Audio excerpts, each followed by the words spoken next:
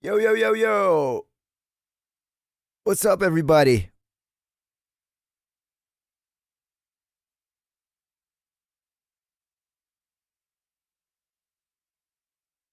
What's up?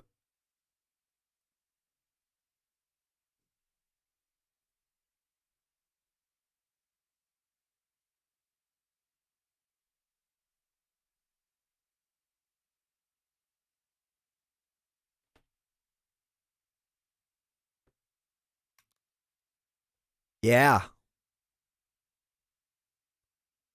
Dogma Resistance Day.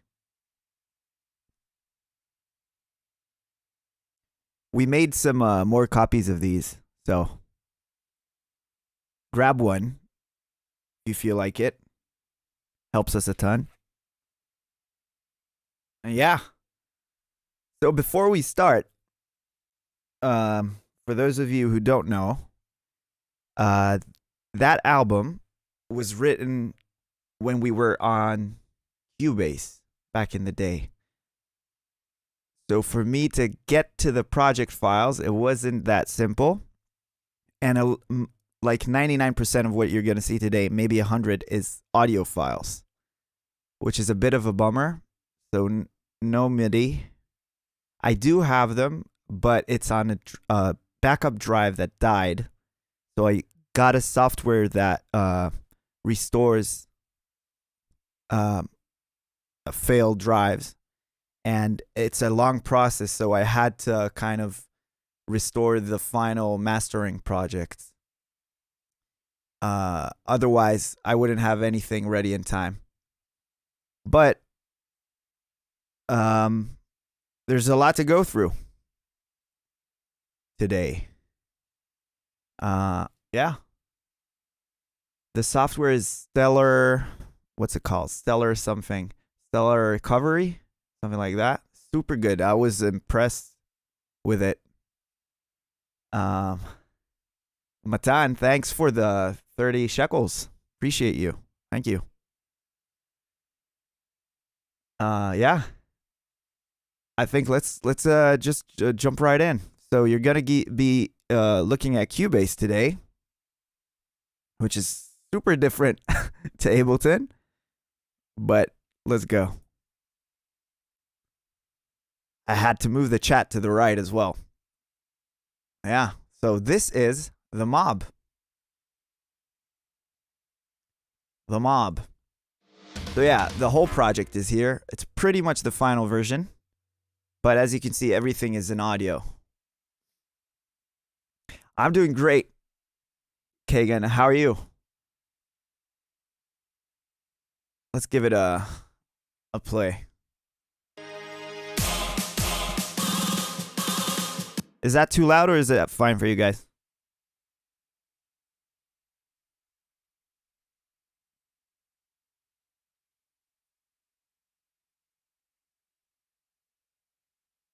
Fine. Okay.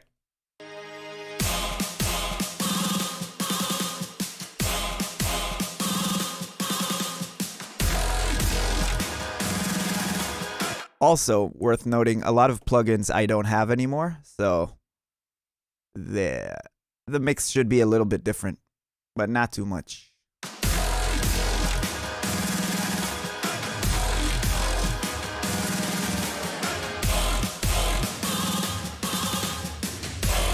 Okay, let's break it down section by section. Let's see what's in here. This is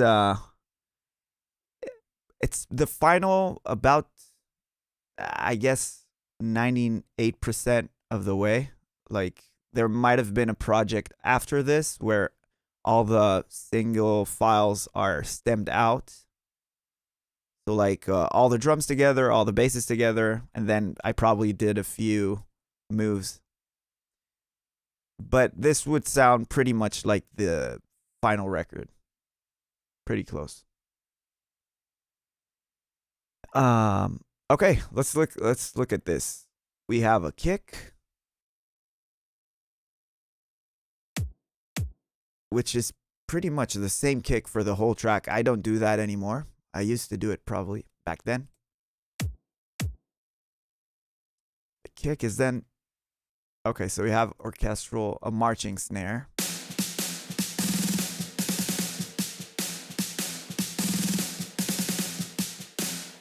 That sounds terrible. Wow. Another snare on, oh, like sticks and stuff.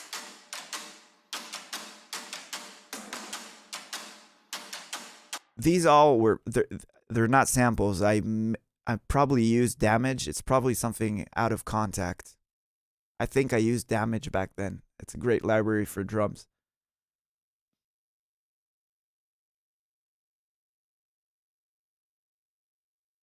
Yeah. So yeah, this is a classic dubstep kick. I think it's one that I made for the Banff remix we did for Pegboard Nerds, and then I used it almost on every track after that. Yeah. So yeah, the snares, then we have some epic drums. Let's listen to that. Yeah, this is Damage for sure.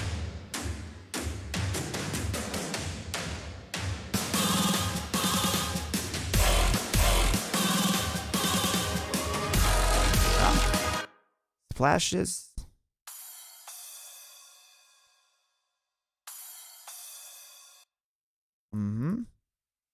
And this.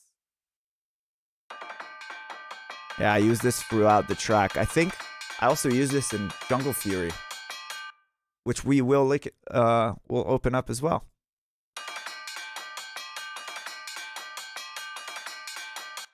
Yeah. Hey Alex, thank you. Thank you. Happy anniversary. Appreciate it. What else? Let's see. Noise generator. Oh yeah, I used to do that. This is like a layer I used to do over the kick and snare. I don't do that anymore, but yeah. It's kind of weird when you think about it, but yeah.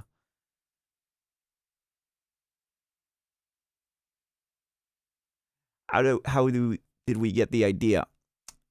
This track, yeah, I'm gonna try to think back to how this came together. I'm pretty sure this and Jungle Fury were kind of written around the same time, like the demos. That's why they have some layers that they share. I think I went between the two tracks and I kind of try to figure them out. I think at one point they were the same track and then they split off into two separate ones. But what really tied this one was the vocal, which I don't know if you guys know, but this is George Bush Sr. Not interview. I think it was an address to the nation or something like that, where I found it online, and that really brought the track together. Like this sample. Tonight, I want to talk to you about violence in our cities. Yeah. Once we had that, it was just like a clear. It had a clear theme. Okay, what else do we have here? Let's not skip ahead. Bass growls.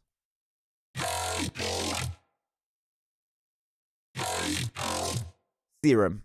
100% serum. Nothing crazy.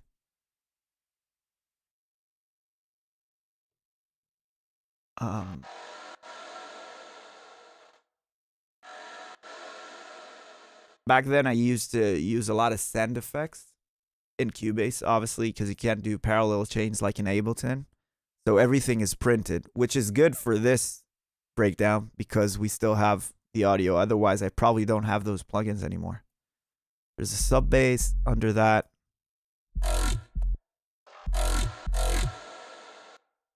Yeah.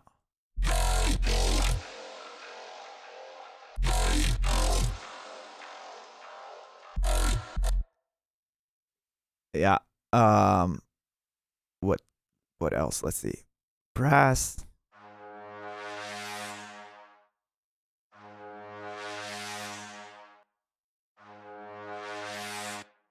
Nothing crazy.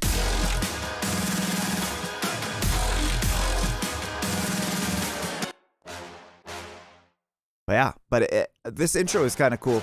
I like it. I still like it very much. These choirs, let's see. They're probably, I'm pretty sure that's Omnisphere.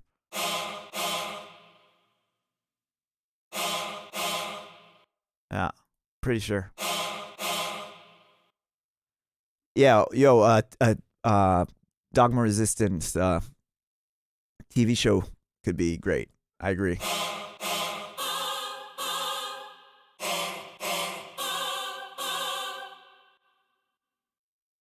VIP EP, that's something I talked about on stream. Yeah. That's something I really want to do. This sound is super cool. I think, yeah, it's all Omnisphere, all these choirs. The way it slides up, I think it's a patch from Omnisphere, I'm pretty sure. The basses here were done, it's Serum. 100% positive it's Serum.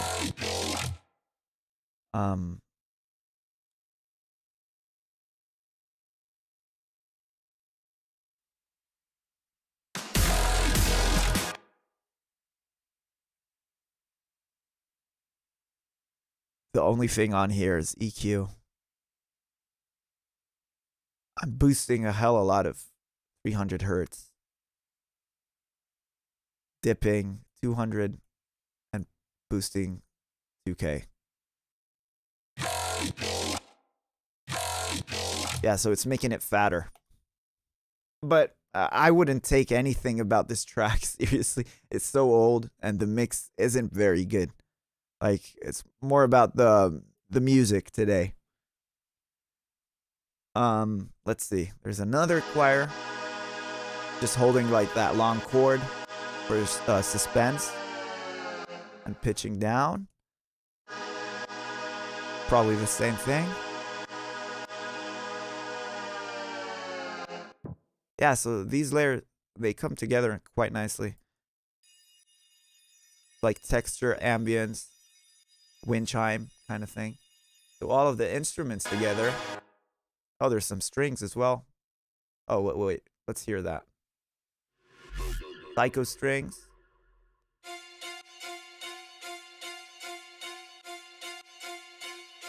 Sound pretty cheap, but they work in the record, I guess.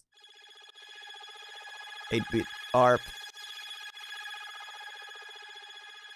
Okay, I like that. The way it pans around is kind of cool. So all the instruments together sound like this. Let's see.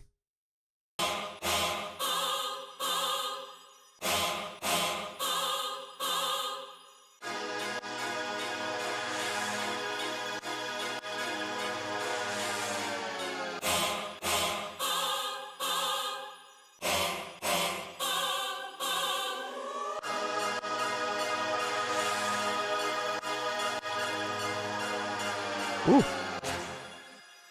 Yeah. I don't mean it's not good. It's a great track. I'm very happy till this day the way it turned out. I just mean more the mixing and the sonics of it, the way it sounds. Obviously it's old. I didn't know what I was doing so much back then. I just made everything loud and shiny. But the track still did well. So that's another lesson, you know? If the music is good, the track itself is good, the mix doesn't have to be amazing for it to do well. Yeah, this layer really ties it together. I like it. Let's see what else. There's a shout. Hey.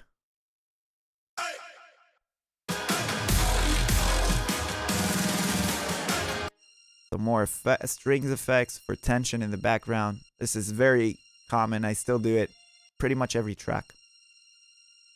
Today. Cymatics riser.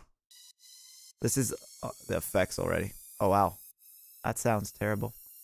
Just high end. Some more string is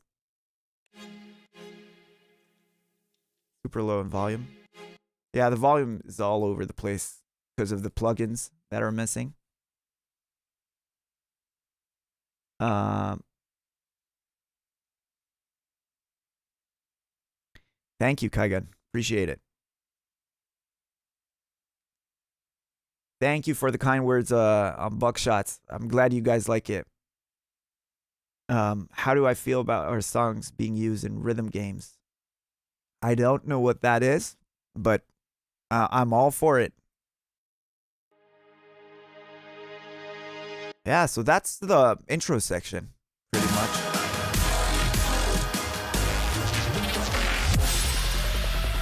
I'm pretty sure this track started, like, the idea I wanted to go off was that bass. Where is it? Heavy bass line. This is it.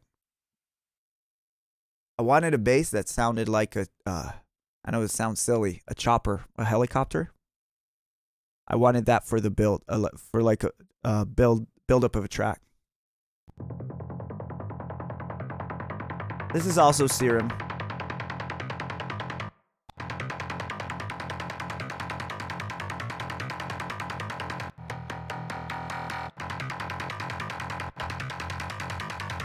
All these plugins don't do much to the sound, to be honest.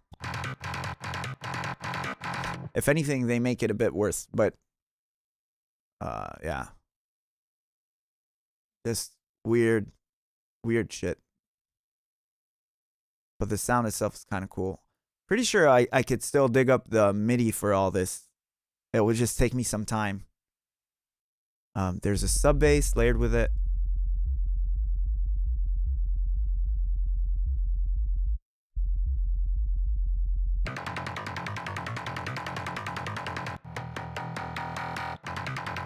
And we have a chord stab.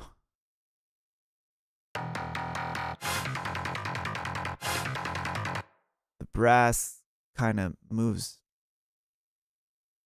with that buildup as well. Wow. Need to get used to Cubase again.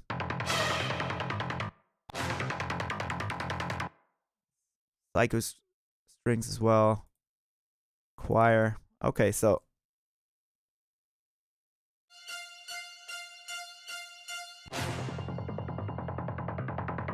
yeah.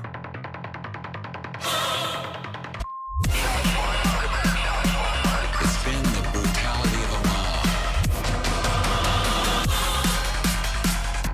Yes, the stream would be available after on YouTube. You guys will be able to see it. We will probably get a lot of copyright strikes because of the music.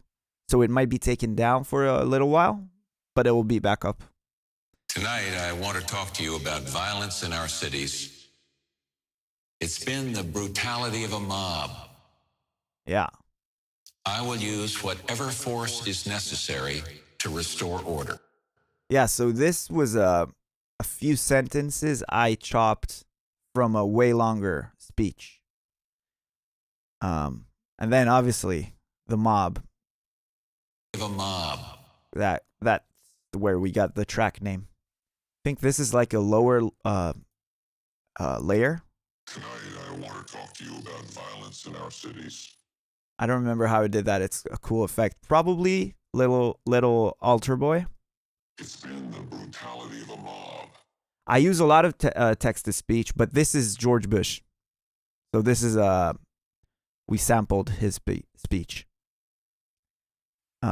This is also a very cool sample. I don't remember where I found it.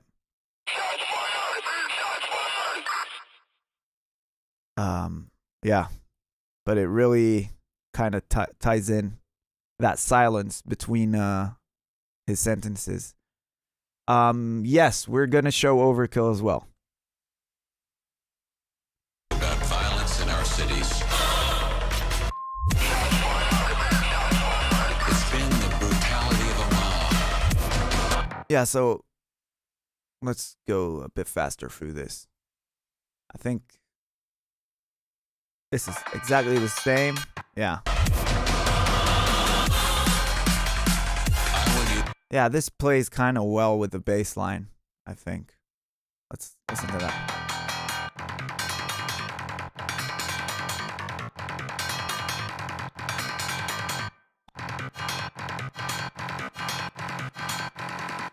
Super cool. Um, I didn't clean the sample at all. Nobody said anything. We were good to go. I think it might be free for public use, maybe because it was a speech, an address to the nation. I don't know, but it just hopefully no, nothing happens now. But yeah, it was kind of clear. Yeah, but that again, some claps on the build-up. Pretty straightforward. Oh yeah, I used to do this a lot back then. I'd have like a clap that's pretty mono, that is the main one, right? Layered with like a bigger one that's more stereo and wet sounding. And then like a crowd clapping. So all together, kind of fills it up. And you can also hear the crowd noise and the whistling and all that. That's a great snare for build-ups. I need to sample it so I have it. Yeah, nothing special to the build other than that, I don't think. Some more fills. That's probably Superior Drummer or Addictive Drums. I guess it sounds like Superior Drummer. I might be wrong though. That noise is probably from plugin. Let's see what else. Okay, then we can get into the drop. See what's up. Oh, hold up. Before the basses, let's go through the drums one time. So same kick, which is enforced. I used to do this a lot. I would duplicate the kick track and then cut it with fades to just leave the transient, or add a transient above it.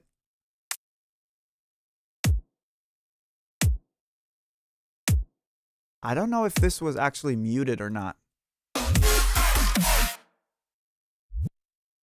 And then just a reverse into it, into the first one, sounds like, every now and then.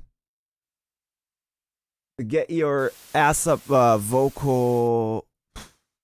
Where was that from? I don't know. I don't remember. I think it was from a sample pack. Where is it? Let's see. I don't believe it will say.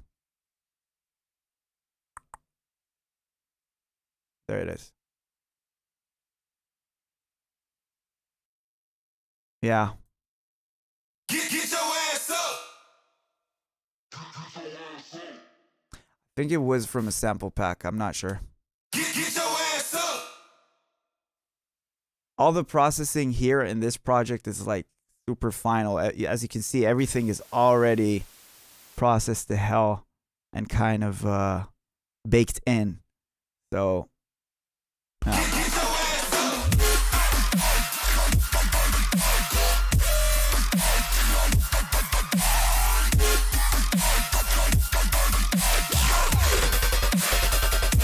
okay, drums, snare. That I kind of hinted the snare at the end of the build-up as well.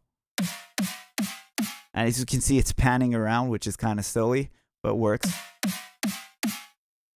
And yeah, I just took it down in volume.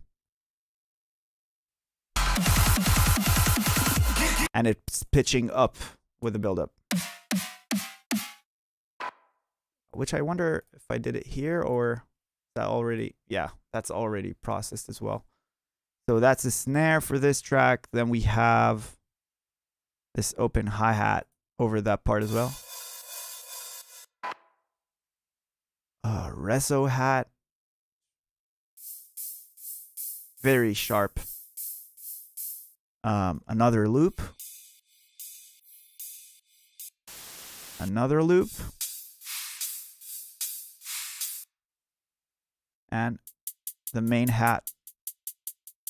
Oh, and a ride. Quite a few layers. Like, you could probably get rid of 2 and it will still sound the same. But sometimes you just add stuff and it works.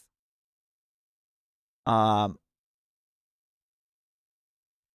so I talked about how this project started. To the best of my memory, it was the bass line and the build-up. And then the George Bush sample came in. Like I had the bass line, then the drop. I'm sure it didn't sound exactly like it sounds now. And then I had the idea to do the orchestral kind of marching snare intro. Okay, let's move on. That's just noise.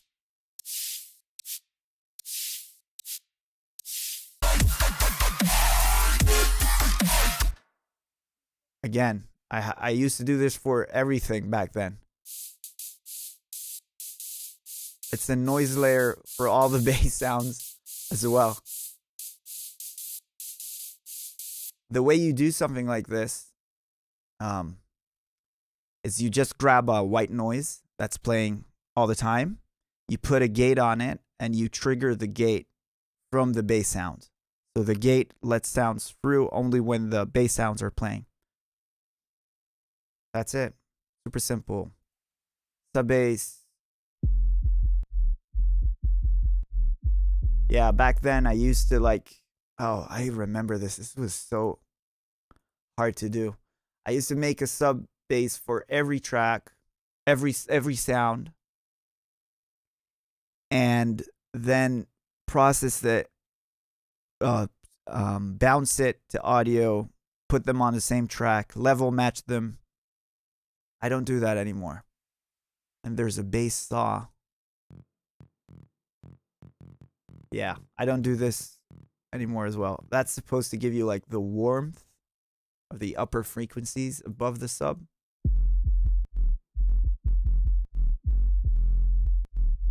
I don't know if you guys can hear it.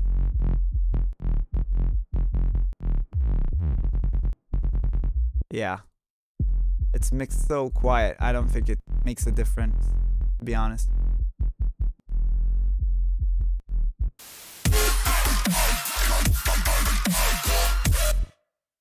Anyway, yeah, bass sounds. So the main growl.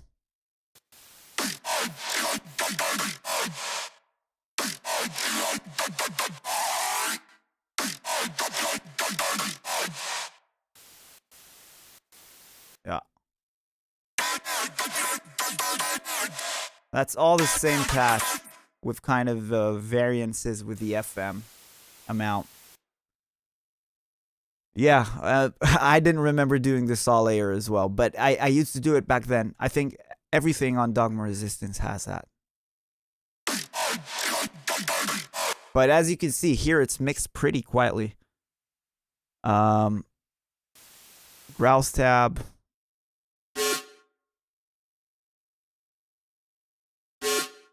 These are all Serum. That's all I used back in the day. I think it stays. Oh yeah, it changes here. Let's see, what else? Reese growl. That's just at the end. A lot of clicks. Just over that one impact. Yeah, this is a Cubase. No, sorry, Yoni, I can't show the patches. I said before, this project and all the mob project, this is like the final mixdown project. They were all lost to a faulty hard drive. And I managed to restore everything, but it takes a long time to save the project back. So it was quicker for me to save the mastering mix and mastering projects. Because they were only like 10 gigs The other ones are like 60 gigs, and I wouldn't have them ready on time. But I'm gonna do that, and I'll probably export some of the presets and give it to you guys, and maybe some of the drums out of every track. We'll make it fun. I don't know, a fun sample pack out of it. Let's see. Yeah, these are all Serum. That's a pretty cool sound. So yeah, it has another saw layer underneath. That adds a lot.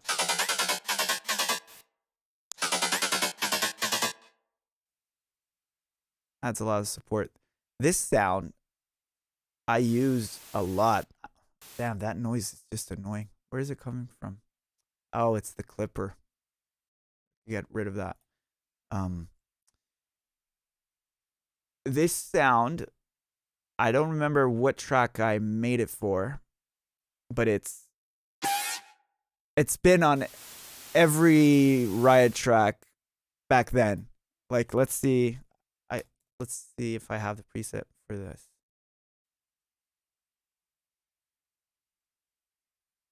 Sharpshooter. Yeah, there we go.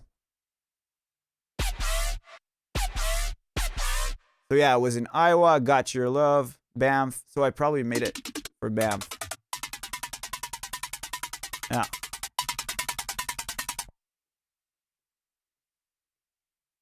Is it not going to play anymore? Oh.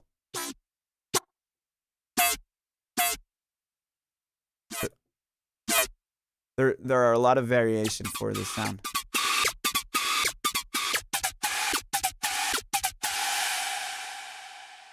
Yeah.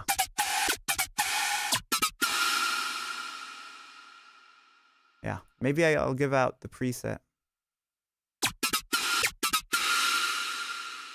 It's a staple Riot sound, kind of. I used it a lot back in the day. Yeah. Yeah, it's a Got Your Love preset. That's exactly what it is. So I used to use it a lot. That's the same sound.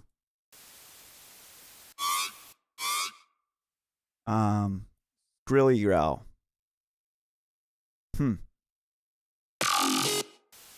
Yep. Might have been a sample. Might have made that. I really don't remember. I do remember that back then. Yo, that clipper is just annoying. Back then, I used to jump into Ableton just to make growls. I'd make growls, export them to audio, and go back to Cubase. So it might have been one of those sessions. I don't remember. Future bass chords. There's a few layers there. You can tell. There's like a saw in the middle, bass line, and a wide detuned saws as well. Another growl. Faster Blaster. Oh, that's that thing. That's also a good sound. I need to dig it up as well, so I have it.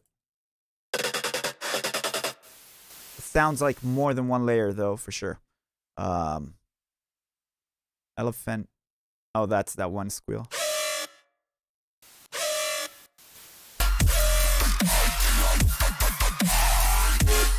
Yoy. That's not really a yoy, but will we be releasing some more music on Monster Cat? We might be in the future. Hey system, what's up? Let me catch up with chat real quick. Let's see. Yeah. I don't think I missed anything. Yeah, sorry about that noise in between. It's super annoying.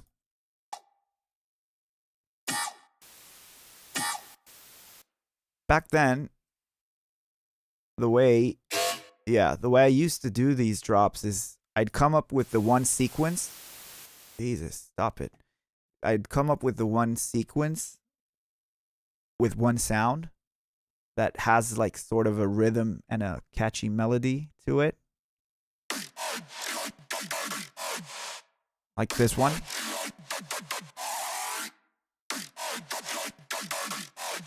And then I would fill in the gaps.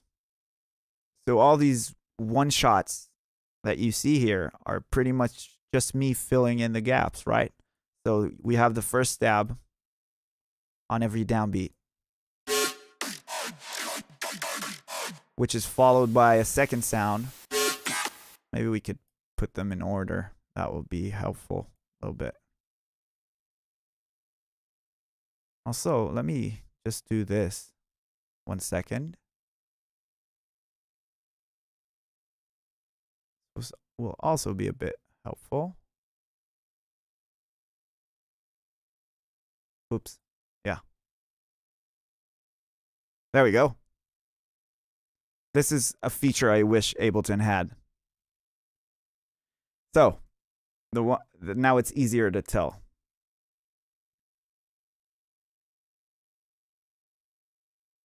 Super sensitive. The zoom here.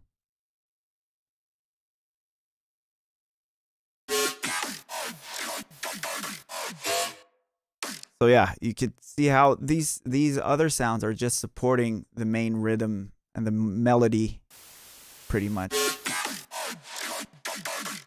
Ba, ba. And then a big kind of turnaround where everything's different. Which here, the future chords are doing the ta-ta, ta-ta, which is supposed to kind of give you the vibe of the intro, the ta-ta, sort of a take on that. That's why I did those breaks. Then a big change.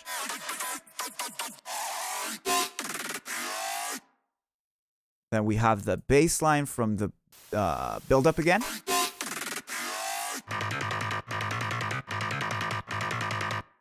Which takes you into sort of another build-up.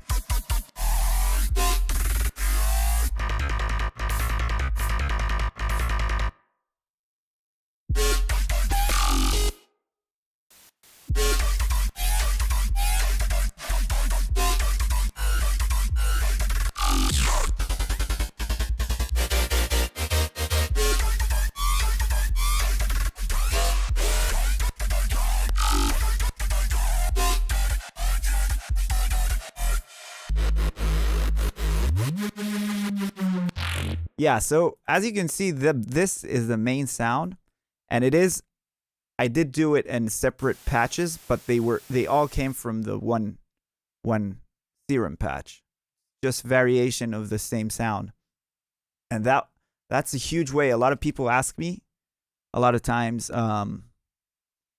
how do you keep the drops sounding consistent and like the sounds are related to each other? A lot of times it's just the same sound, a really good patch that you then change a little bit. That's how I do it, and how I know a lot of other producers do it.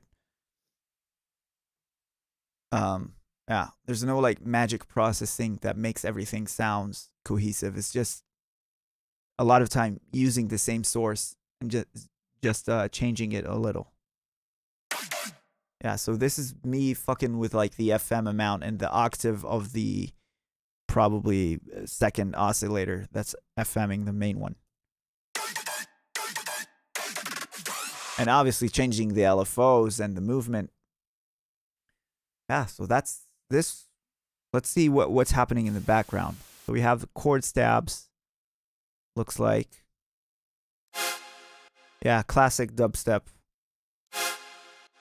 2018, 14 to 18. Dubstep chords. With an ARP in the background, so super classic.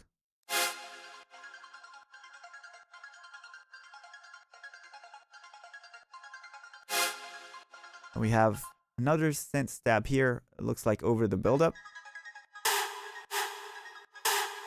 Yeah. Then the 8-bit synth. I don't know if it's the same one from the... No. Kind of cool, though. Listen to that. Yeah. So that's that. And then we have some of the orchestral instruments. Yeah, I didn't even remember that was there as well. We have the brass over the build-up.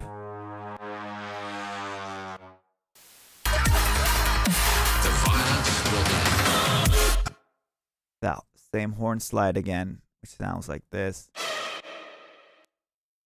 I don't know if that's more like a string.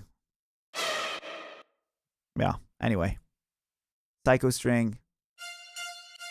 It's like this is also a big way to keep your song sounding like a song and not like a intro, build up, drop that could have been, changed to anything pretty much. Is having some elements from the musical part of the song being featured in the drop as well. How am I switching the LFO patterns? That would be just me duplicating. That's the way I did it back then. I would duplicate the track, then change the MIDI, change the LFO, and do that again, do that again, do that again. I would end up with like 16 tracks of the same patch, which all are somewhat different. Thank you. Thank you, Catzeliero. Did I say your name right? I'm not sure. Sorry if I didn't.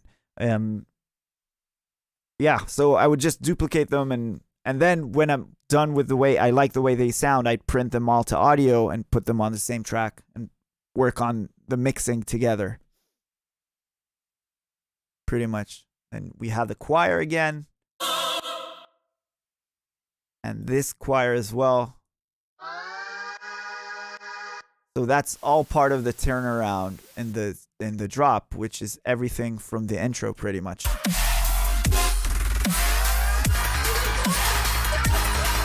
I took the clipper off that sound and now it's super weak.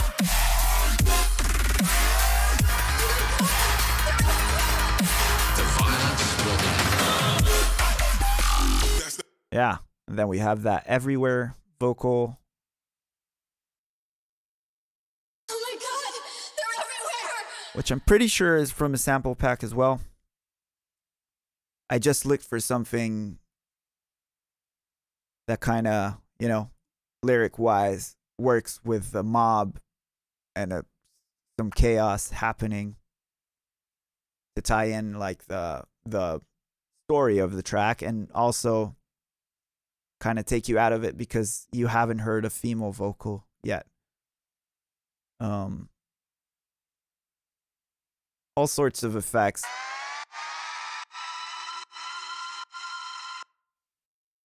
I used to layer all my drops back then with crowd effects. Okay, let's do some effects because I see that we haven't really touched on that. But also, I don't want to spend too much time because we have a lot of projects to go through. How many tracks in the whole project? This one is 182, but it's really more than that, and you'll see in a second why. Because, I could tell you right now, actually, but a lot of this is like stemmed into single tracks. Will there be new merch? Yeah.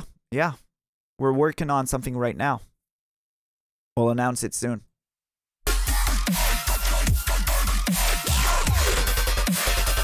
Yeah, so this siren is kind of important. See how empty it is without it?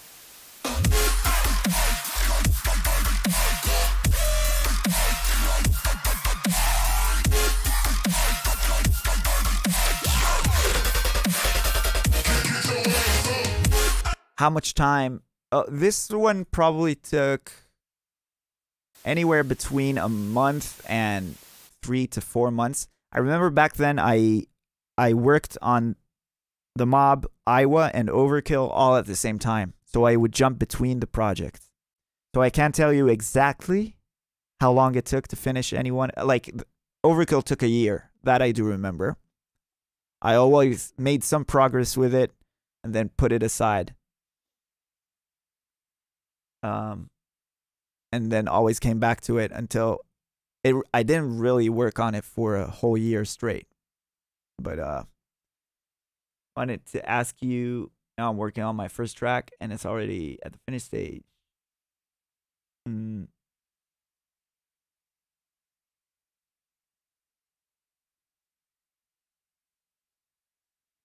If it's crossing 0 dB and it sounds bad, then it's bad. That's pretty much the philosophy. If it's crossing 0 dB and it doesn't sound bad, you don't hear distortion or clipping, then you might be doing something cool. But again, if you export it, it's a bit different, because if you're working in high bit floats in your DAW, then you have I believe it's 12 or 18 dB of headroom over native 0, which is why you can go so loud in Ableton or Cubase over 0 and still it sounds fine. But once you export it, Ableton will clip it. And sometimes that's desirable, the sound of that, and sometimes it's not. You really need to use your ears.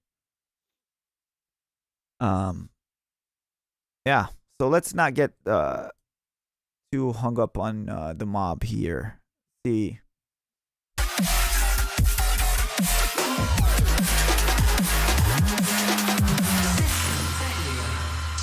Yeah, so all sorts of effects here. I remember doing this. It's like a lab ambience that I found on YouTube or Splice. I don't know.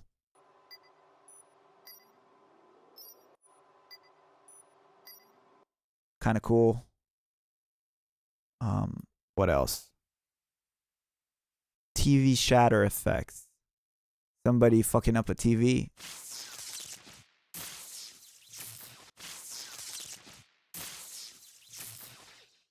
Yeah.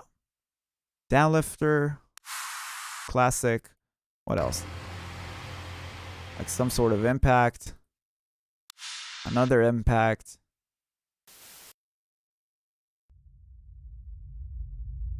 A rumbly reversed impact. What's this? Some more downlifters. And then the vocal. Be a continuation of Dogma Resistance. Hold up, I missed a few. How loud do I make kicks? They are reaching 0 peak. I showed it in a bunch of the new tracks in Ableton. If we have time today, I'll show you guys a new track I'm working on, and I'll show it there. Will I break down Iowa? Yes, I will.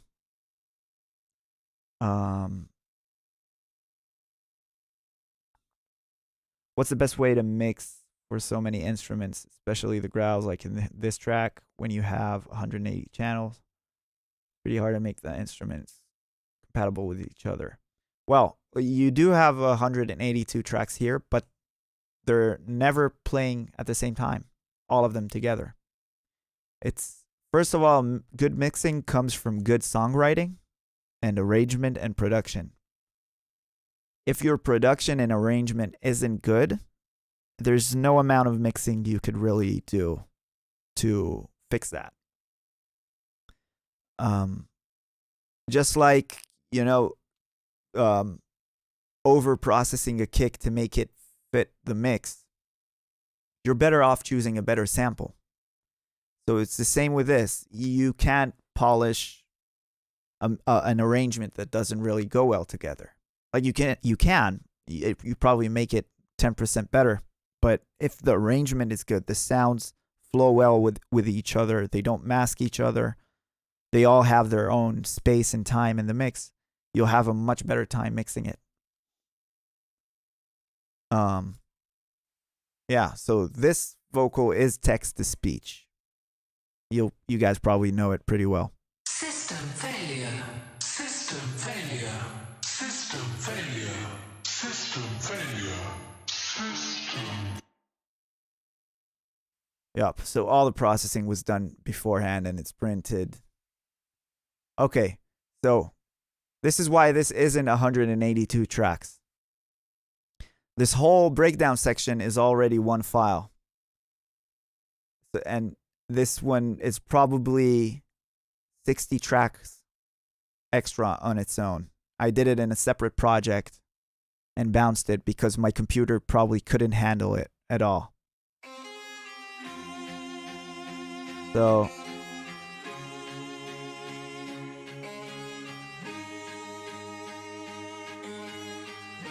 yeah.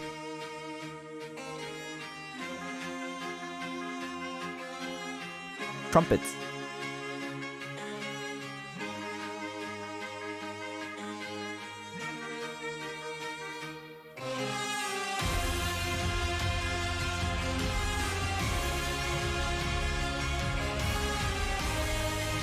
Yeah, so this all this part, the whole thing was done in a separate project.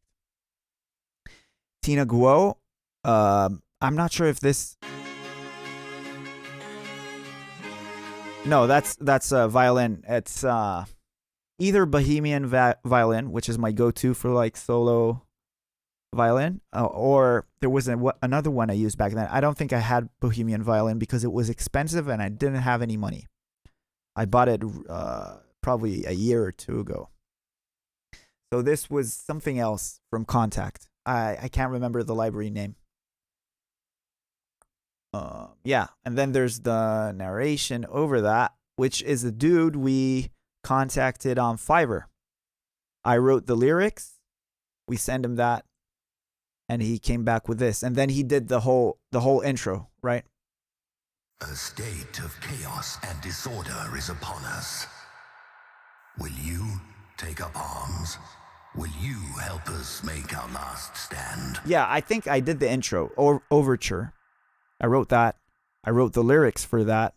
We sent him. I think I did it in text to speech so he would know where exactly we wanted each sentence to be over the track for reference. And then he recorded over that. Yeah. And he did a great job. Sounds super good.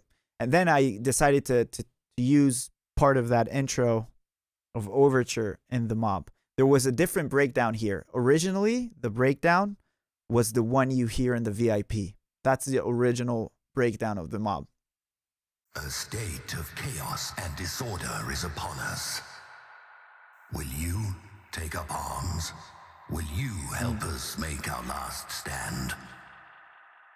The time is now. Let us be heard as we sing our way into battle.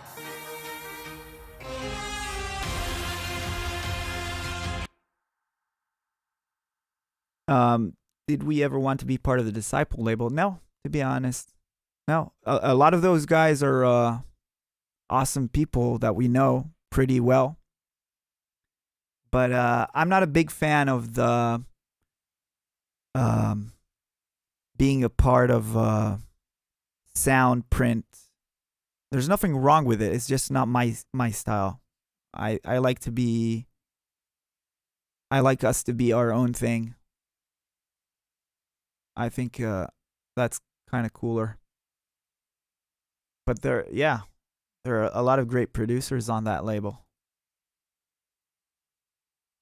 It's time to light up the sky with fire. Tonight, I want to talk to you about Back to the violence build. in our cities. Yeah, the levels are all off in this project. I'm sorry about that. Get your ass up. We know how to turn it up. Turn it up. Turn it up. Turn it up. The little fake out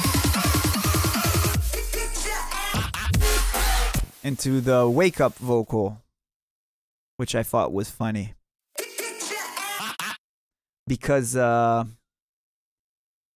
because the pre-drop here is get your ass up, and also it is for wake up. Where we get the ideas for the story aspect of the album. Wow, that's a tough one. I was always fascinated by albums that are story driven, that had like a theme. Growing up, one that comes to mind that I really liked was what's the name of the album? From Dream Theater, if you guys know them. An amazing band. I'm blanking out the name of the album. Come on. I'll figure it out. Let's see.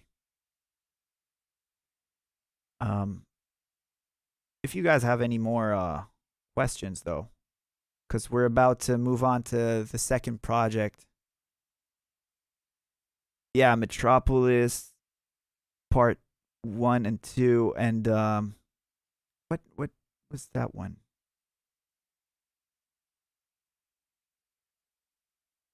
Can't remember. Never mind.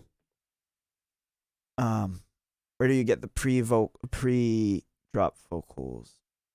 A lot of them are sample packs. Some of them we record on our own. Splice is great for that.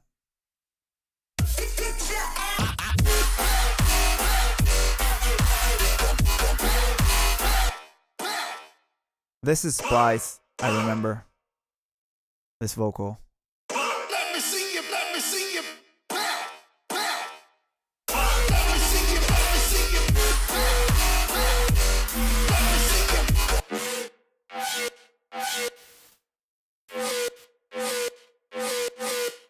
Yeah.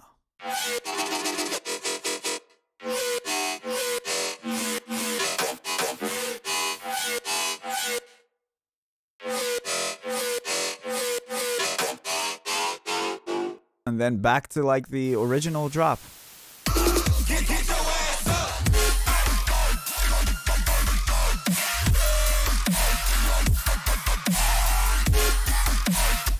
I think it's pretty much copy paste.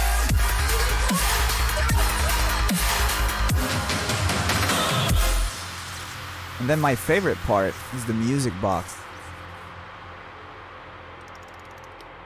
I added like this spring of like when you wind a music box. Yeah, that's Jordan Rudess's band, Dream Theater. Yeah, he's one of them. Yeah, I grew up listening to that band so much. Scenes from a Memory, I believe it's called. It just came back to me. Yeah.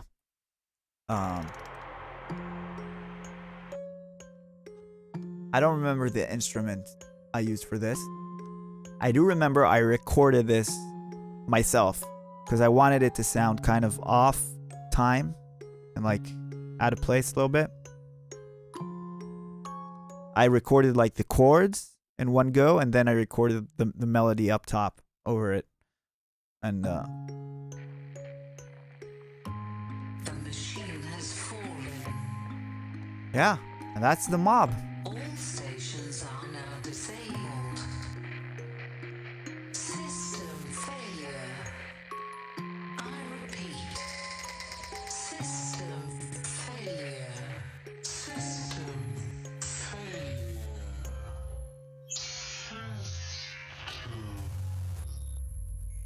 Does anybody have any questions?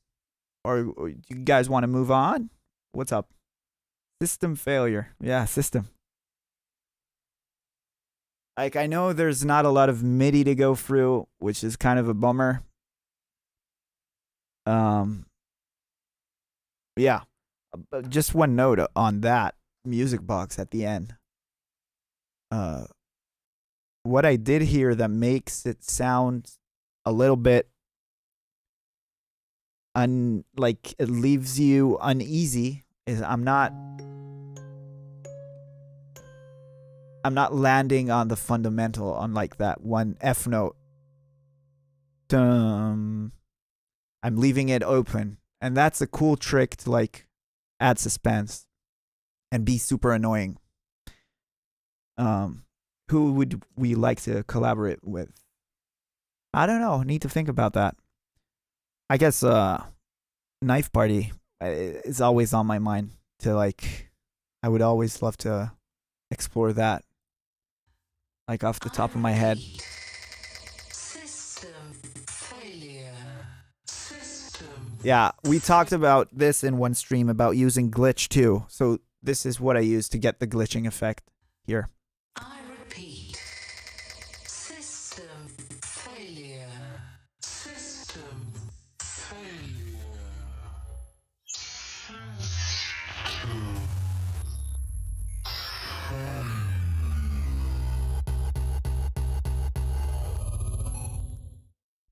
Super cool.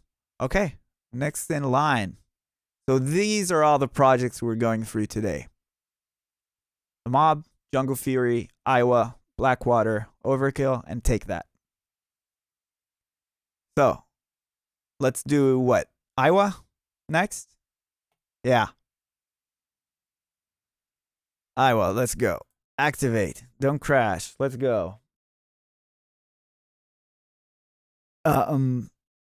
Yeah, so what do you guys think about the Mob? Was it cool to look at it like that?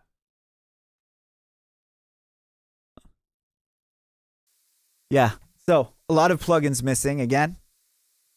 Not too many. I don't think it will be such a big problem. Okay, Iowa.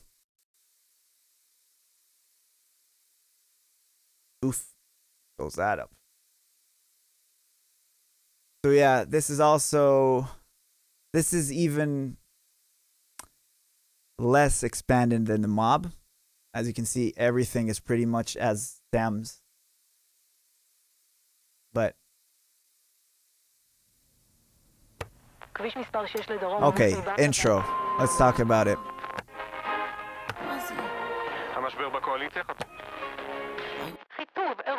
Yeah, so this is an Israeli radio station. I remember we went online and tried to find a radio station that has like an online stream of their broadcast, and we recorded it into Cubase, and we looked for a section that has commercials in it, cool songs, and then I just cut in between. I did this in the mastering project. We added this intro at the end after the whole track was done. As you can see, everything is stemmed out. Like all the basses, where are they? Oh, okay, here. Are already in one stem. So we had the idea for the intro. I don't remember who came up with it. But yeah, and I did it all here. And then I added like a click every time the station flicks.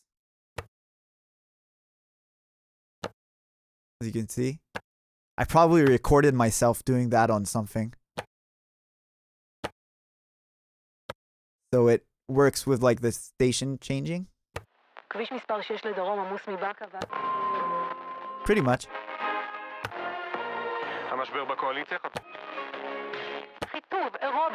That's kind of cool. And then what else do we have here? Let's see. What's this? Oh yeah, I added the vocal over. Probably exported only the instrumental to use as the radio thing. So I needed to add the vocal over it. Okay, so let's go through the vocals for this. As you can see, there's Kid. Kid is Tom. Yeah, did I miss anything? Let's see. I'd like to go through all the project in this stream. Yeah, but we might need to pick it up a bit, the pace, to do that. Pick up the pace. So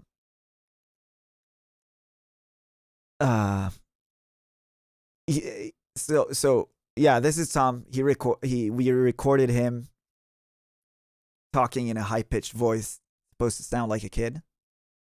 No. Yalla kvar, which is oh, come on. let's go. He's looking for RIOT, for Iowa, to come up on the radio, which is what that means. All his frustration. Yes, RIOT. And then when he finds it, he's excited. And basically, as you guys know, Iowa is a Middle Eastern heavily influenced track, which in Israel is like a funny thing to make fun of. It's a stupid thing to make fun of, but it's very popular. It's very mainstream. So the idea here was the kid to play this out loud in his room, and his father is getting mad at him for playing it out. And his father is our good friend Eliran. He recorded. We literally had him stand outside the door of the studio. I put the microphone in the room, and we recorded him bashing in our studio door. And that's this recording. יוגב, 12 בלילה, קבל את הרעש הזה! לא מעניין, תפתח את הדלת! פתח עכשיו! So that's him. Yeah, we did all sorts of takes to get it right. But that's him literally banging on the studio door. Yeah. יוגב, 12 בלילה! And it all comes together pretty nicely, I think. It's all this group. Yeah. Yes, RIOT. יוגב, 12 בלילה, קבל את הרעש הזה! אבל למה זה מזרחי? לא מעניין, תפתח את הדלת! לא רוצה! עכשיו! Yeah, that's the intro. It still cracks me up every time I listen to it. זה מזרחי! לא מעניין, תפתח את הדלת! לא רוצה!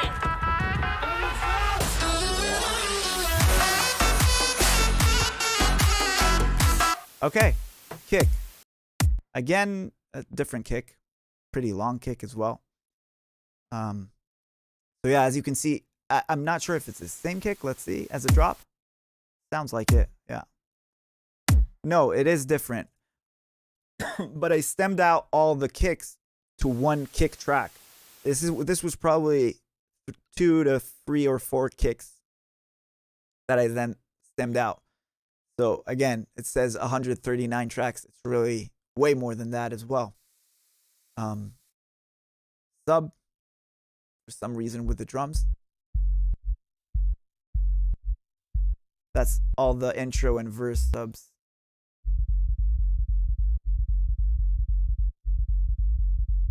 Yeah. Then we have some other snares. Let's see. Together with the kick.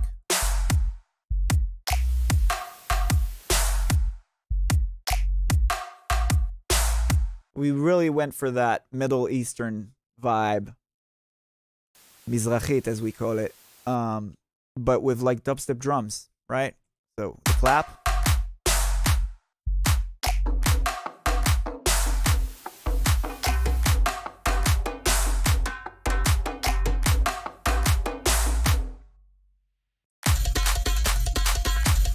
Yeah, has a sick groove.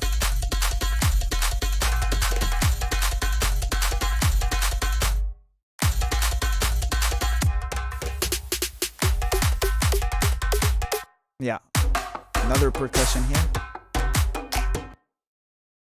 Overheads would be what? Crashes? Yeah.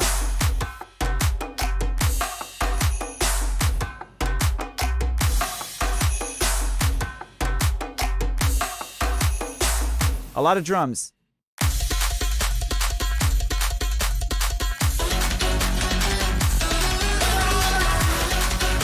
I have all the drum effects for some reason printed out. Way too loud, but yeah.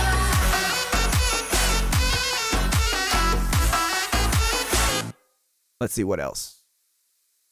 Octave sub, I'm not sure what that is. Oh, that's for the drop. Okay, so this is all for the drop.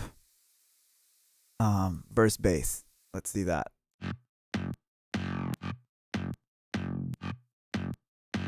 The sidechain is super clicky. I'm not sure if it was like that on the record, because I usually, yeah, it doesn't look like, maybe it didn't recall the project correctly, but I usually do this. I move the click trigger back in time so you don't get that click. But maybe I didn't do it back then.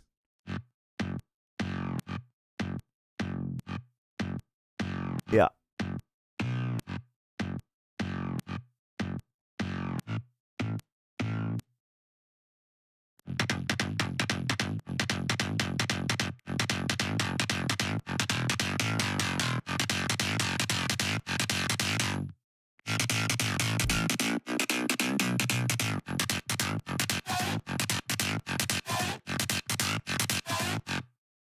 Yeah.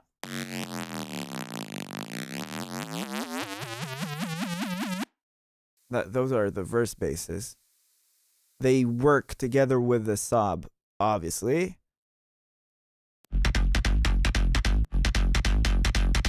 Yeah.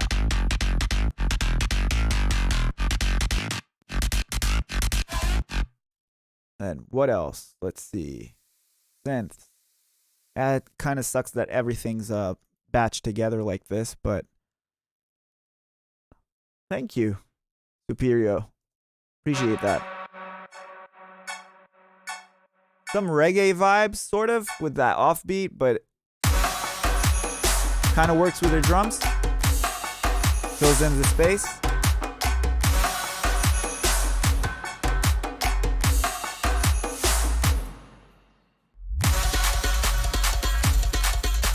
Then we have the instruments.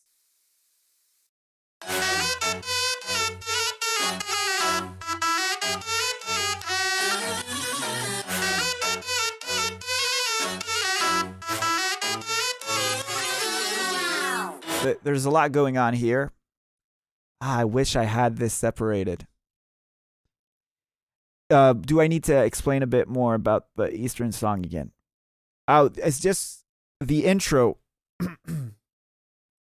was us making a joke about how we did a song influenced by a very popular style of music back home in Israel.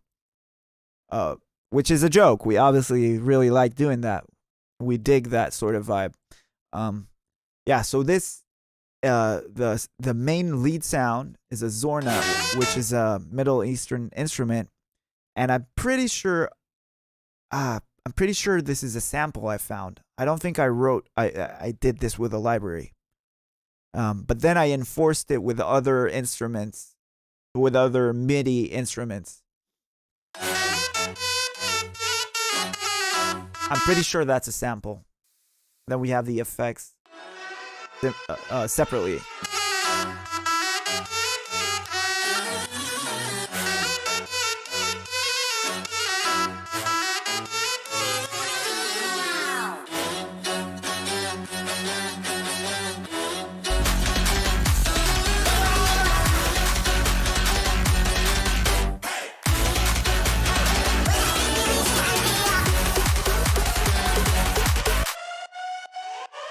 Effects, noise.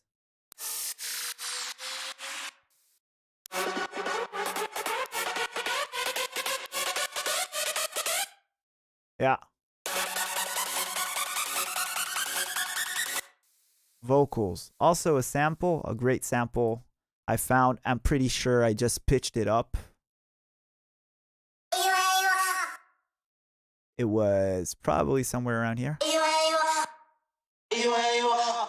Yeah, that's more like it. That was probably the original sample, something like that.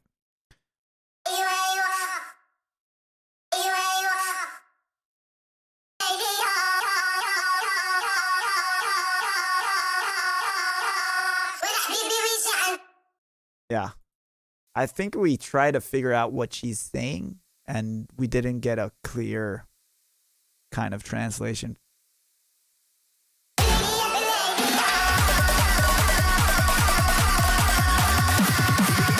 Go back up to the drums. So yeah, as you can tell, this is pretty much the final project. This is the way the track sounds. Minus a few plugins that didn't load correctly, but yeah. Kick pitching up. Again, the snare in the end of the build-up. This snare is kind of dope. Love it.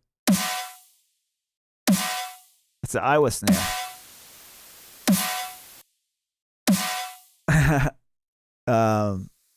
What What else? Other snares. That's an impact. I don't know why it says other snares, but yeah. Some drum fills throughout the drop. Looks like the same toms. Oh, there we go. Different fill. Yeah. Bringing in some of the percussion from the intro. So that. Just to tie it in together. With the intro, again, same thing. Super important to make things sound like a kind of cohesive song. All the hi-hats, which are super clean and simple in this song. I wanted it to sound not washy and heavy, like on the background level. It was supposed to have a more tighter feel. So that's all the drums together.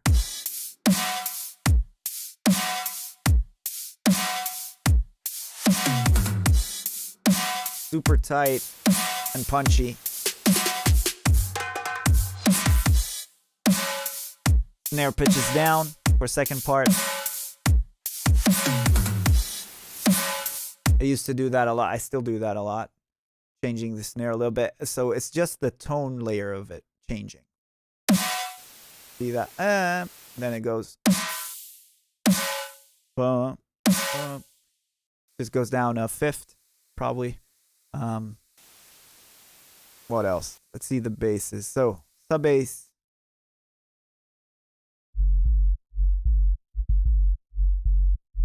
Just a clean sine wave with a pitch envelope on it.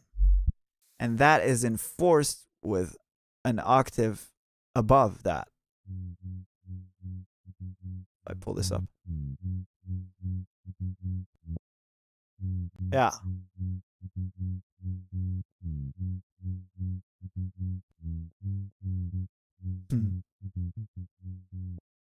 That's supposed to, yeah, just gives you a fatter sub. I don't do it like this anymore. But it's a cool way to do it, I guess. Basses.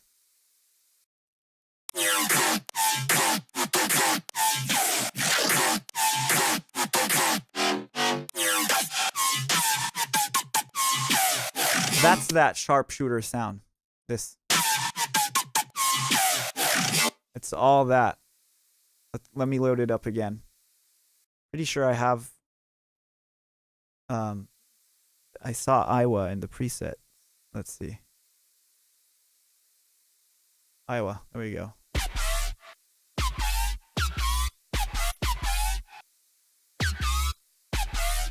Yeah. That's the way. Yeah. It has a lot of variations through the macros I made.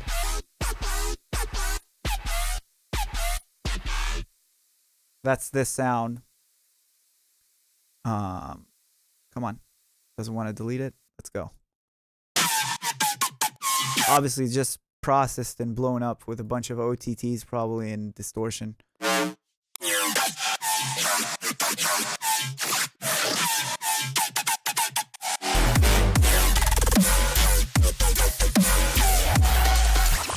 So again, the same kind of way I went about was the one sound that carries most of the drop, and I fill in most of it with like one shots and cool fills. How do you make the middle sound at the end of the snare? I showed that a bunch of times.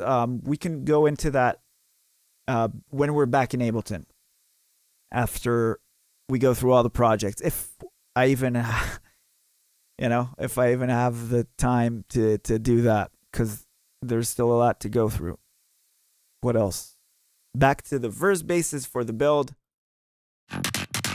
Again, something I do a lot and is very popular is like a drop to a build to a drop, right? Arrangement wise. So that's what's happening here.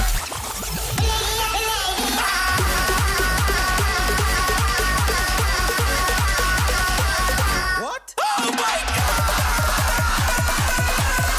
God! Just like bringing in a little bit of humor into it with that what.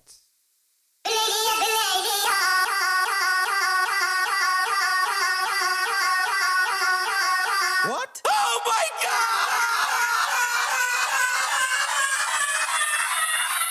Where's that what? There it is. What? I don't remember where I got that one from. God! What? Probably sample pack.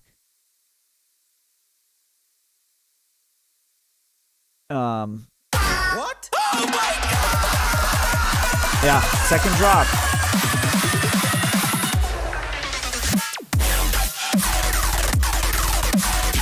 Okay, let's see. Pretty sure I can find that preset as well. Let's see if we can see it. Faster. There we go. Faster Blaster. This is the preset. Let's see if it really sounds like it.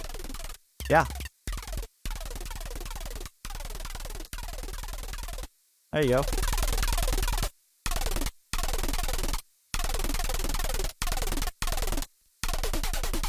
There we go.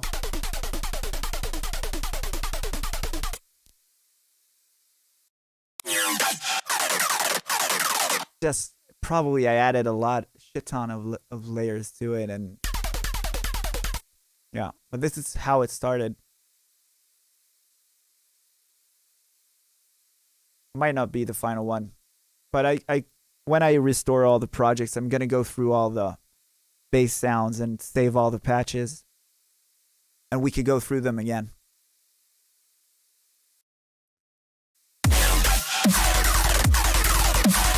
There's also some layers added to it. Yeah, so this is super important.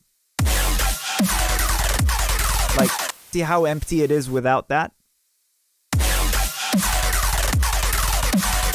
There's like sub bass and top end. The bass sits up top. There's sub bass, but there's no low mids in between, which people often overlook, especially in dubstep and EDM, because you're told all the time that the 300 and 400 hertz range is just mud. It's not true at all. That's where all the warmth is and the glue.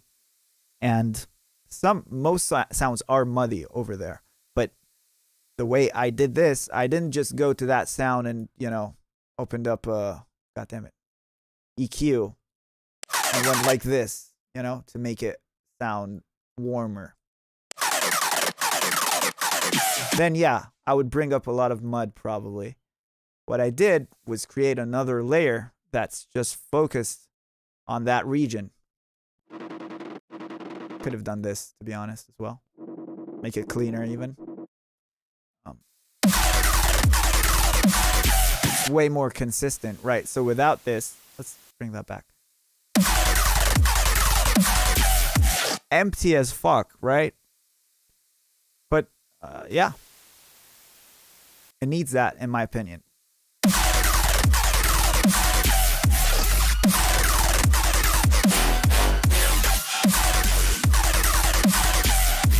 Also, I duplicated it and just cut out the transient of that sound to make it punch through a bit harder. That's a cool technique. Sometimes it's a bit more tedious to do, and Cubase cutting up stuff like this is very fast, not like Ableton. But still, you get the best results and the most control doing it that way instead of like a transient shaper or something. Bass guitar. Metal guitars sounds like shit, but works in the mix, I guess. And we have what? That's a buddy of mine. Pretty sure. Buddy of mine, Liron from Israel, did that for me. He did it for one track. I don't remember if this one. It sounds like it is. Yeah. I told him. I think I had an Asking Alexandria sample. Yeah, it's probably this one. Oh my God! Yeah.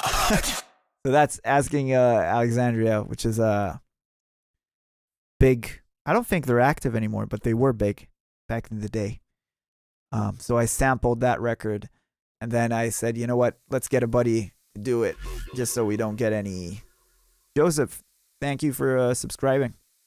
Just so we don't get any, copyright issues or whatever. Oh my God! He's great.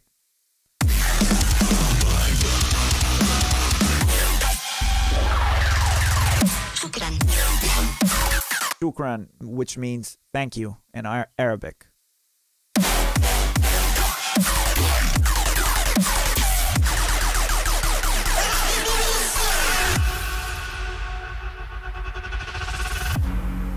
That cool fake out, sort of like extending. This is like extending the drop for 2 more bars, so it's kind of giving you the feeling of tension, and like something is supposed to come and change. And yeah, that's just the verb from the vocal. So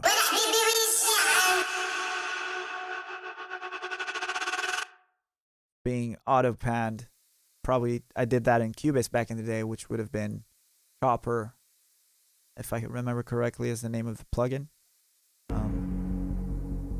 Yeah, then this part. This is everything here pretty much. Probably samples. I looked for like guitar samples, ambient samples, probably a lot of Kashmir. He has a lot of like bird sounds and shit like that.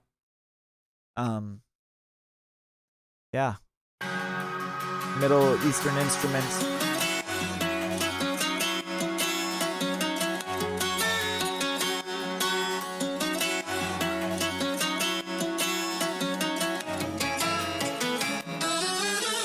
That's that. Again, the effects are all separate.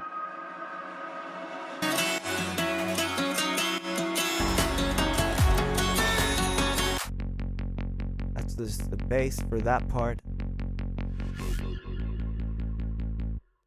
Nothing special. Super simple.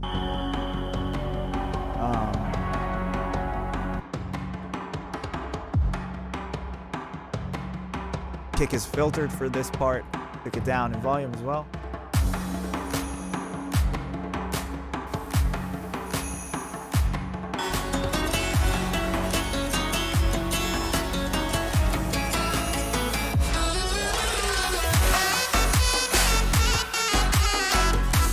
Back to the verse.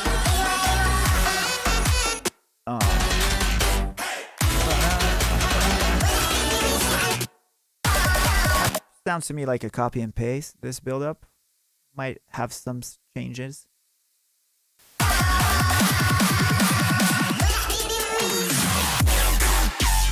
Take out.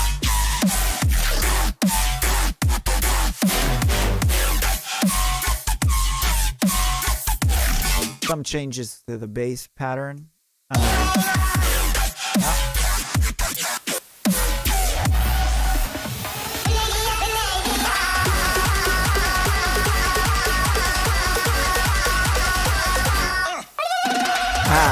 Funny story. This is my best friend from Israel.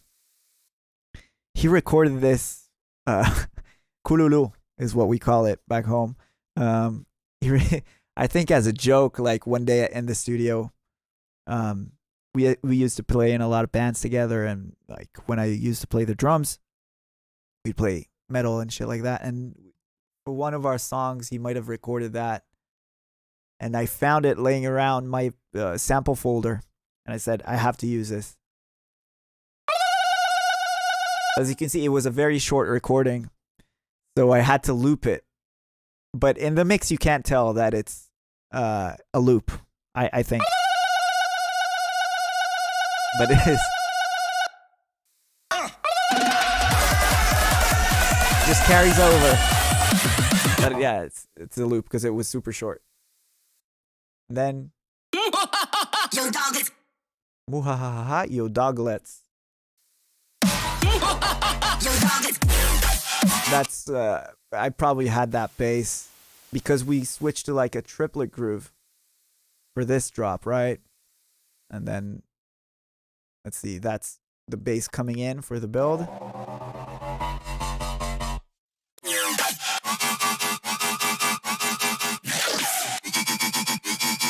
That's the same sound. That's the sharpshooter preset I showed you guys. It's just doing a different LFO pattern. And it has I'm pretty sure it's, yeah, that's the same sound. I could show you guys. Let's see. Bring it up again. Come on. Theorem. Let's go.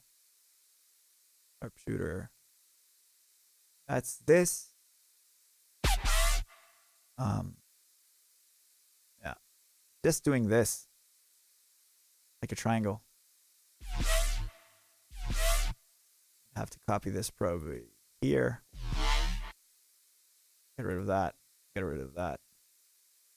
Get rid of that.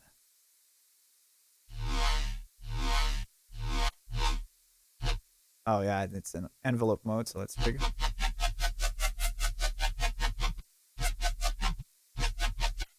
Just a triplet.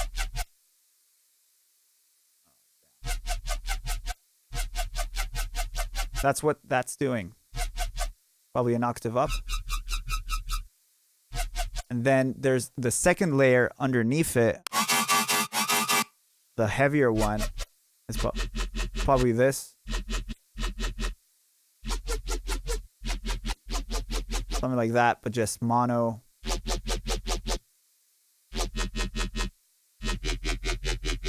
Yeah. Probably fucked around with the preset, but it's all, this whole track is based on this one preset, which isn't obvious when you hear it. I just realized it right now listening to it. But most of the sound came from that one patch I made.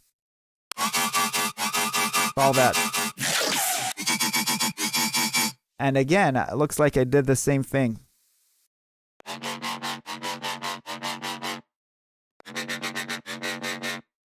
Yeah, so this would be another, it might been, it's hard to remember.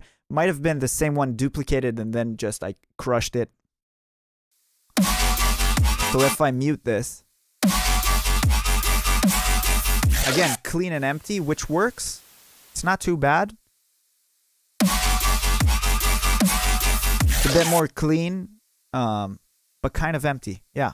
So if I put that in,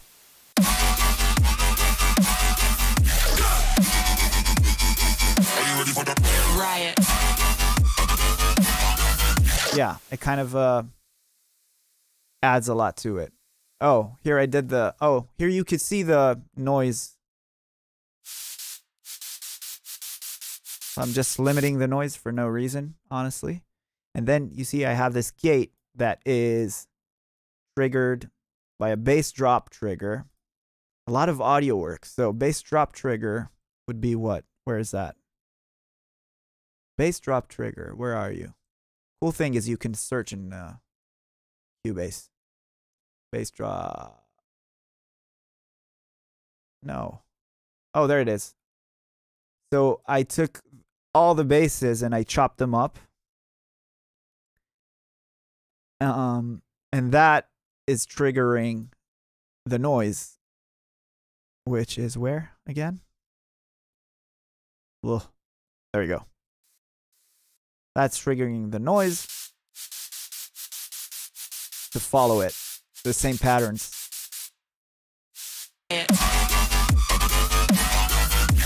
That fills in the high end because the hi-hats are very sparse. So that fills in the high end nicely in between. Yeah, so let's go over the chat, see what I missed. Only 2 presets in that part. I'm pretty sure it's 2. It might be 3. But when I get my hands on the main project with all the MIDI, I'll be sure to. We'll either do it again on stream, go through just the drops with all the sound design and everything, or you know, maybe I'll give some of them out. We'll see. We all know this one. That's from a sample pack that Skrillex used. Are you ready for the Rasta vocals or something like that. And then got this. Riot. Probably from a sample pack as well. It just added like a pitch down effect on the sides.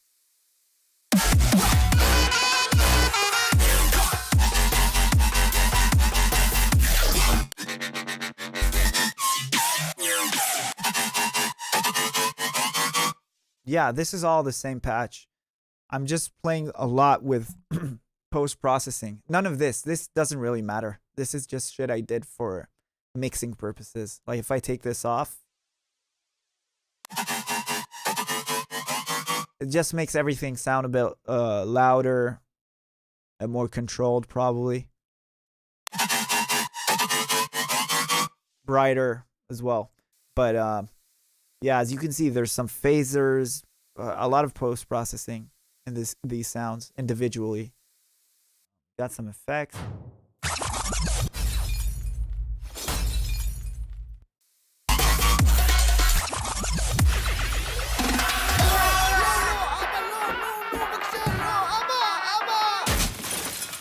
שום מזרחית לא תהיה פה. Yeah, and that's how we ended the track. Basically, you can hear him walk in. This is, we also recorded that. We recorded this as well. That's him busting through the door. Tom as a kid being scared by his father. לא, אבא, לא, נו, בבקשה, לא, אבא. And yeah. So that's Iowa. Do you guys have any questions? Anything else you want to see?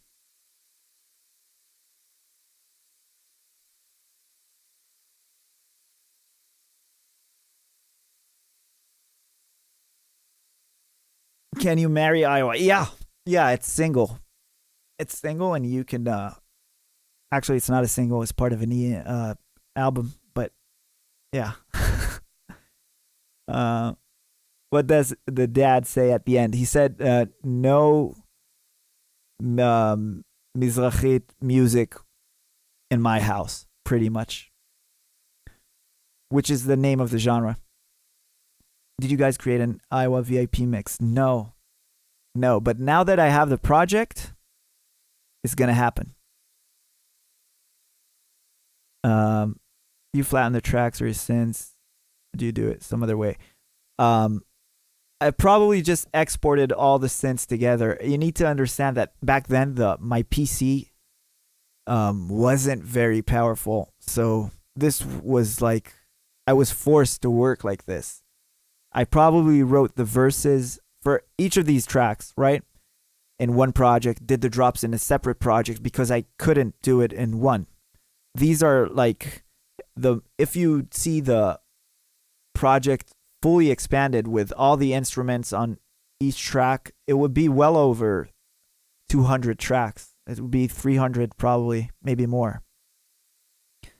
So I just couldn't swing it back then. Nowadays with the new MacBook, no problem. Yeah, I was forced to do it like this. And I used to do a lot more processing back then that I don't do anymore because I got better at mixing. And so I used a lot of plugins and I had to save some CPU power, so I flattened everything. How long have I been writing music? I guess about 11 years. Yeah, let's move on to Jungle Fury. You guys ready? Unless you have any more questions about Iowa. That was fast. Oh yeah. So again, this is the mastering project for Jungle Fury.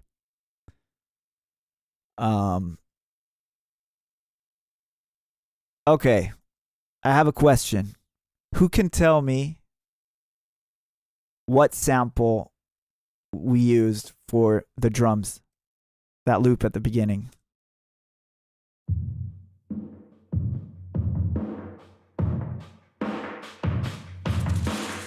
What song is this from? Yeah, super colorful, right? That's Cubist for you.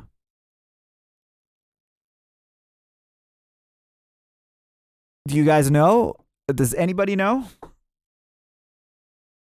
Or is everybody super young? Because it's an old band. And in my opinion, the greatest band ever. Yeah, Led Zeppelin, When the Levee Breaks. Go check out that song, that album. Just phenomenal. So I always wanted to sample that drum part by the great John Bonham. And this is how this track starts out. So before I play that, when I opened this session, I found old versions of it that I did not remember making. So let's listen to that. I think it'll be cool. That's the old demo for Jungle Fury.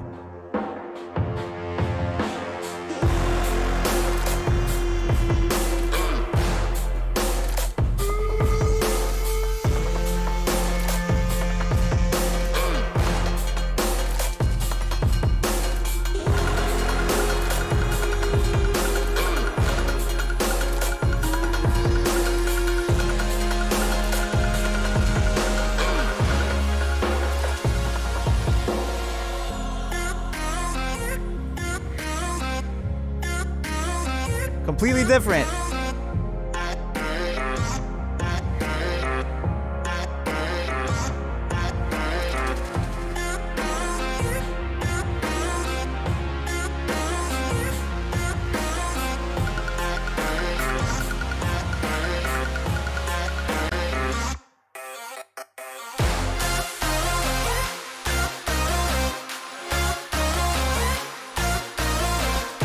How cool is that?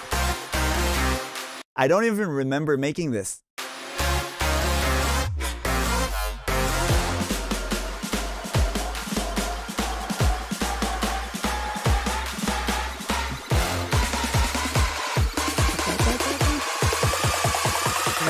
Get your ass up.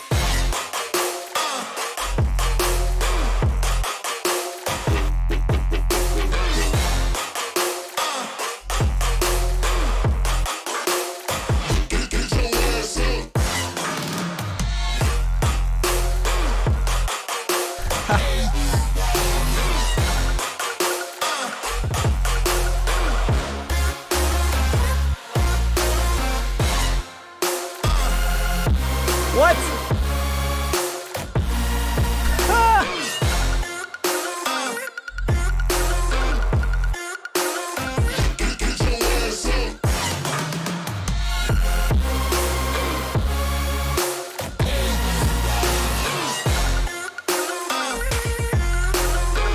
Okay.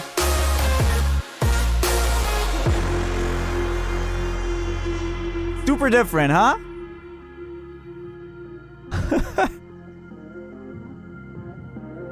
I wonder where it goes. I didn't listen to the whole thing.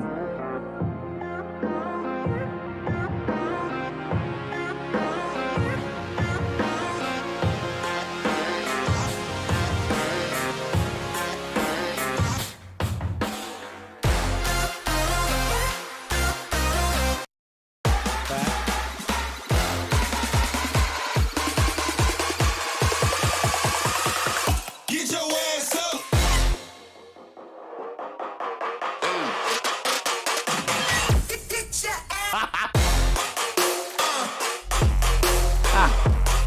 Same drop. I thought it would go somewhere interesting. Then there's this one, which I'm not sure. Oh, this sounds like a bit more. Yeah. This is probably just not the final version.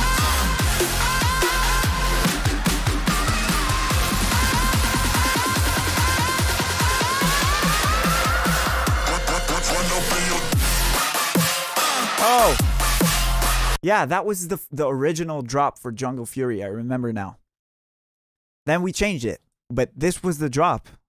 This was supposed to be Jungle Fury.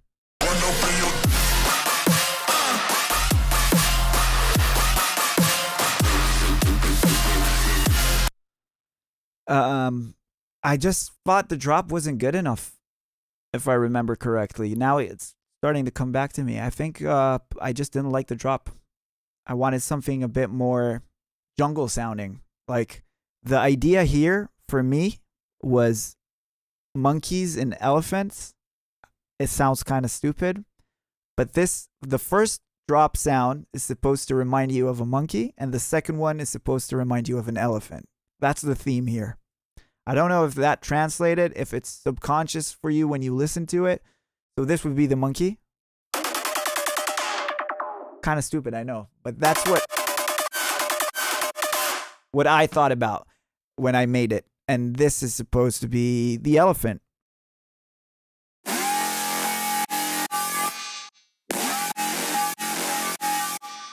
Yeah. I really like this track, by the way. It's one of my favorites. Yeah.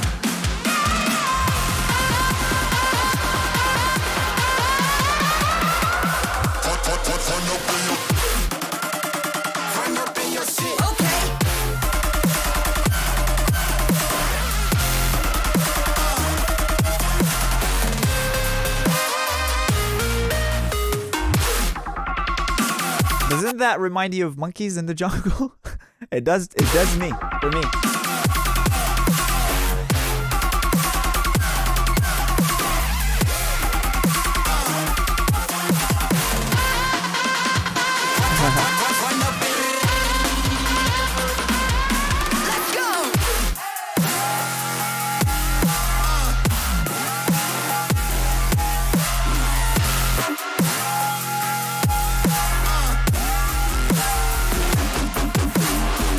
Monkeys on crack, that's true. Okay, let's break it down a little bit. So kick and snare, both on the same track. Wait, let's see. Kind of interesting. So I have one kick holding the downbeats, and then another one filtered beneath it. It's a nice effect, actually. And then when the snare comes in, which is this. Yeah.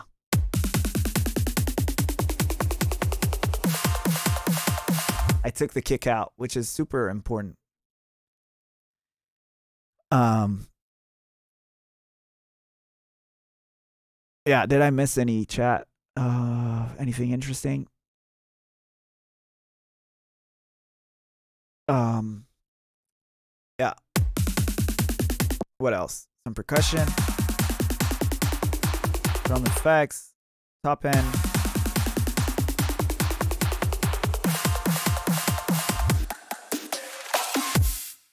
Yep. That's the drums. Let's just solo all the drums, I guess. Come on, Cubase.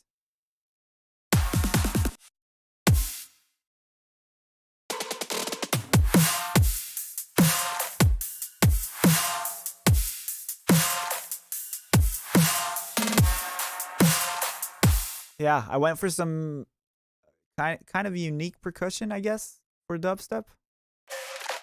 Stuff like this, like ear candy, like that. I don't know if you can even hear that when everything is playing.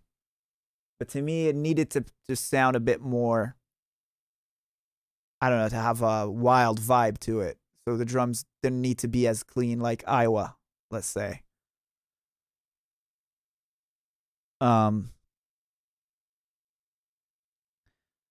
Yeah, so let's see if we can even make out those percussions. I don't think we can.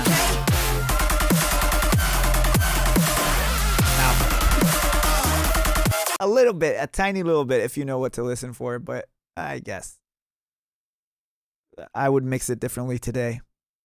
Yeah, so those are the drums for this part. We kind of skimmed on the intro. It's a bit more interesting, I think. Let's listen to that. So there's that sample, right? Where is it? Is it here? Yeah. I sampled the Zeppelin record.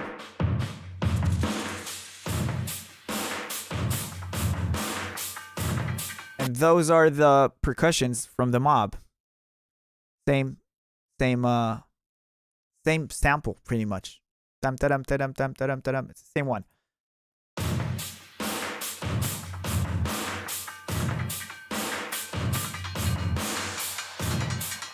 And then I layered that with my own kick and snare, the Zeppelin drums.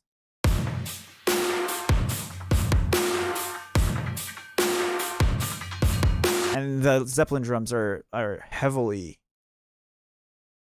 or not so heavily. Are they? Wait. It sounds like they're... They are sidechained. Not heavily though. Yeah, that's layered with this.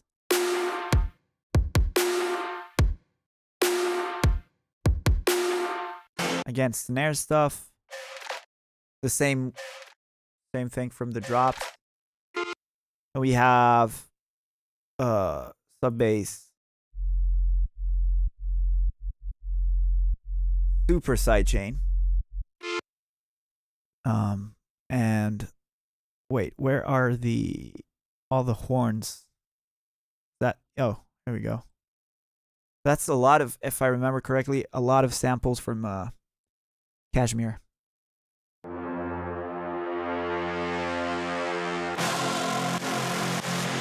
Some of them I probably made, but all these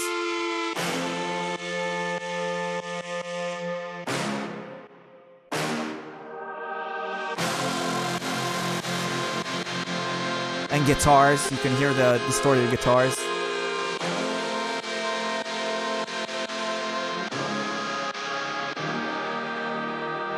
A lot of choirs. This part is super cool. I like what I did here. For sure, I'm going to make a VIP out of this. Just listening to the separate parts. There's a lot to work with. Synth effects. Oh, it's just the reverb and delays. Separately. We have some vocals. Oh, we're filtering in.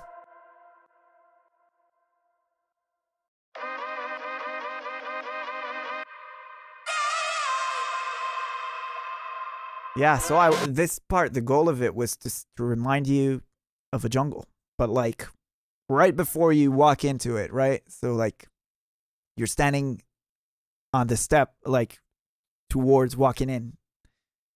It kind of gave me that vibe.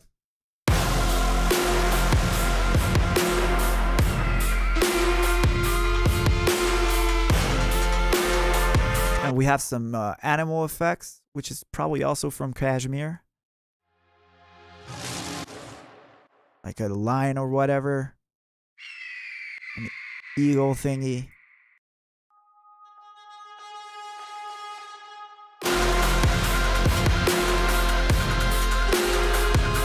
Some ambience that goes underneath the whole record. You can hear like jungle ambience with some birds and stuff like that. Noise, just downlifters probably. Yeah, to emphasize each part. Those are vocal reverbs. Have some chants here. What's this? Oh, another layer of that vocal just pitched up. So together, kind of work nicely.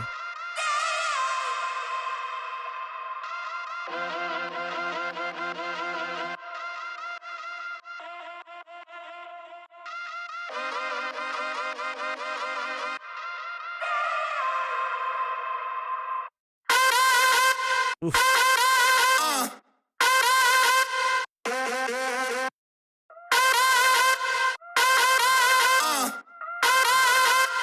See, this one is supposed to like be not this. That one is just a one shot between. But this layer, you can hear it come back in here. It's supposed to add variance and like give you a sense of something's gonna change and happen, right? So it's just not just the static. Kind of builds in some tension with it, which is cool.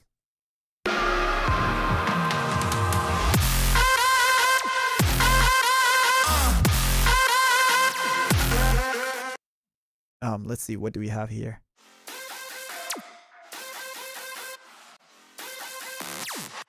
Wait, that's just the effects though. Okay.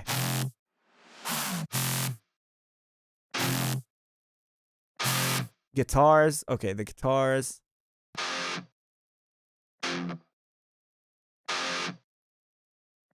That's the bass.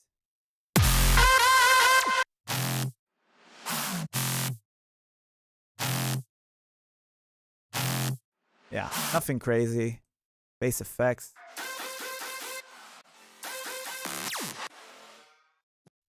Yeah, that's this part. Like let's take off the main vocals.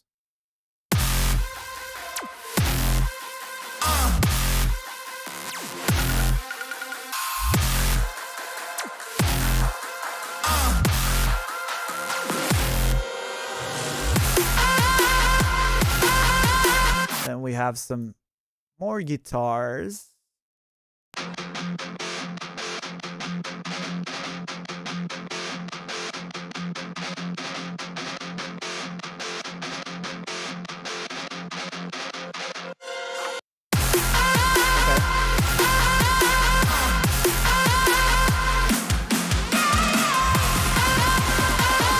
The fills here are kind of cool. Where do they come from? Oh, yeah, I remember this layer. So there's a lot of percussion in this song, more than I do usually. Like a distorted tonal snare. You can barely make it out, though. The vocal is mixed so loud. So a lot of the magic in this song for me is kind of buried. But, you know, when I make the VIP, you'll hear all of it. You can barely tell out that snare, but it adds energy, right? If I take it out.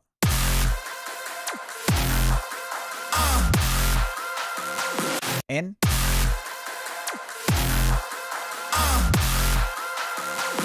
Yeah, this and Blackwater might be the two songs I'm super excited about making VIPs. And Blackwater, you'll see why when we open it.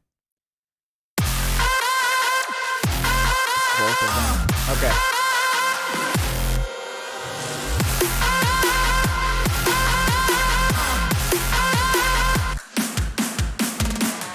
Some metal drums with like a timbale feel or whatever. Super sick.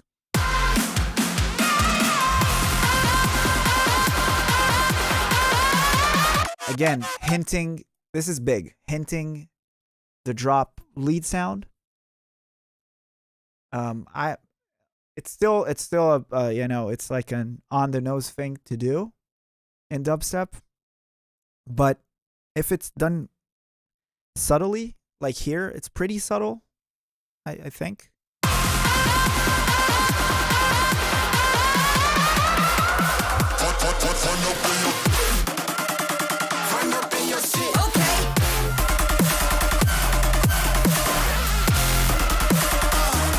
Still one of my favorite drops I've ever written, for sure.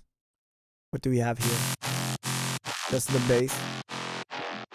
Just me playing with like a high pass filter, making it kind of, you know, change in timbre.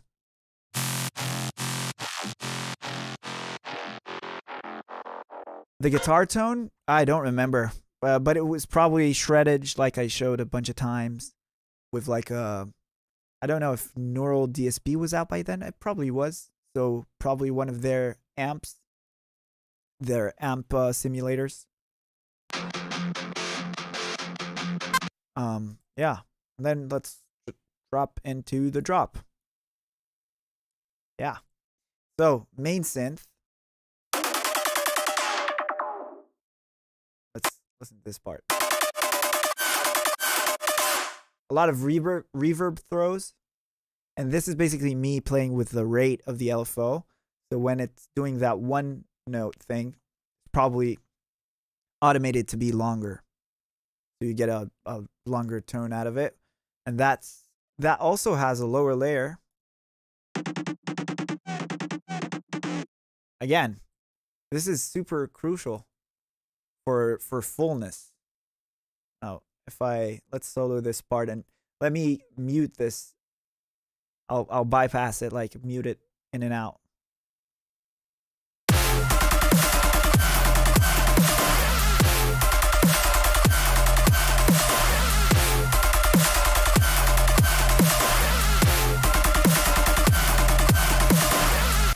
Huge difference, right? I hope it is. Maybe it's just me, but yeah. All the bass one shots are here, like a growly thing. That's a big one. Sounds kind of cool.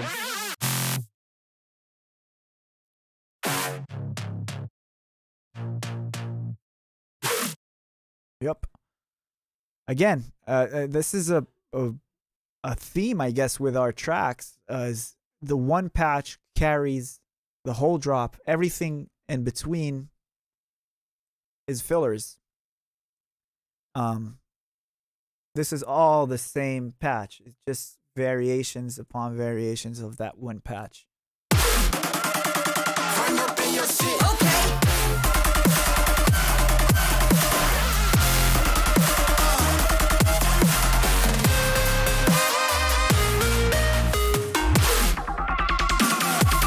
Same patch. Let's see what else do we have going in the background here. Effects. Yeah, so there's a synth layer. You can see that layering that main sound. Da, da, da, da, da, da, da.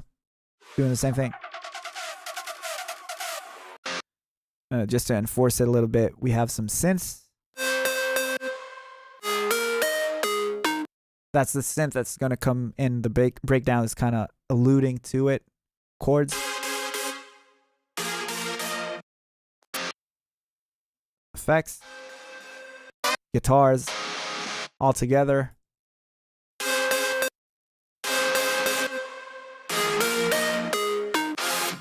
Oh, yeah. So the guitar is also over the downbeat beats as well.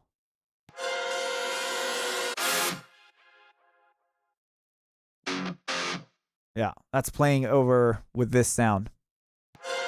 With the basses.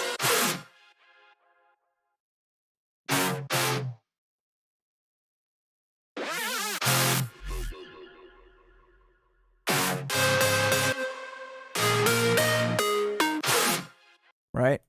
Super simple. Vocal phrases. Chants. Let's see the chants together.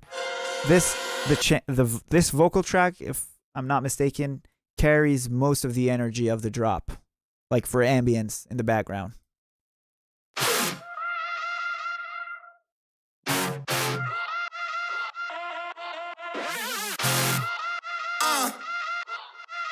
Yeah, so that vocal from the build-up and the intro carries into the drop.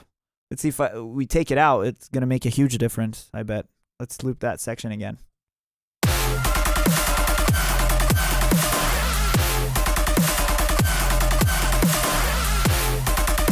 Super empty, this part especially, right?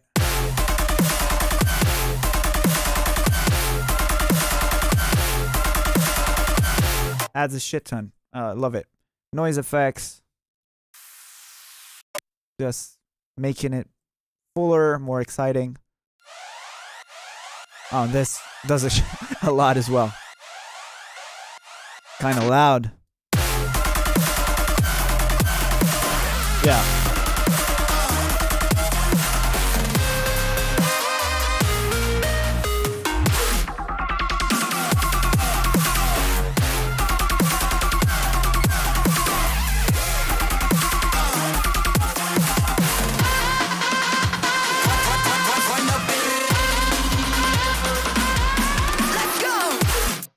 Okay, so look at this part.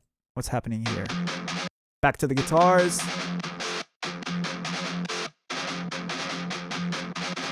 Again, bringing back elements from the build-up, making a second build-up, which is not copy and paste, right? It's a bit different. I fucked up the vocals a little bit.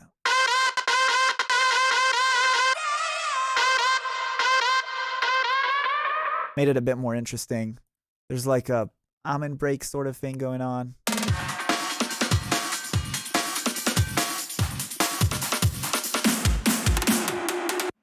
So just changing up the drums a little bit. That is working, I believe, with the kick. Yeah.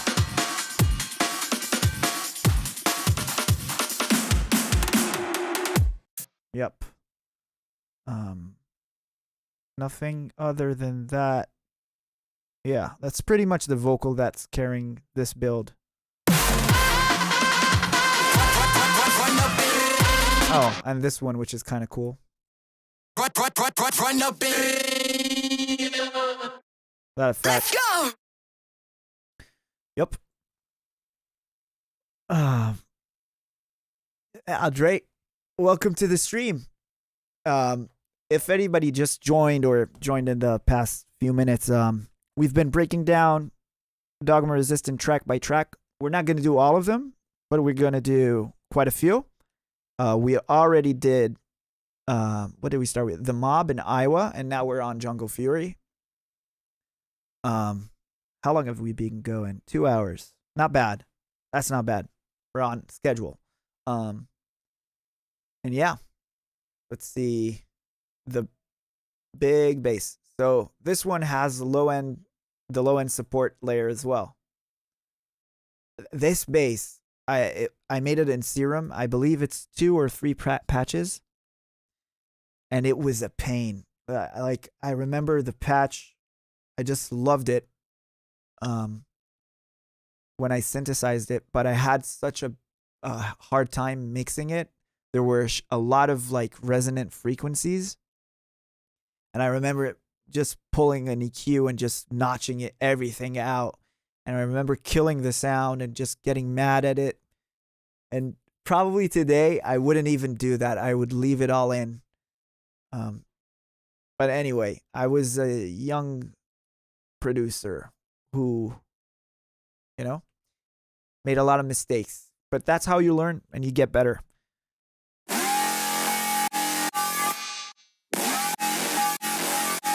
That's elephant bass.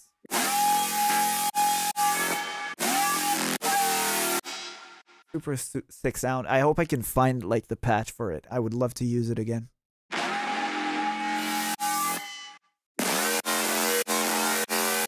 Same sound again throughout the drop.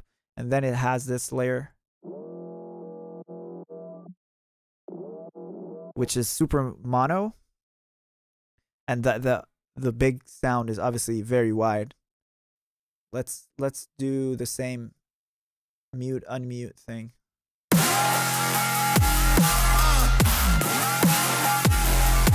It's a little less noticeable because it's mixed in quieter. I can definitely hear it though.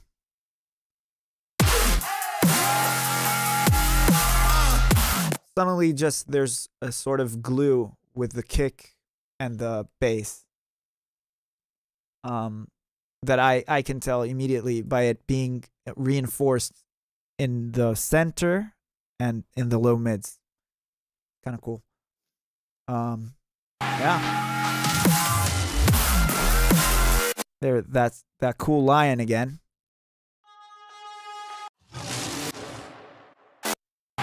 So it's a lion and an elephant.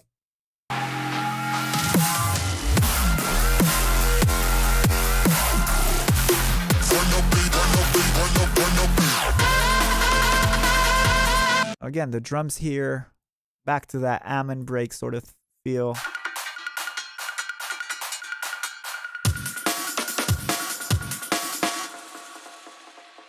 Yep.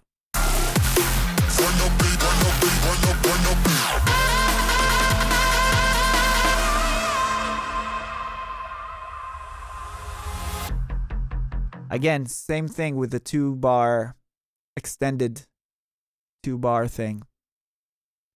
Create tension. Will we do Blackwater Overkill and take that this stream? Hopefully. I would love to.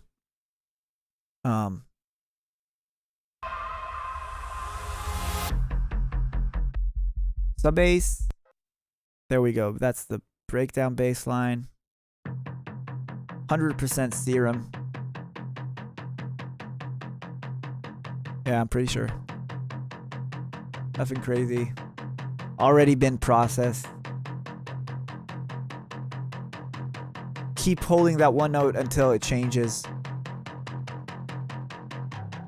which was the vibe I was going for. I wanted to really create tension and then suddenly change it, right? What else happens here? We have the lead synth.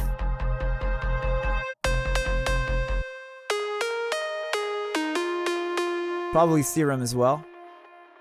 Ooh, those effects are cool. Can you hear how they distort in the background? Nice.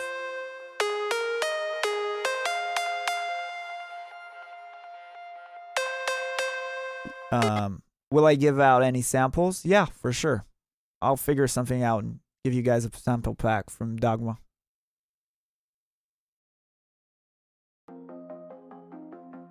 Some Z chords.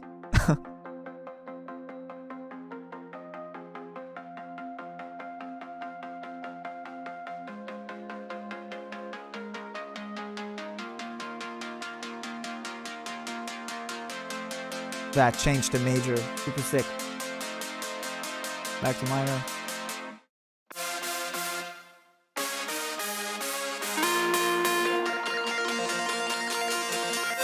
A lot going on here. It's too bad it's all in the one track. So, by the way, I don't know if you can tell, but this is more than one synth. There's that one loud synth in the stereo, in the center. But it's supported by a few layers. That's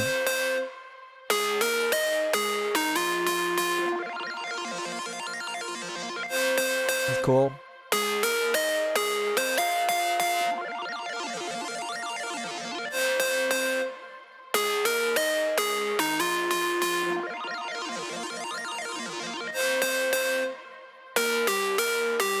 And then off. Okay, and this is the chords, I believe. Yeah.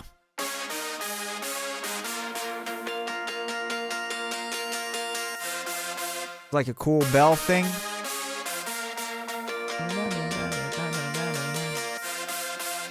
So this is a few layers of synths and instruments. And then we have the synth effects, which would be just reverb and delay for both of these stems. Nothing's crazy. And the instruments are where it gets a bit more interesting. I wanted, the vibe here for me was obviously synths as the main driving force of the breakdown. And have it supported by real instruments. Obviously, by real, I mean VST libraries, but you get the point. So, have some strings.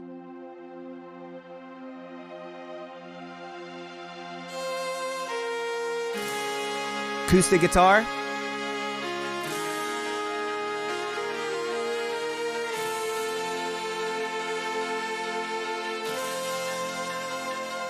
And a bell. Guitars. Hold up, let's break this down. Let's try to figure out every instrument. So, distorted guitars. Strings up on top, staccato strings. And that cool bell, which I don't know what I used for, that's going in the background.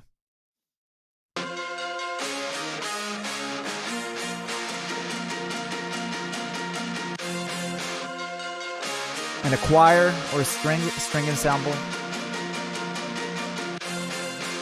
Let's play that whole part and take out the instruments. See how it sounds only with synths.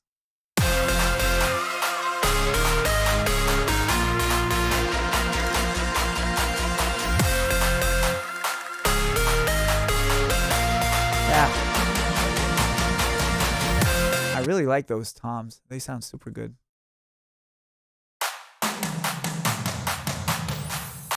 Kind of nice. Vocals, obviously. I really wanted to take that vocal from the build-up at the beginning of the song and make something melodic around it. Have it, like, you know, give you a different vibe of that same sample in a different context. Chants. What's this? Oh, that keeps going in the background. Again, this is so huge. Like, this one sample does a lot for this song. It still works without it, but with it on, it's like a constant driving feeling to the record, right? I love it. I love stuff like that.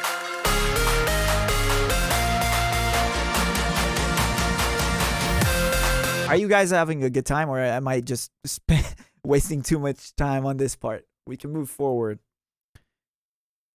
Let's see. Ambience. Same old crowd noise, string ambience.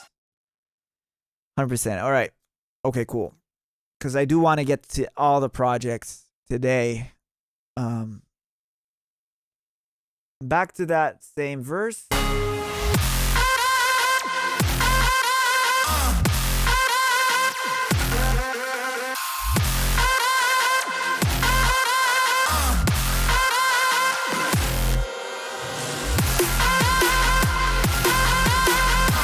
The only change from this build up to the first one was I pitched up the vocal for this part.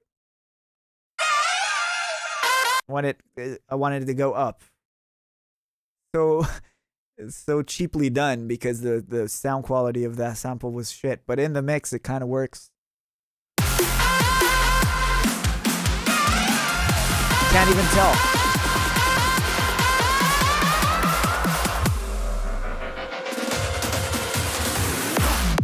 Okay, this part. Okay, let's look at this. Made kind of the choppy thing out of the vocal reverb. Tension kind of thing. Let's see the drums. Yep. Okay. Now to the drums. It looks like... Oh, it's probably not the same kick. It's just on the same track. Yeah. Yeah.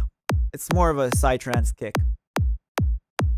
That for some reason has reverb on it. A room reverb, but okay.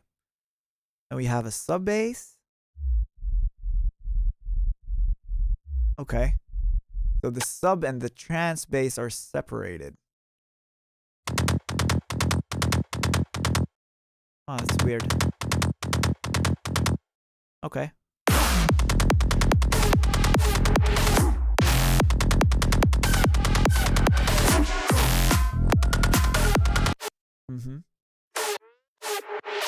This is the same monkey bass. That's the same patch. Another way to create consistency, right? This is the same patch. Just chopped and, you know. That's the most interesting part about this drop, I think. That's what takes it from being like an ordinary psytrance drop into something from a different world, like a dubstep production perspective. And the snare here is kind of cool. I knew I wanted like a stereo snare. I think is this? No, that's just a clap. Where is it? Oh, it is here. It just comes in later, I think. No. Oh, it's already baked in with the kick. So you can hear it's kind of stereo. Kind of cool. I like it.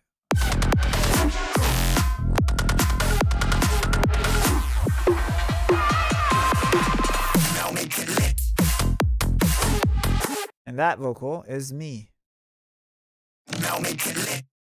Just a bunch of layers.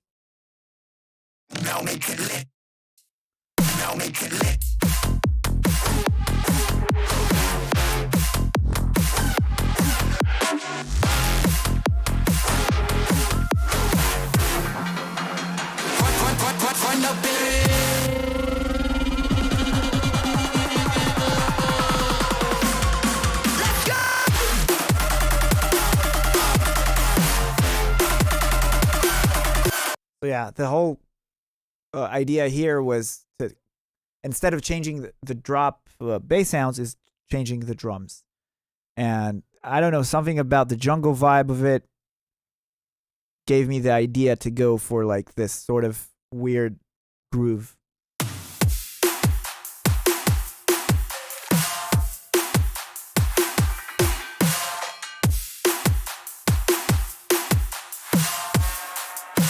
Just for a little while.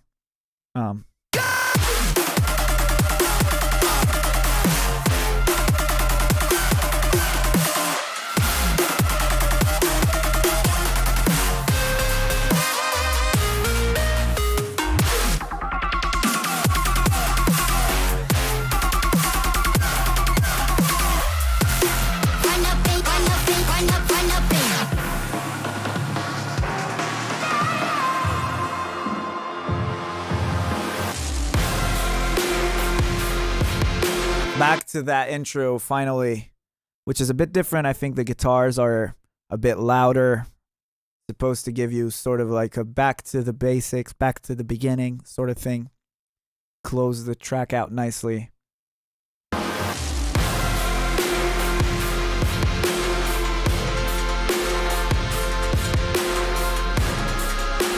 Somos la máquina.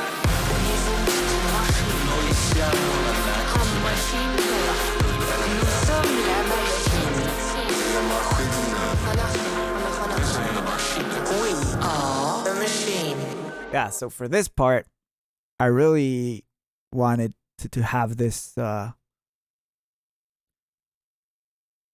this thing. I really like this track. Wow, I just realized how much I love it. I really wanted to have this part where you hear it. You hear "We Are the Machine" in a lot of languages, different languages. So I went on Google Translate and tried to figure out, and then use text to speech. Somos la máquina. Wir sind die Maschine. Noi siamo la macchina. Maschine. نحن الآلة. Nous sommes la machine. Wir Maschinen. אנחנו המכונה. And here in Hebrew, that's actually my girlfriend. אנחנו המכונה. Wir Maschine. We are the machine. That turned out kind of cool. אנחנו המכונה. We are the machine.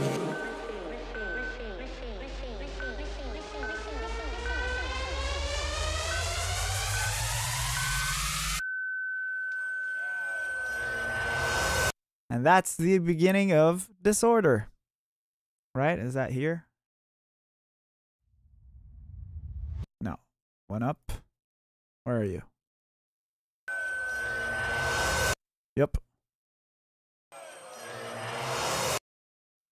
Yeah. So, Jungle Fury. What is the text to speech that I use here?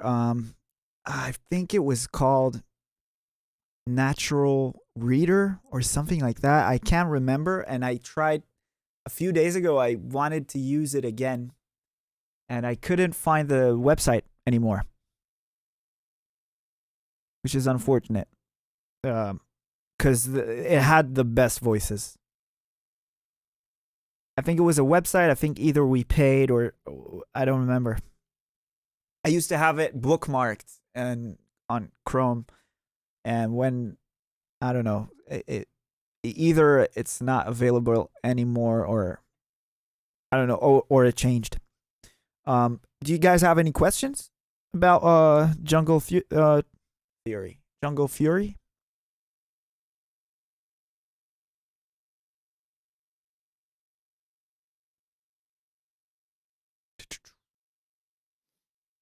No?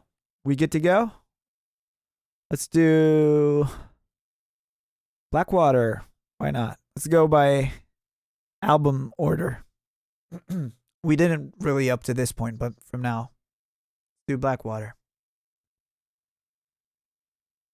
You can marry Jungle Fury too, Ash. Sure. Blackwater. Oh, we need to activate it. Okay. So, Blackwater. The drop isn't part of this project, unfortunately. It's everything else but the drops. because this was a super complicated, heavy project, and I think the drop is the least interesting part to show anyway. It's more like the orchestration and all the real instruments that we implemented is way more interesting than the drops. Again, a lot of shit missing, but let's do this. Okay.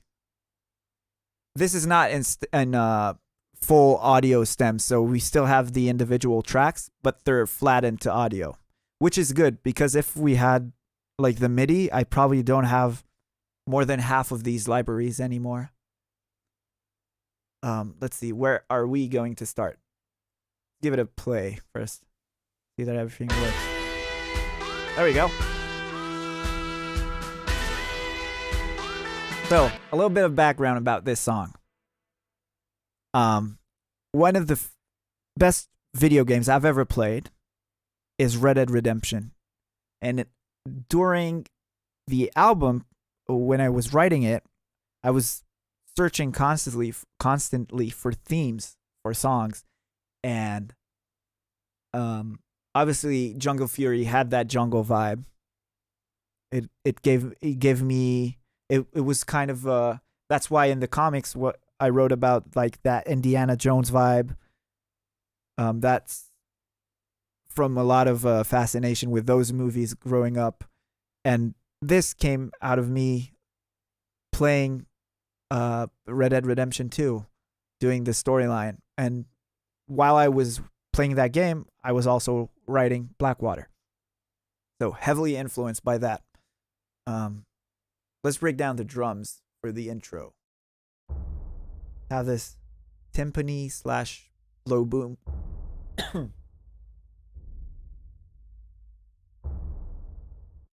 And a bass drum over that.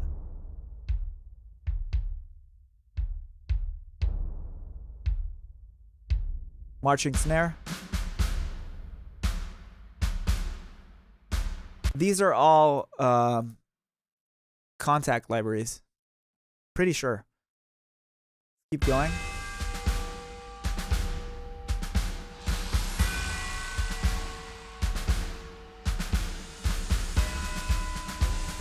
Okay, so there's a tempo change.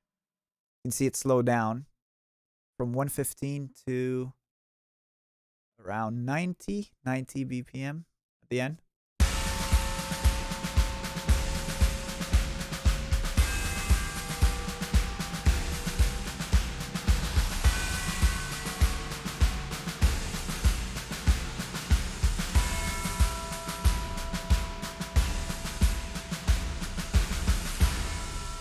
Okay, so yeah, timpani drums.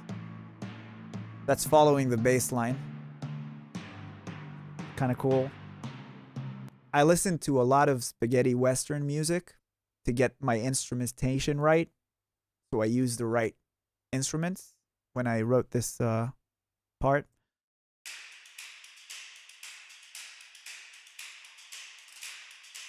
All sorts of percussions.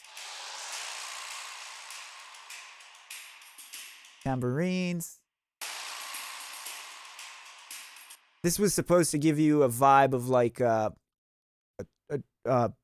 horse, pretty much. That's why I use like the triplet vibe.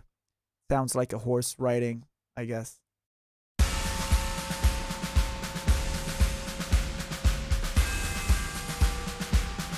And then slowing down. Yeah. Let's go into the instruments. Okay, so Western guitar. See, this has most of the processing, but it's frozen. I don't want to open it because I don't have some of these plugins anymore.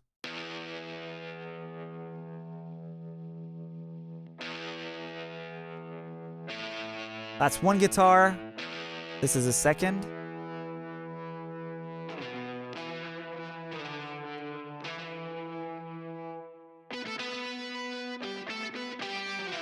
These are all contact libraries.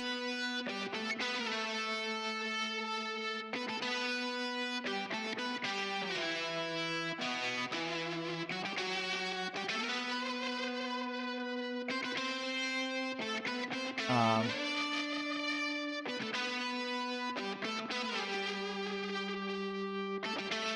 more guitars.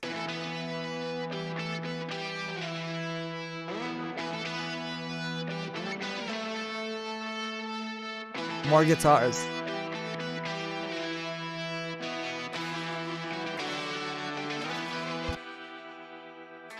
These are super cool with like the tremolo effect.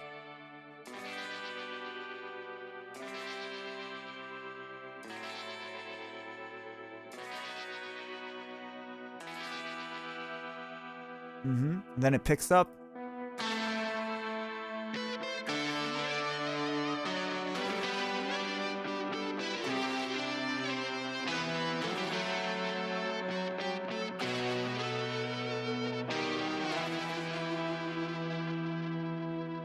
That's cool. We have some more guitars here. Flamenco guitars. Cool. Yeah. Cool.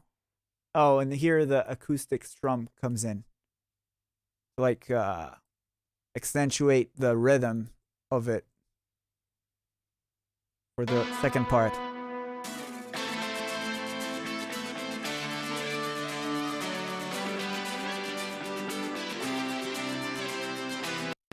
Oh no.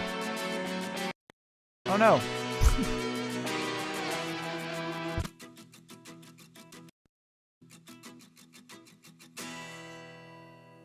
Yeah. I think this is one of the nicest like things I've ever written, like musically.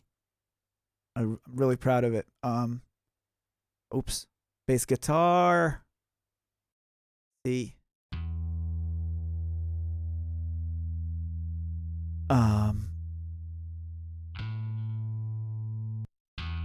Probably changes a bit.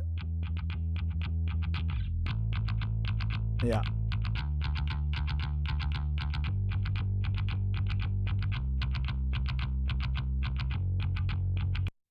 Super simple, but efficient.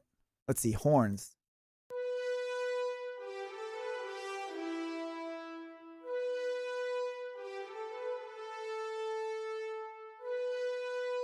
Yeah.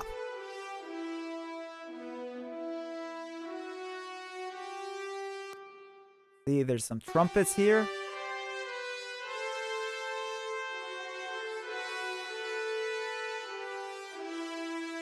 Doing like a nice counter melody. Brass, staccatissimo.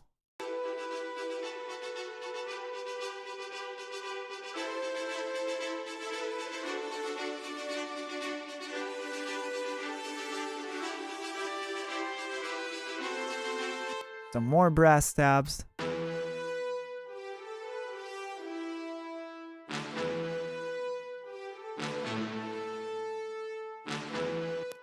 Yeah. Let's hear that with the guitars. I think that. No, not the rhythm. Yeah, let's do the whole thing.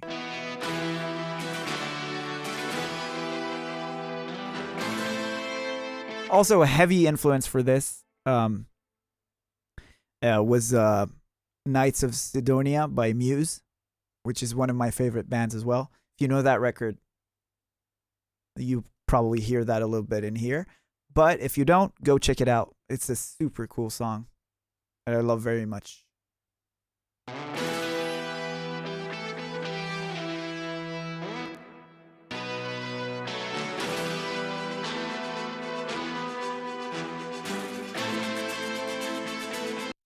Come on. Yeah. And this is like the main lead for this part. It's the trumpet on one side and a whistle, which was, I believe, a contact library I bought just for this part because I wanted a whistle. I couldn't do it on my own, like record myself whistling this melody because I wanted it to sound like a professional. And yeah, I couldn't pull it off. So, and there, for some reason, I baked them in together. So that's how they sound.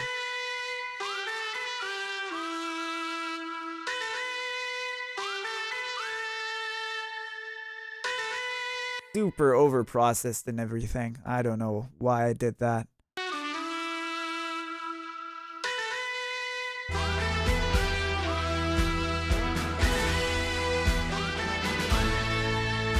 Then we have some strings. No, I don't remember the name of the whistle library, but I'm pretty sure there's not a lot out there. So if you type that in, whistle library contact, you'll probably find it. And this is like the strings are providing like a nice bed under everything.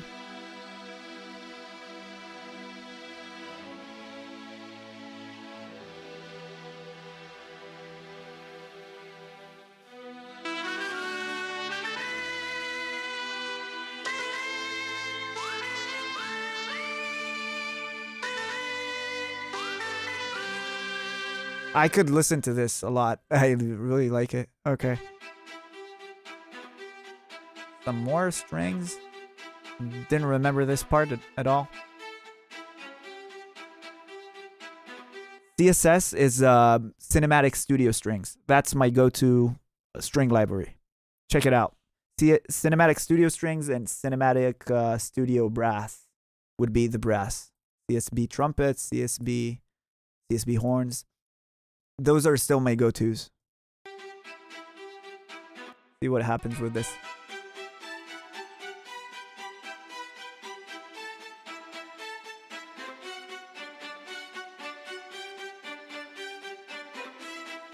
This is like a nice supporting melody.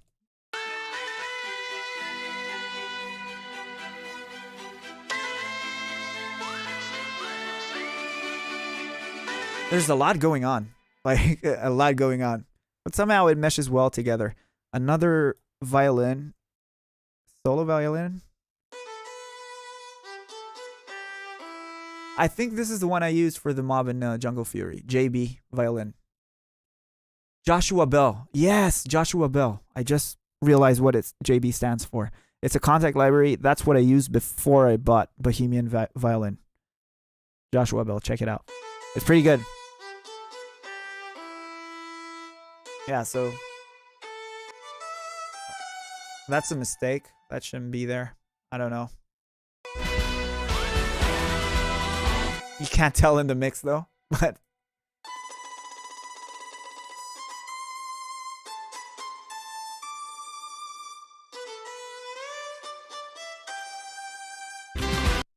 pretty cool. Oh my god, this part is just crapping out. Okay, this doesn't end. So many layers. Okay. We have some choirs as well.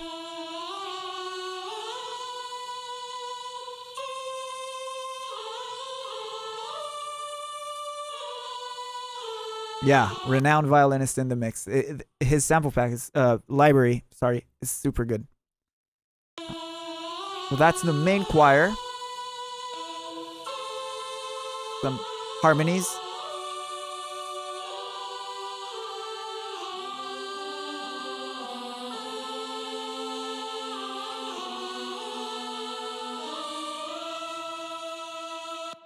It sounds super bad. Like whatever I did to the mix, I think I was under a lot of stress to finish the album, and I just overcooked everything. I think I was beat. I was working like 12, 14 hours a day, and like I would love to do a VIP also just to mix this properly and make this into give it a mix that it deserves. Pretty much is what I mean. Let's see.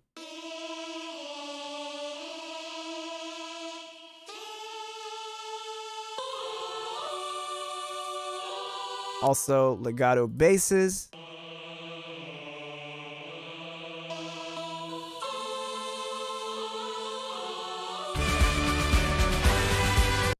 Yeah. Damn, I don't know why it cuts out like that. And then, this is a big staple of spaghetti western music. It's like these shouts.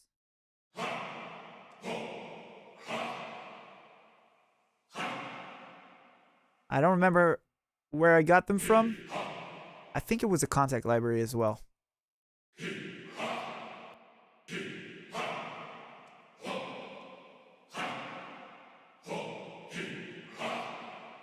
It adds a lot for the drive.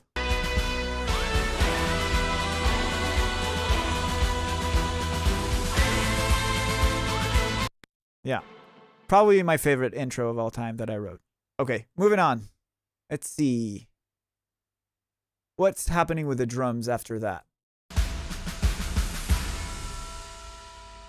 That tubular bell is a big part of it, of keeping the vibe of the intro into the electronic world, like keeping it flowing. You missed Iowa. Well, it's gonna be up on YouTube. Did I miss anything in the chat? Let's see. Take that. We're gonna do Overkill probably for next, and then take that. How nostalgic does it feel? Wow, it brings out a lot of memories. Working on this track, especially, this was the hardest track. So much so that I couldn't listen to it for about a year and 6 months later. I refused to play it live because I didn't want to listen to it. And the version that ended up on the album was one of the earliest versions of the track. Like, if you put even this project side by side with the one that came out, this will sound way better. But I just couldn't finish the mix. I was spent. I had a really bad, I think, a whole year where I worked on the album that I was just in a bad headspace because of the deadlines and the mixing I really didn't want to give it away. I wanted to mix it myself, but it was a big project. Like, this is, even today, like, for me to mix this, it will take me a while. And yeah, it was the cool surprise about this track. You're gonna hear after the first drop, there's a completely different breakdown that I just couldn't finish in time. And it's yeah, we had deadlines from Monster Cat for the album, and we pushed it once. They agreed to push it, and then I had to finish it. So I had to go with like an older version of the song and kind of compromise on my vision. And you'll hear, like, to me, when I heard the breakdown that I wrote here, it's like, oh man, I can't believe this didn't make the final version, because it's very good.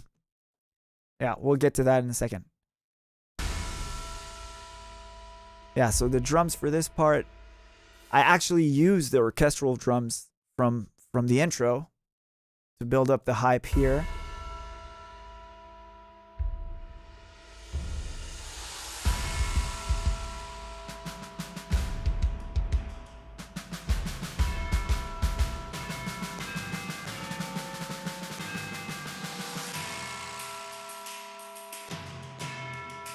Yeah, okay, let's go through that.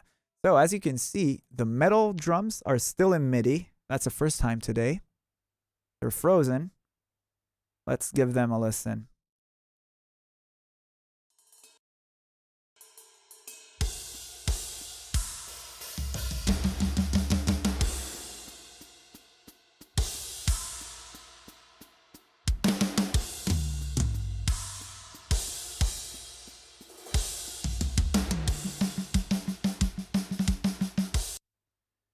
Yeah, some more guitars for this part. Oh, wait. We need to look at what came here. Oh, okay. So these.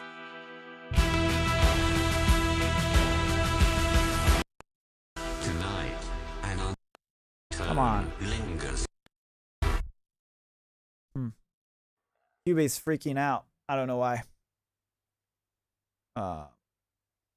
So this narration is text to speech as well. Why kept working on a track if it was already released? Oh no, it wasn't. While I was working towards the final deadlines of the album, I couldn't finish it on time. So we had to go to provide them an older version of the track. That's it. So this is text to speech as vocal. Tonight, An unsettling tone lingers in the air. This sound makes the horses shriek in fear. Now, this isn't the final version because I don't see any effects anywhere, but there were a lot of cool effects in the track where when he says horses shriek in fear, there's like a horse sound effect, neighing and stuff. I plan on doing gaming streams in the future. We did once, I don't know, I think I much rather do production and mixing and sound design, stuff like that. But we might. Maybe we'll do Red Dead Redemption and have Blackwater on loop. Makes the horses shriek in fear. From above, piercing thunder roars. The earth has visitors. This is the sound of the machine. Yeah. We have some more instrumentation going on here throughout. Tonight, an unsettling tone lingers in the air. This sound. That's so cool. This is a sample, I think, the harmonica. Yeah. That sets the mood for this. Super Western, right? Lingers in the air. This sound. Come on. Makes the horse. Oh my God.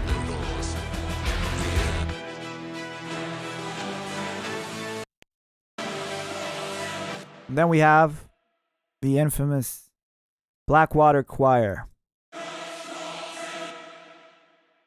When you hear it in solo, it's not perfect, right?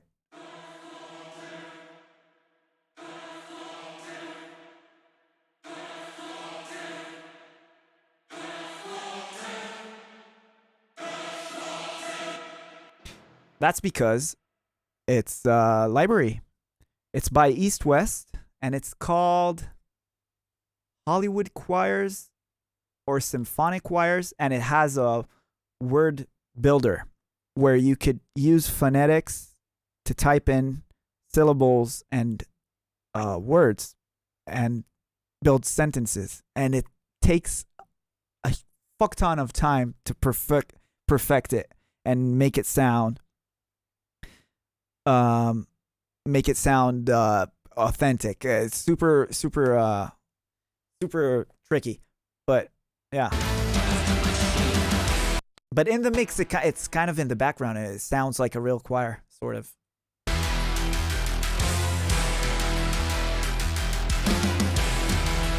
Yeah, so the bass sounds like shit. Where is it? Oh, angry bass. There we go.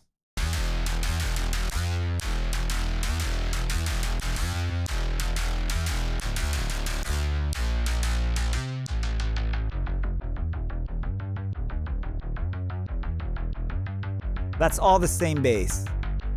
You see, it has like a lot of automation of the filter, the decay of the envelope. So it acts as more. It's very, you can do a lot with it.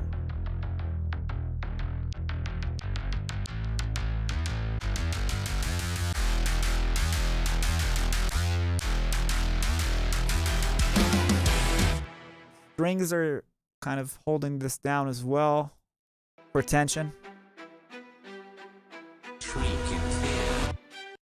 Right? Up an octave.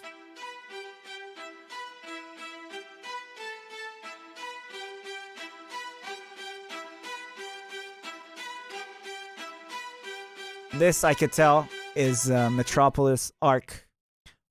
Probably 4.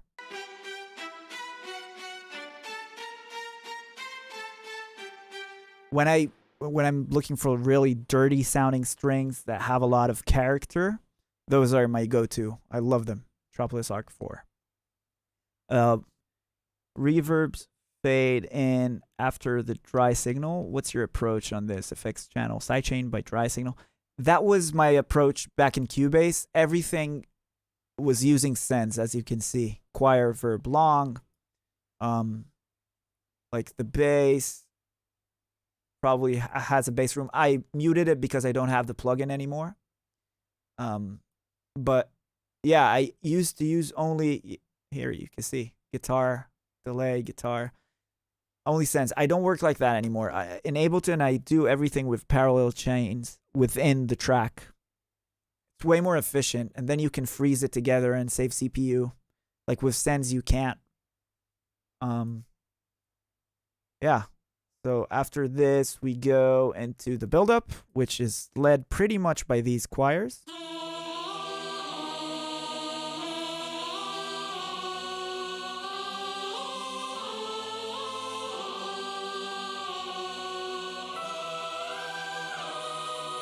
Now the idea here was, okay, we're in the desert, somewhere in the West, the Wild West, and these cowboys are encountering aliens, the machine, right? Coming from space. Now, the narration tells you that story, right? While staring into the sky, the stars dissipate to make way as a mechanical beast makes its descent towards the Earth. Through galaxies and space, a tale as old as time, fear finds a way into the heart of every man on the black water. Right? But it also had to be represented in the music. So the change here in the melody pretty much becomes this a bit sci-fi sounding, to me at least. That's what I tried to achieve.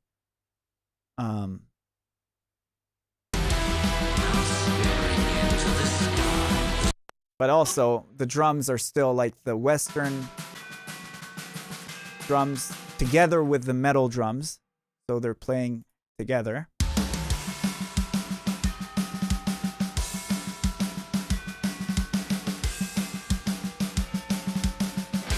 With the guitars.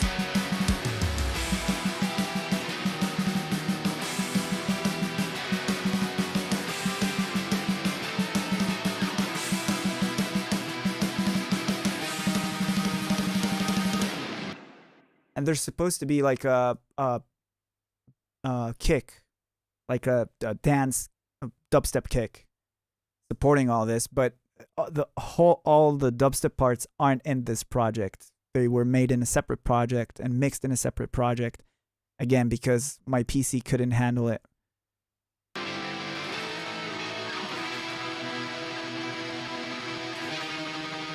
A lot of guitars here as well. These are support guitars, so we have these two.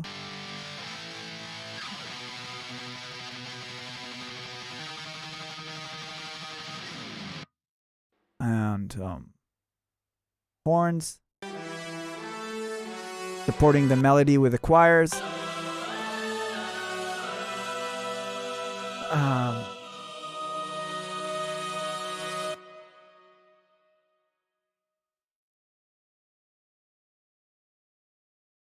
Of course, Yoni. Have a good night, man. Appreciate you stopping by. Yeah, Greedo, you usually finish the breakdown first or your drops. You tend to finish them simultaneously. It's always different.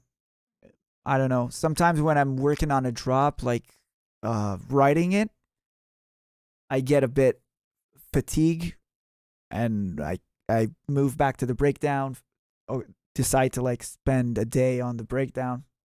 So then I can go back to working on the drop and I'm kind of refreshed. So it's never a one set thing for that. It's always a bit different. Then we have the drop, which is not part of this project, unfortunately. So we have the choir. We can hear some of the instruments. Yeah, the angry bass again throughout the drop.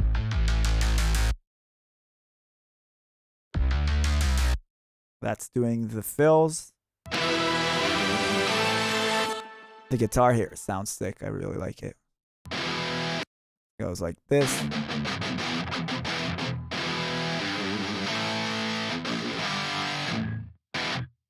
that's supported by the bass and the orchestra.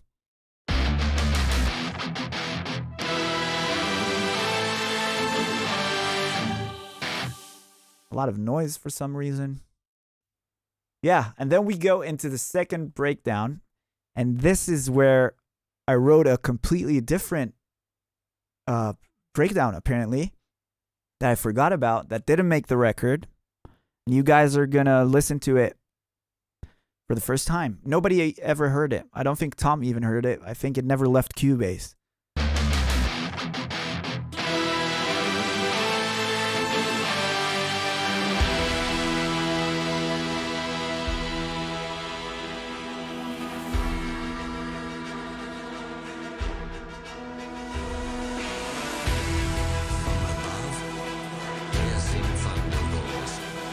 Ready?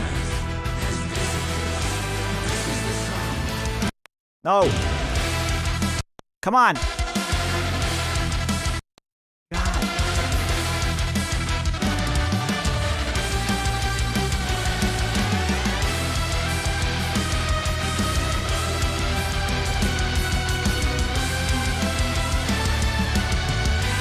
How cool is that?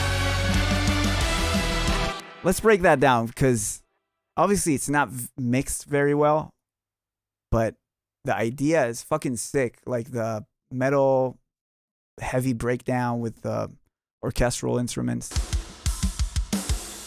So we have, the drums and the guitars.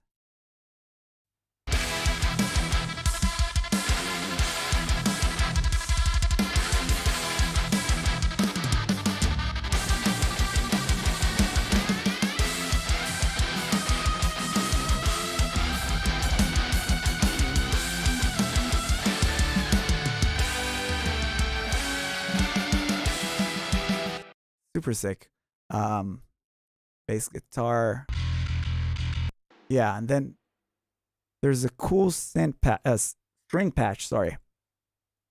Pharaoh strings. It's part of Flatus strings, the Contact library that I really love. And that's supporting like the guitar melody, which is Echo Lead, this one. Still in MIDI. I used Glitch 2 for that, which I don't have anymore, for that glitch chopping effects.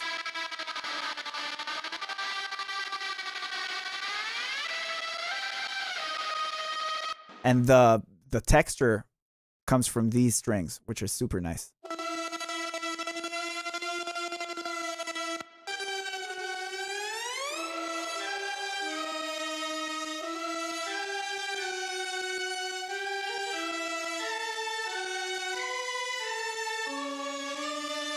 Super cool.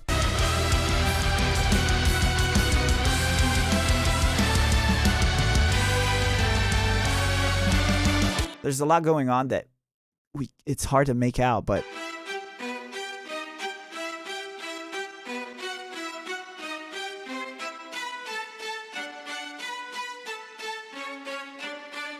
the brass is also doing some sort of staccato thing. Let's listen to that. Or not.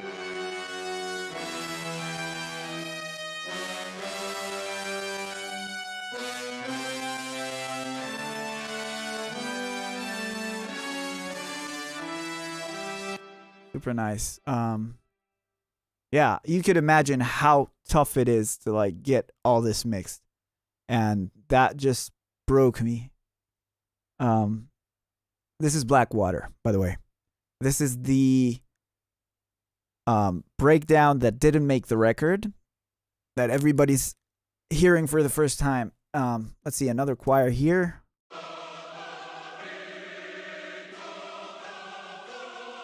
For tension.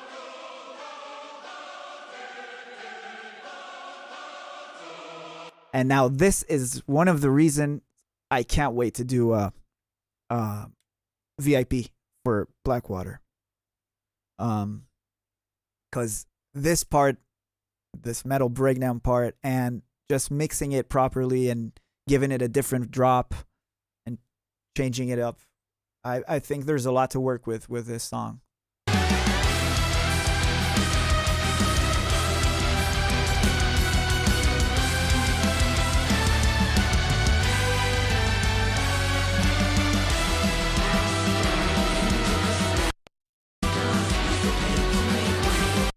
Come on. Yeah, and this is my favorite part. That guitar solo, it took me so long to write. It's all MIDI. And I think it turned out pretty convincing, if I may say so myself. Okay, we missed a few layers. It doesn't end with this track. Piano.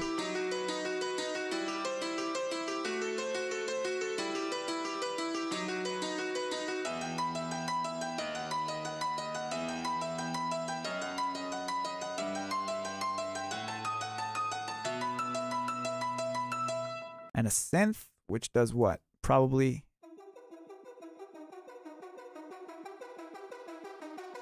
yeah, just the same melody.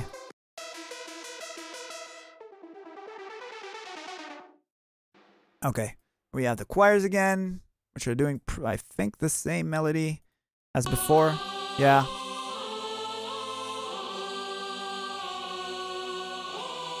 No changes here.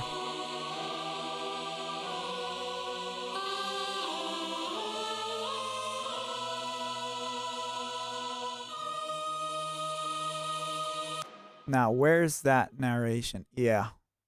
So this is the point here. Changing to the female narrator was to kind of give you the opposite point of view from the machine side. That's what this is supposed to represent. That's why I flipped it.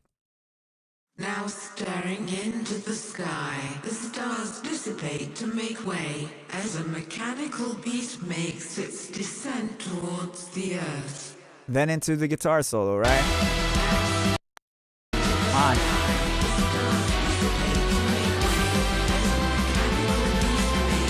Oh my god, the brass. Did you guys hear that? I forgot writing that. That's so cool. Like there's a little trumpet mini solo.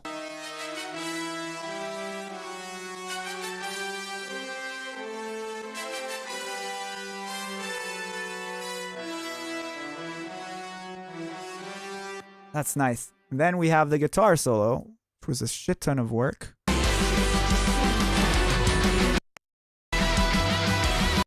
Come on.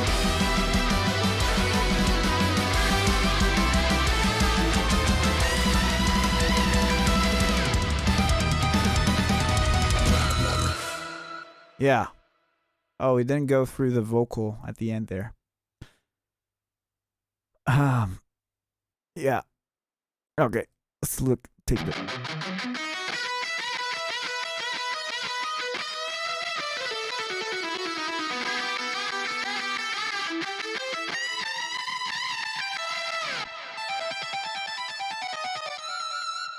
This is all MIDI. And a lot of fucking automation to make it have all these, like, you know, pitch bends and the vibrato and all that shit. It took me, I think I worked a few days just on getting the solo to sound convincing, because also writing it was kind of hard, but like the notes and shit. But let's see the Blackwater phrase. This is me saying Blackwater. Well, Blackwater. Yeah, I recorded myself saying that.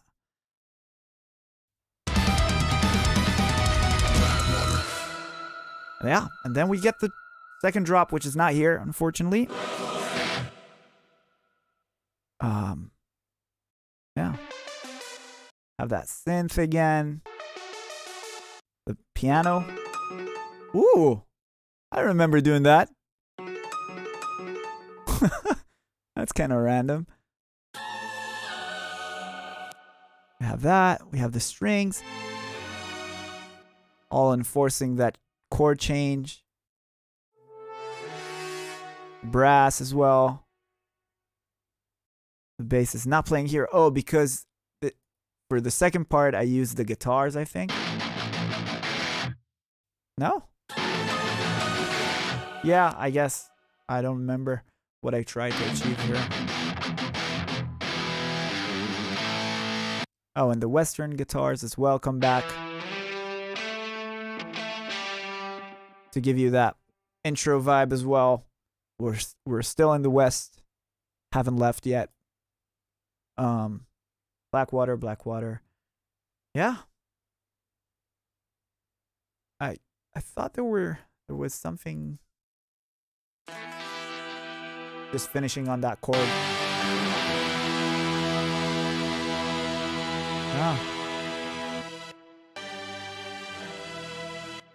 I think that pretty much sums it up.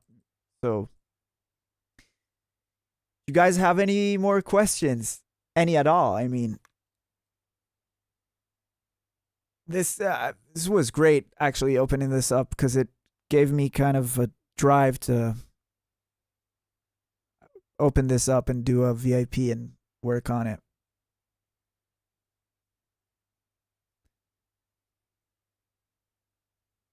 Yeah, Ash, you can marry it.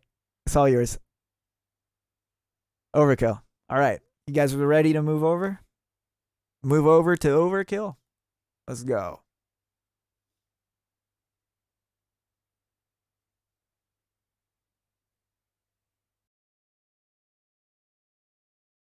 So, unfortunately, and this is going to be a bummer, Overkill is lost. Yeah. It is lost. There's no other projects left of that track other than this one, which is the mastering project. So all the MIDI, all the sound design is gone. But I managed to get this project, obviously the mastering project, and I went a step further and I took a deep dive into our stem folders and I found all the stems, the individual stems. So these folders are the individual stems for Overkill. So that's something, at least that. We have more than what we had with Iowa. So, sorry, no MIDI, unfortunately, but we have some audio to listen to. Full system diagnostics. Yeah, so these are the master stems where everything is kind of already working. A cool story about this. Okay. Why did we even finish Overkill like this? Is I had a flight to Israel to go visit my friends and family, and I was supposed to hand in Overkill the night before my flight, and I was still tweaking the mix, which is a very Daniel thing to do. And the morning after, I woke up super early and started to export stems, which are these, the master bus stems of each part, like the synths, the bass, the guitars, drums. And I took them with me to Israel, went to a friend's studio, and we mixed and mastered it there in Israel. Not on my speakers, not in my room. It actually turned out pretty decent, like the mix at the end. But yeah, I did it all from Israel in a different studio. Thought that was a cool thing. Let's listen to the drums. The only stems I didn't find that were the drums, the main dubstep drums. I do have the kick and snare here, which I might give you guys if you're nice to me. And I have all the metal drums separated.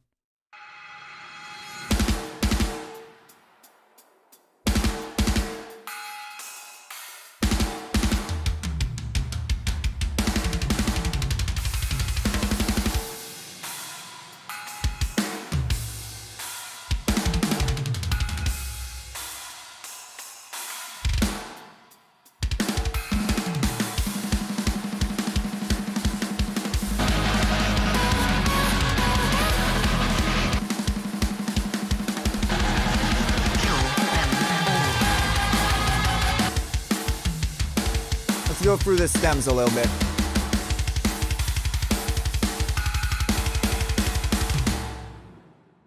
Yes, it is.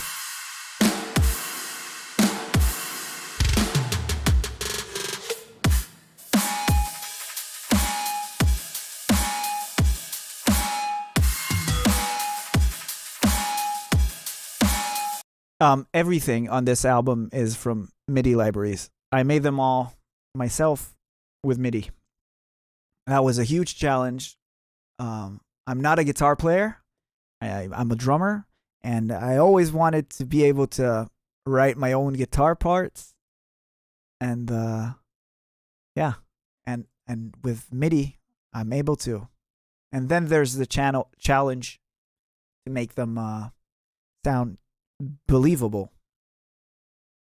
Like these guitars probably won't fool a guitar player or a metal producer, or anybody with a keen ear to metal will probably not be fooled by these guitars. But most people will not second guess them. Okay, so the drums. Let's look into the drums a little bit. That's our metal bass drum, which has the double parts on a different track. I'm not sure why. I probably treated them differently. I have a transient, which is separate, and it's not extending for the whole thing. That's kind of weird. Yeah, probably a mistake. Shit happens. Also, I layered it with a house kick, which sounds like this, to give it like a EDM consistency. So let's play it with and without. That's without. With. Of course. Christmas came early. I'm having more fun than you guys. Come on. It's for me more than you. I'm having a good time going through these old tracks. I'm going to grab a lot of these samples for myself as well. I'd love to have like all the kicks and snares in my folders so I could, use them. Snare. That's just the direct mic of the snare, enforced by a transient, and the snare room, which gives you the snare sound. Gunshot snare. And that also has this snare tone layer for the breakdown part here.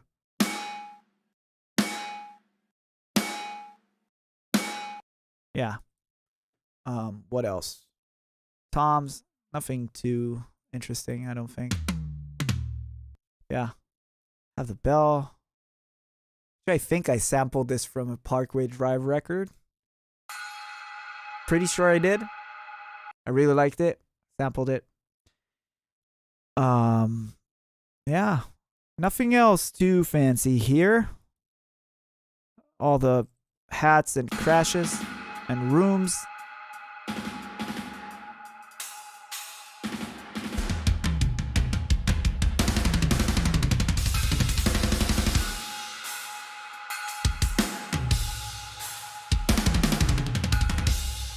Yeah, those are the metal drums. If you guys want me to do an in-depth tutorial on that, it'll be fun. I could do that. Yeah, so the drums in the drop.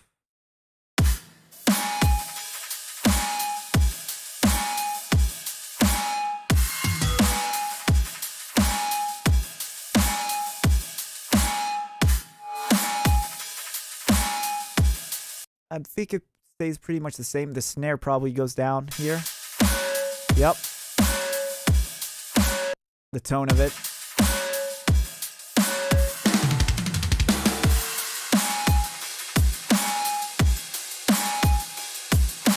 Yeah, those are the drums. Subs. A lot of harmonics. Not a clean sine wave.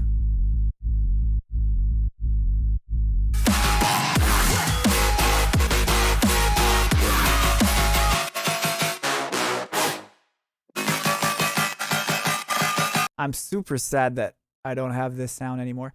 Now that I'm listening to it, I think I made it out of that Jungle Fury bass. I'm pretty sure. Now that I'm listening to it, it sounds epically close. But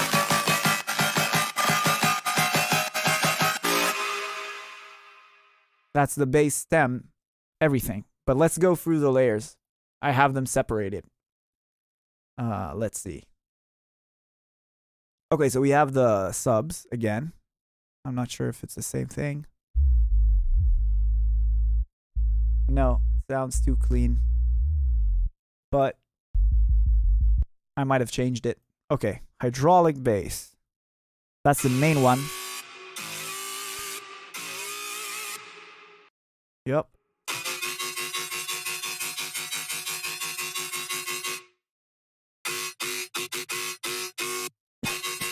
Again, this is a perfect example of one sound for the whole drop.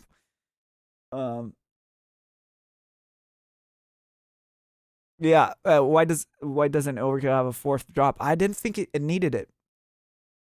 It's a more straightforward track. So that's the one. This is a second layer. Super dope.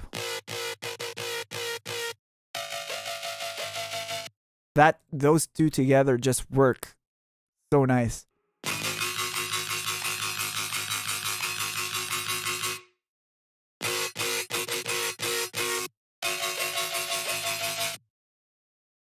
Pitch up.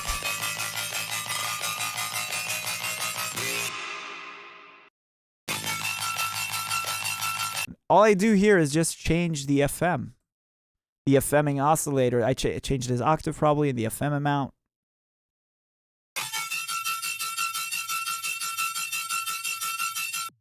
Yep. That went up, this went down, right? If I'm not mistaken. Hear it here? Yeah. So here, this is high, that is low. This is low, this is high. They kind of switch. They flip between themselves. Yeah, this is like probably basic shapes. I'd say triangles and sine waves FMing each other with a bandpass, either a bandpass or some sort of notch and peak going into distortion with an LFO. Not more than that. And then I probably used the reverb filter or the comp filter in Serum to get some variation in tone.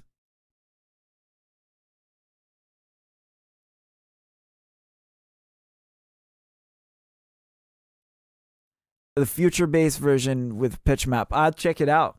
We'll see. Yeah, so with the sub, I bet it sounds a bit different from the final stem because these stems might be old versions of the track. I'm not sure how new they are, but yeah, I see. So that this sound is super blown up in this stem, like it's very upfront.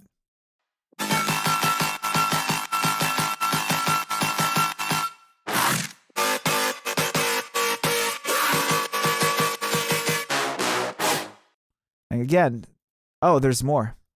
Just for this part. And then there's the synth. Let's go through them again. So the sub bass, the main, the mono support layer,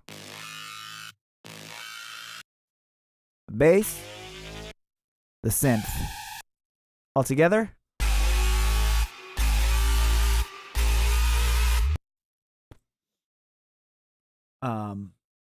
And then there's also guitars, by the way. There should be at least. Not sure why. Pretty sure there should be. Oh, maybe they're baked here into... Yeah. You can hear them on the palm mutes. I baked them with the bass stem. Okay. And then let's go through the one shots. This baby right here, probably Serum, goes into that. Together layered with this.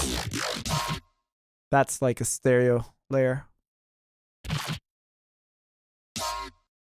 I think I probably treated them all together. Yeah, super bright. Yeah. I used to add a lot of high end back then. Some more one shots. Basic. It's also, it has a brass over it and a synth in the final version. Funny stab. What's that? Oh, I think that was a sample. Sounds like a bass and a vocal. I really like it. It adds a lot of character in the drop.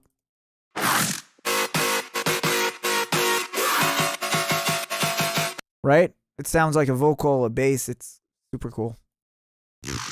Another growl. Super basic. Yeah. And then the second part, it's pretty much the same thing. Just that the build. Will the VIP be released? Yes, it is. I'm kind of waiting on making some more. I don't want to release it on its own. The Overkill VIP. I want to do some more from the album and then do something all together.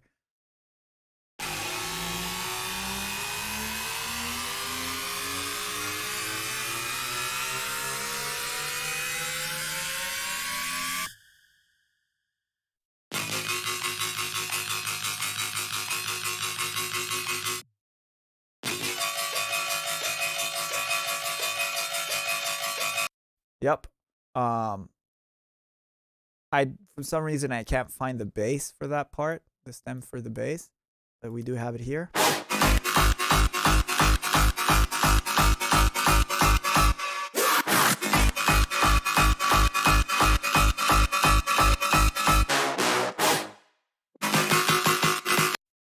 Yeah, that's Overkill. That's the bass, I mean. Okay, see what else? Guitars. You guys want to go through guitars? That's the main driving point of this song. Driving force.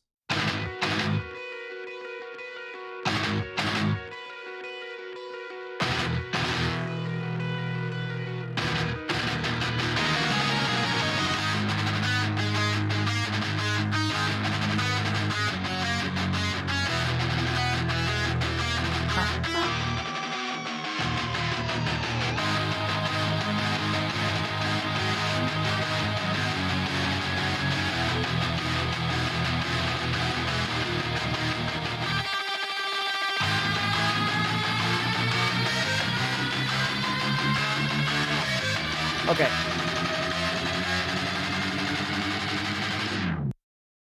Guitars.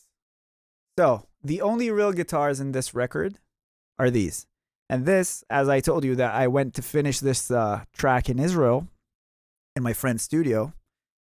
He's a great musician. He sings and he plays guitars. And I asked him to add some guitars over the intro. I think in the final mix, I didn't mix them loud enough. I don't know if you guys noticed them, but they're the only real guitars on this record. These.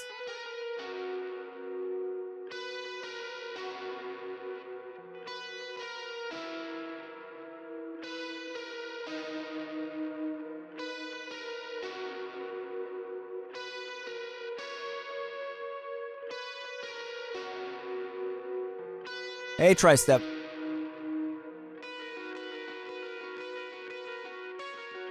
Really dig that vibe. You can tell.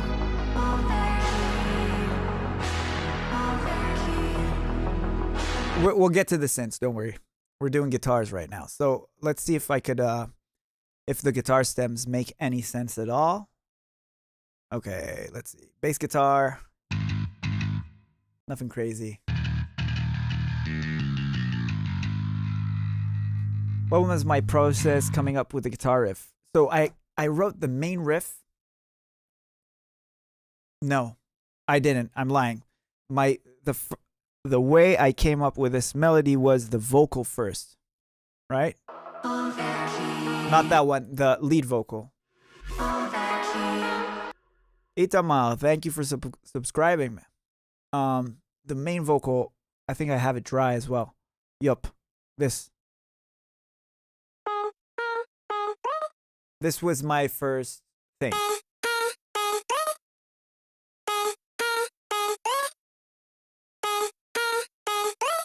I had that melody in my head. Da, da, da, da, da, da, da, da. And I put it down. I found a library. I probably did it with a piano. And then I just took those few notes, threw them on the guitar MIDI, and filled them in. And I came up with this. So if you listen carefully, you could hear that I think this is way too low. Hold up. You can hear that the guitar is hitting the same notes, and then in between, I just, right? Oh, come on. That's just the chords. So it would be here, probably. There we go. Let's bring that up as well.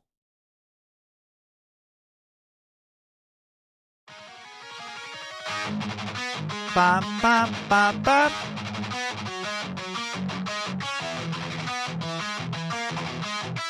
That's how I came up with that. The guitars, I mean. So, bass. We have guitar low end, which is, I don't know.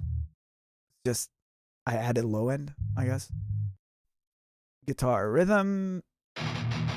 Oh, there we go. That's the heavy guitars. Supposed to be. Get rid of those limiters. Dark guitars. There's a shit ton of guitars in this record. Hear that maybe with the drums. Make it a bit more interesting.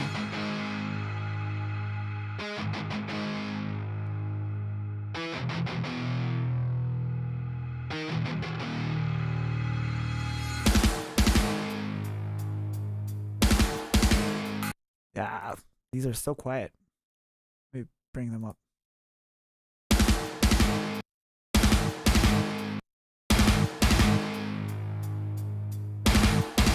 The bass.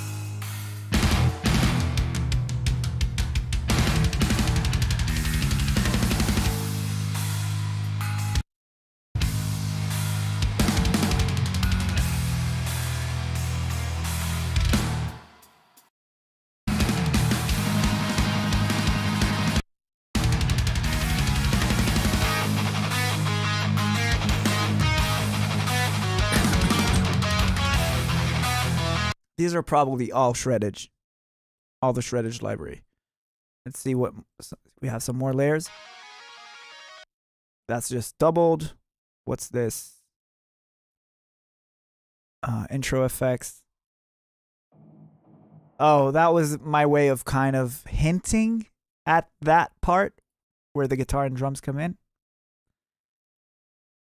You probably can barely notice that in the mix, if I'm honest.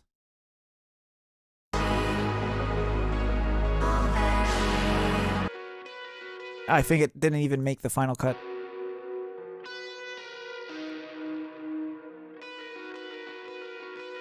Yeah, didn't. But I tried. Yeah, that's guitars pretty much. We could keep going through guitars. I don't think it's the most interesting. You have some chords. Let's see. What are these?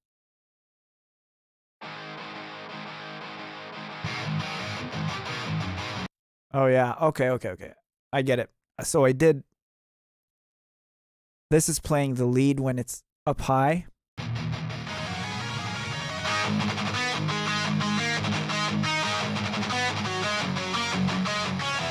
And then the rhythm guitars take over.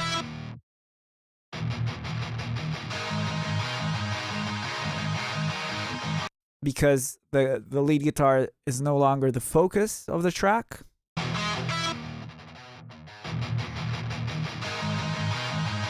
Right?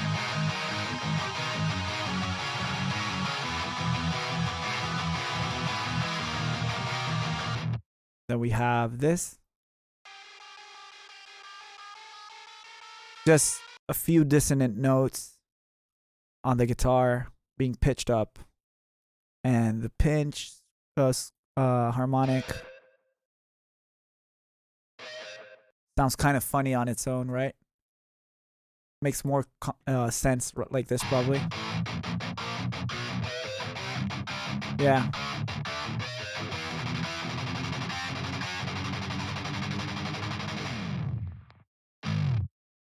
Then we have some guitars that are, that's another layer of the bass, right? So we have the bass on the drop.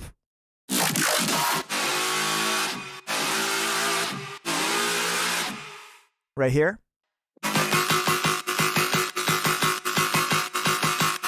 And it's playing with guitars. I think this is the more final sound. Yeah.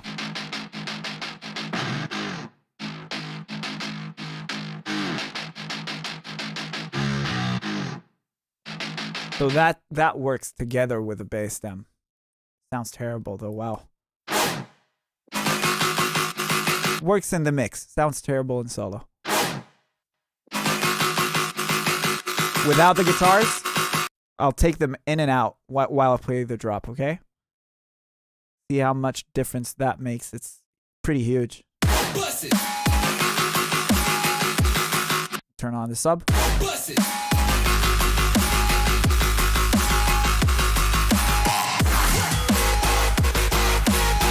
A lot. Like, they're carrying the energy in the sides and in the low mids, which dubstep basses don't have a lot of. That's why they work perfectly together with such high-pitched mid basses.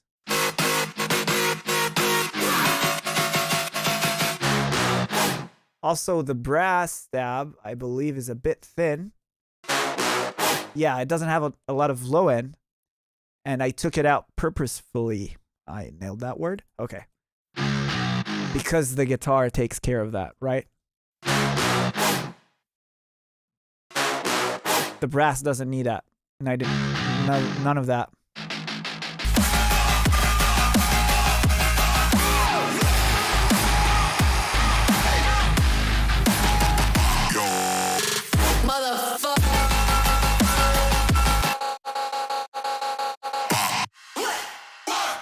Yeah. A lot of vocal work in this track. Okay. Let's go back. Let's go back to the beginning. Let's look at the synths. Okay. We have the synth bass, which is called Stranger Arp. I believe I made this patch in Diva, which is my go-to synth for like synth wavy, old retro vibe. I called it Stranger Arp because I kind of ripped off Stranger Things a little bit with it, but it's cool, I think.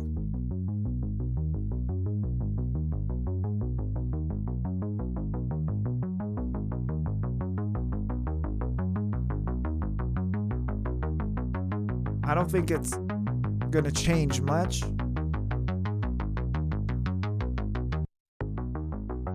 Yeah, I'm just kind of removing low end, but it keeps going. Oh, it goes higher. Okay. That's one. And the reason I got rid of the low end, sorry, for that part is because this bass comes in, which is also Diva, which I love. Good artist creates, great artist steal. Yeah. I was inspired by Stranger Things. Just like I was inspired from Red Dead Redemption, which is fine. Yeah, so together they work really nice.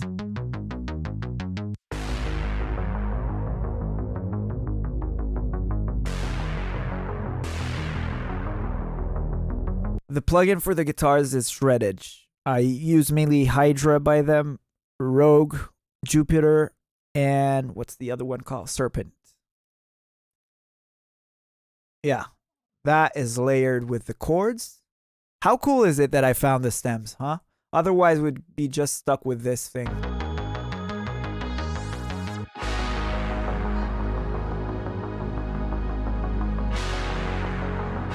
With everything together. So, yeah, the chords. Super wavy and detuned. I want to say Diva, but I'm pretty sure I made this in Serum or either found a preset or made it.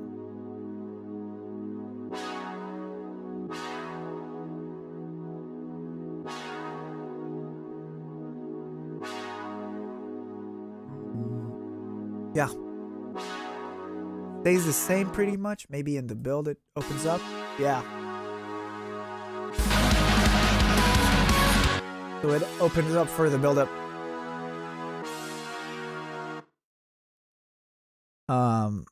ARP. That's for the solo part, I believe. Let's see. We have and then we have all these cool synths that really brought the vibe to this section of the song, I think.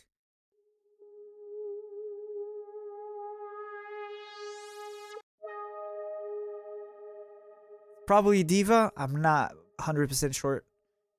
Could be something else. Yeah. That's super 80s. That sound. And then we have Bonk Synth, which is doing high notes like that. Yeah. That's pretty much sound effects.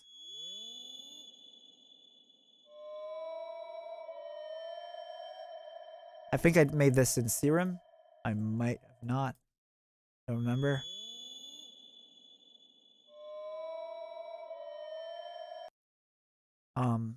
Got it. Ambient pad.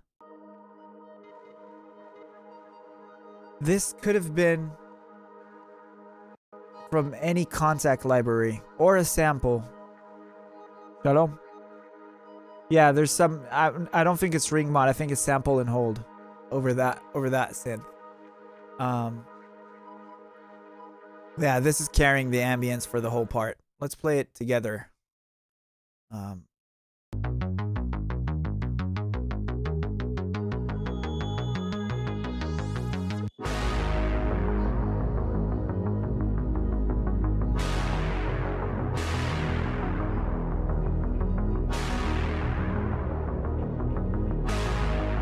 Yeah, we have some brass.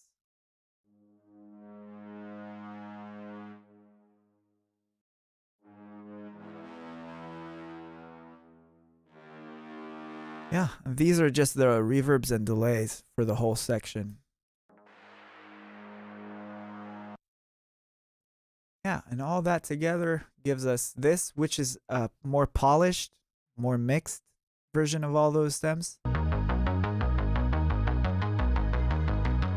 I don't think I did anything too crazy here. The old soothe. Oh no. A little bit of EQ. Kind of weird. Some tape. And a little bit more sidechain.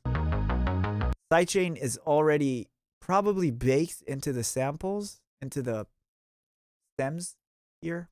Looks like. Yeah. But I needed some more, so I used just Pro C for that.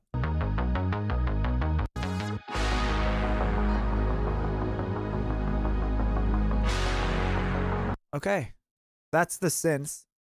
We'll go through them again when we reach different sections of the song. But that's the part where they're most prominent. Overkill. Overkill. Overkill. Overkill.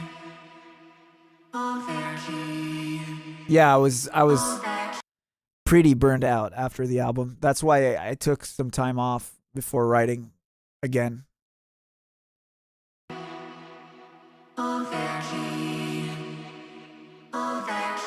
I'm trying to recall this vocal. I'm pretty sure it was a contact library that lets you type in words or more like syllables. And then I wrote like OH, VER and kind of fucked with it until it sounded like Overkill.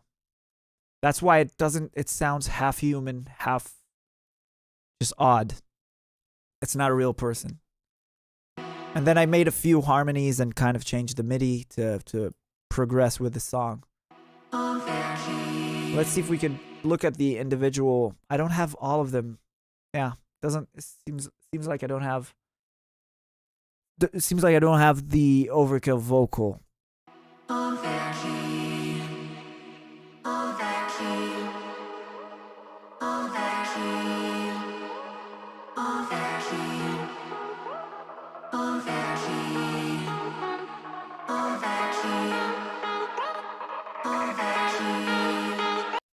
vocals effects are kind of cool here. Too bad I can't show it. I have an old version of the intro. Running full system diagnostics. That looks like. Machine status fully operational. It's the same vocal, just heavily affected, I think. Machine status fully operational. System. Also, the same text to speech. And then the main melody is this.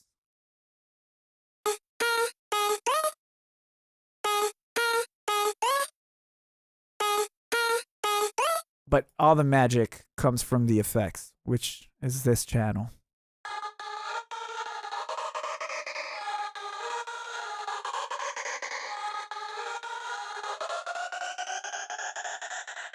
Right, so together, let's play it from the start.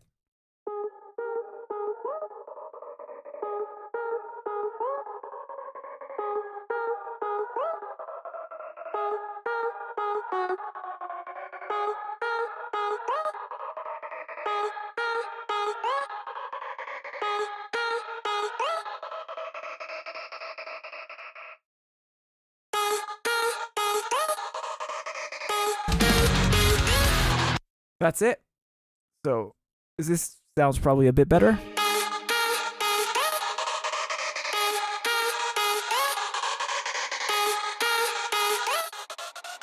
Operation Overkill. Yeah. Then it goes up, which is super cool because that creates like the where you think you hit the peak of the mountain, so to speak. There's a bit more to go, right? So she goes up. That vocal. Operation Overkill. I don't have it with the effects for some reason, but I do have this. I don't know how.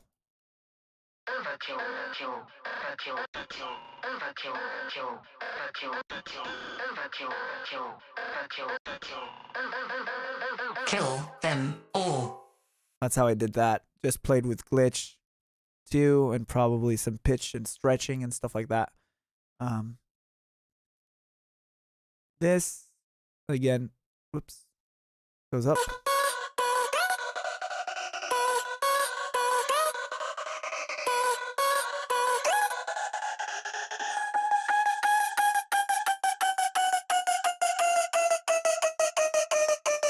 This is a trick I like doing a lot for build-ups. Is while the whole track is going up, I like to take one element and pitch it down. I do it a lot in RIOT tracks.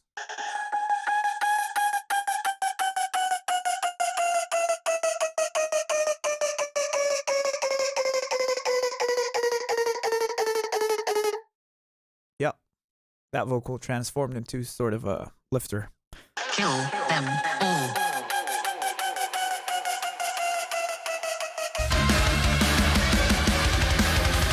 Right? So everything goes up.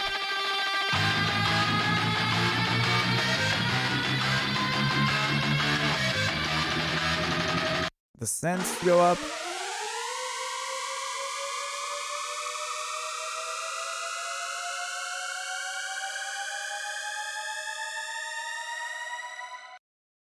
Yep.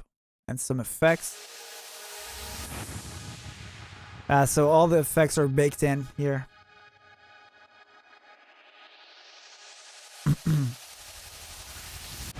Oh yeah, for sure. As you can see throughout most of these tracks, a lot of these sounds serve more than one purpose. Like the bass in Blackwater, it carries the whole section. It evolves through the whole section and it plays different parts. Sometimes it's in your face and loud and punchy and it's leading the track. Sometimes it's low passed and kind of in the background and just providing a little bit of low end. But that also helps with cohesiveness and making a track sound like a track. Thinking about it, for me, it's easy because of I grew up listening to rock and metal, and it's you got the four instruments and you got to make them work, right? So that's the same mindset a little bit. Even though we're in a DAW and we can go and create a new track and just make a new sound, and which I do a lot of times. But this Overkill is a big example of little instruments, but right instrumentation, I guess. And it just flows nicely. Even though there's like a big synth section that doesn't come back. To the most part, it comes back a little bit. Yeah. So that's the main vocals. Then we have my dear friend Matthias from Israel, who recorded this. When we were mastering the song, he came in the studio and laid down the scream vocals.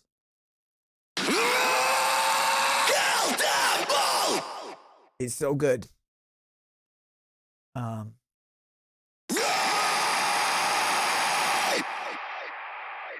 I used a lot of like guitar amps on his vocals and shit like that. That's why this is in a separate stem, because we recorded it literally at the mastering stage. I think the vocal here, the Kill Them All, was the text to speech again. And then it was like, okay, come on, this is metal. Let's get a fucking metal scream in here.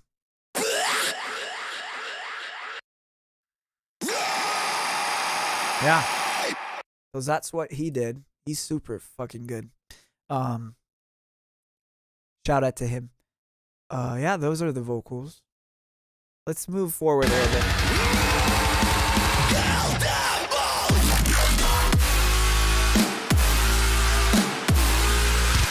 By the way, out of all the projects we went through, this one is like the exact final mix. Even though some plugins were missing, it does sound like the final track. Let's see. Motherfucker.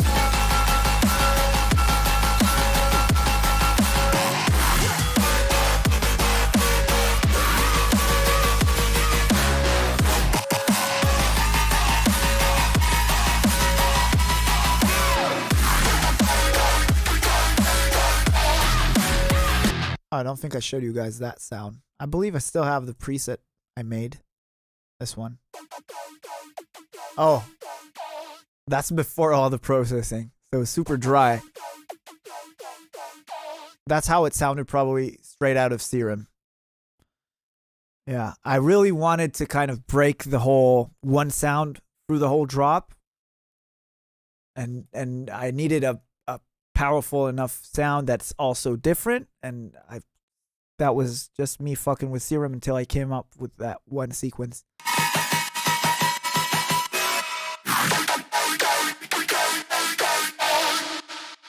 With that vibrato touch at the end. Can I process it now? Like oh, that would be a bit difficult. I don't think not in Cubase. I could do that in Ableton.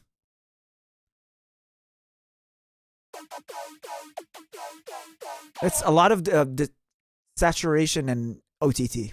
That's what I only used back then. It would be blowing it up.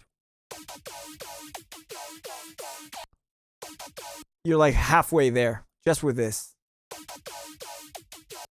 Probably I used to love this back then.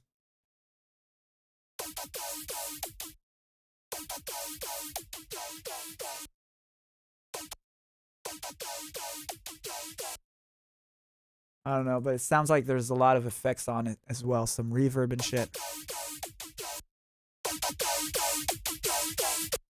Just rinse and repeat. Yeah, something along these lines, like distortion, EQ, OTT, all that.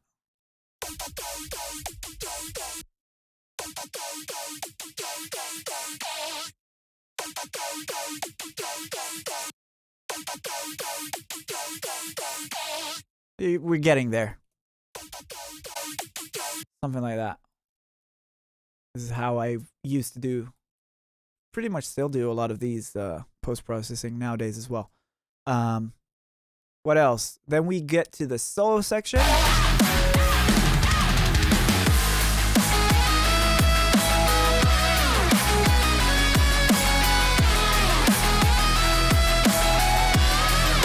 I don't think I have the solo, do I? No, I don't. I didn't find the stem for that. I don't think it's too interesting anyway.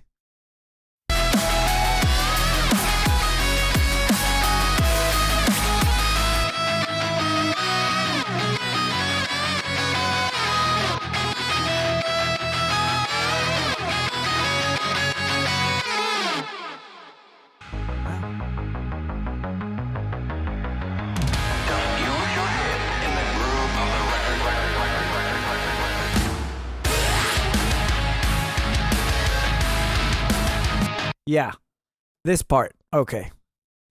Use your head. This is two splice samples, different ones that I combined. I find the use your head and the groove of the record. They were different. I think they were different people, or it was the same guy, but they sounded completely different. So I had to do a lot of EQ matching to get them to work together, and it turned out pretty good. It sounds like the same. Just use your head in the groove of the record. But if you really listen closely, it's not. He's not saying it in the same breath. Like it's not one sentence.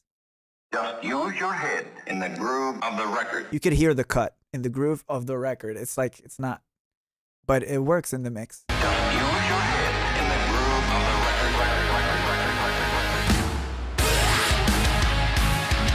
Moonlit, thank you for the $5. Appreciate it.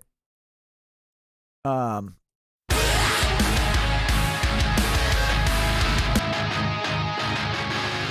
those guitars are real as well. Like that it didn't used to have that. Itai put that down as well. So yeah.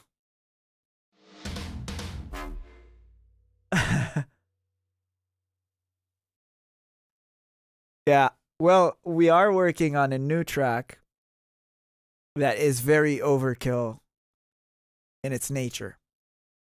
I played it on stream a few times.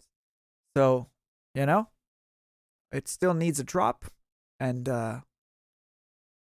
yeah, I still really love whatever I did here. It's not gone. Even though the new stuff I know sounds different. We're going in a different direction, but this isn't done yet.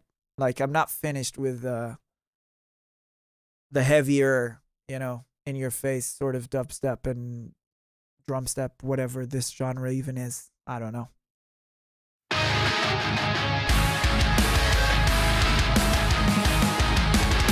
You can hear the guitar stem just crackling and distorting and clipping.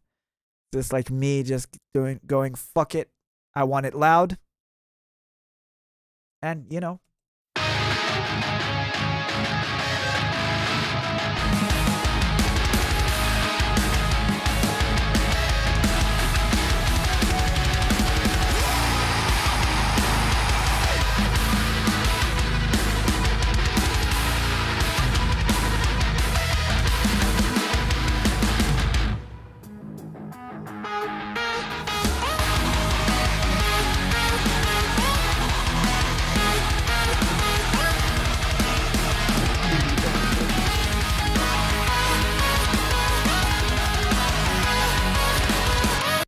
I'm going to be honest with you guys. Never in my life have I imagined that this song would do as well as it's done. Like, to me, this was the song. I wrote it for me. It's like, I want to hear dubstep metal with a lot of metal and real programmed metal drums that drive the record, except for the drops. And you know, I thought it would be super niche. I didn't think it would explode and blow up the way it did. So thank you for doing that. Yeah.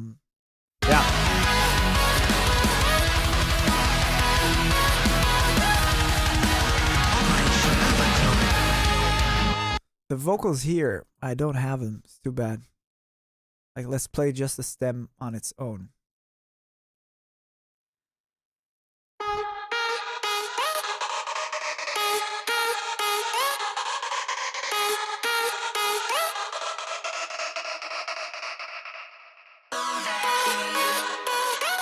That flanger is so cool. Can you guys hear that on the vocals, the wide vocals that go overkill?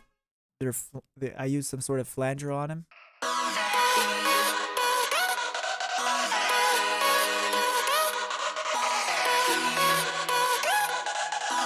Operation Thank you. I do play drums. Yes, I haven't played in a long time. I have an electronic drum set in my closet, that right there behind me. And there's no room in this studio. I'm going to move from this house soon, probably in 2 months or so. And I'm aiming to get a very big room for the studio so I can build a nice studio, very nice one.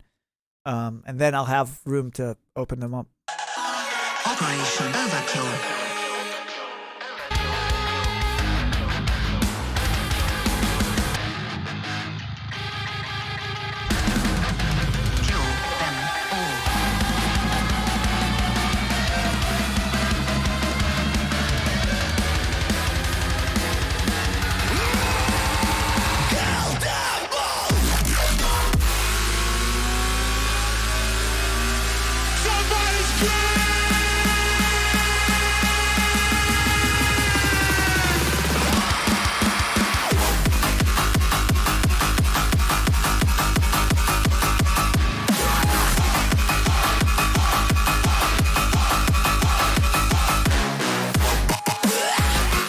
Yeah, okay. Let's go over this section.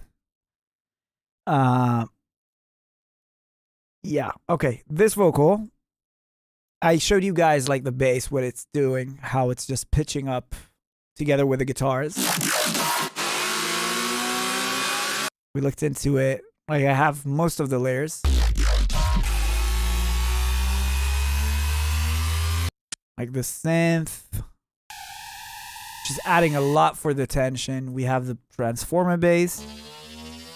Just like a wide bass thingy. The center synth. And the main one. Which the more I listen to it, I'm convinced it's the Jungle Fury bass. And I'm gonna find that preset and we're gonna recreate it and use it for new stuff. Okay. So this vocal, the Somebody Scream, is, I believe, a splice sample. It just fit in perfectly. Somebody scream! Distorting.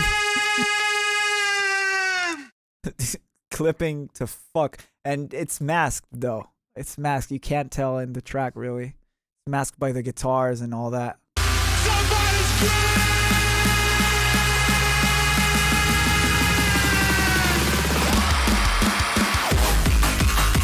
Oh no, I was just playing together.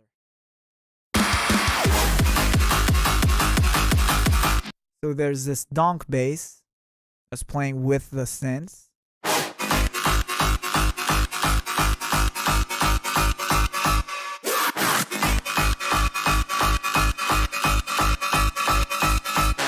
And the cool thing here is the guitars and the kind of System of a Down upbeats I introduced here in the second part. That really picks up, it helps pick up the energy. Take a listen.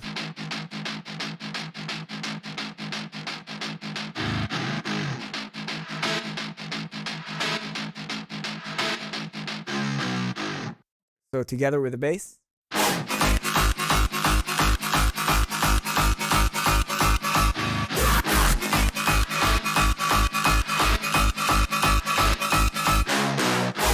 That really did that, made this drop for me, made it work.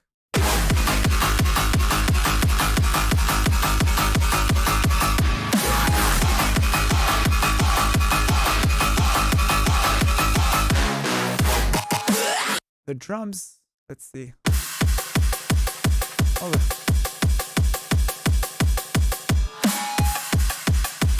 percussion. The drums here are super wet. I don't know what I did and why, but there's like this mono reverb on the kick, which is super weird. But it kind of fills up the track. It could have been cleaner maybe. I don't know. But works. You guys hear that kind of room in the center? I don't know why I did that.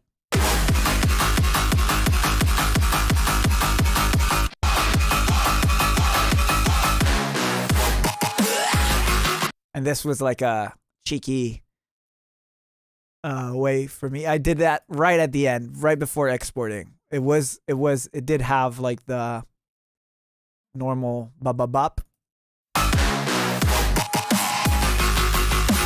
And I went with the bleh, which is like, sort of like a shout out to the post-hardcore scene, which I grew up in back home.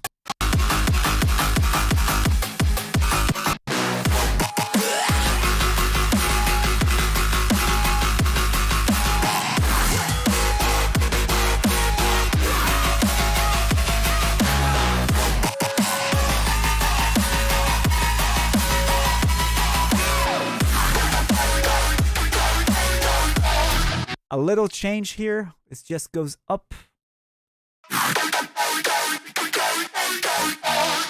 Just for that one change. That's the only thing I changed for the second drop, other than the 4 on the floor part, which was enough of a change. You know, you don't need. I feel like it's good to have variation and changes, especially in drops. But this arrangement, where it's just the one synth that carries the whole drop. If I started like chopping it up and fucking with it and adding extra sounds, this track wouldn't have worked. So it's small, like precision changes. Like obviously the 4 on the floor part is a big change, but it's still the same synth playing the same part, right? It's the sidechain that really changes the vibe. Obviously the kick, but pretty much like the fast, choppy sidechain and the bass supporting it, right? But once you play the kick with it, it's sort of like, it feels like one. Feels like a I don't know, like a cohesive unit.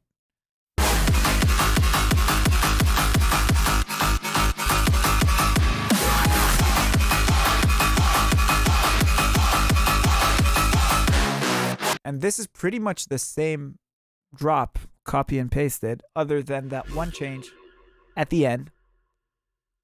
And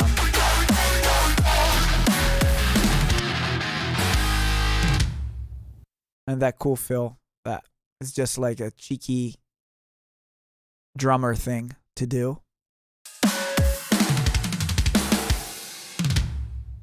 To end it like that. And then we didn't have that outro at the beginning. Like, this is how Overkill ended originally. Let me take that out. That's how Overkill ended. I thought it was a cool way to end a song, just abruptly like that. And then for the intro, for the album, I felt like this would tie it better into the story. And then I came up with the idea for Take That, which is the next song we'll look into. And I wanted something super trippy. I wanted something that's like is going to tie in perfectly to the closing sound of the album. And I went online, I looked for free copyright elevator music or something like that. I just looked for like lounge music. Take this mild drug and you will have a nice sleep. And then I looked for the vocal, and I think I found that as a sample, and then I just treated them together heavily. I gotta go pee real quick. We've been at it for like 4 hours. So I'll be right back, and we'll jump into Take That.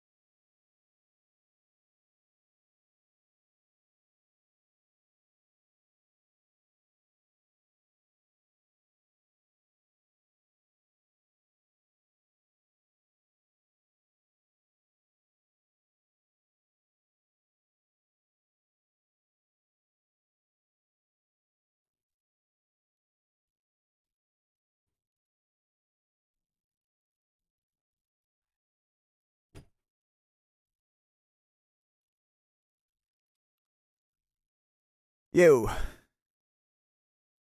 Chair. Okay, where were we? Where were we?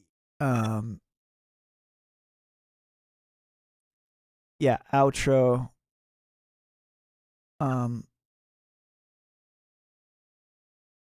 Yeah, so you're pretty sure it threw everyone off. That was the goal. That was a goal. I wanted it to be like a mindfuck a little bit. And I think it accomplished that. Take this mild drug. And this was my way of like fucking a little bit with the Dogma Resistance storyline that I put down, because it's supposed to make you feel think a little bit about was this all real? Is this a dream? Did we win? Did we lose? Did we, that was kind of the thought process behind that. You will sleep now. A long sleep. Then, yeah, you know it.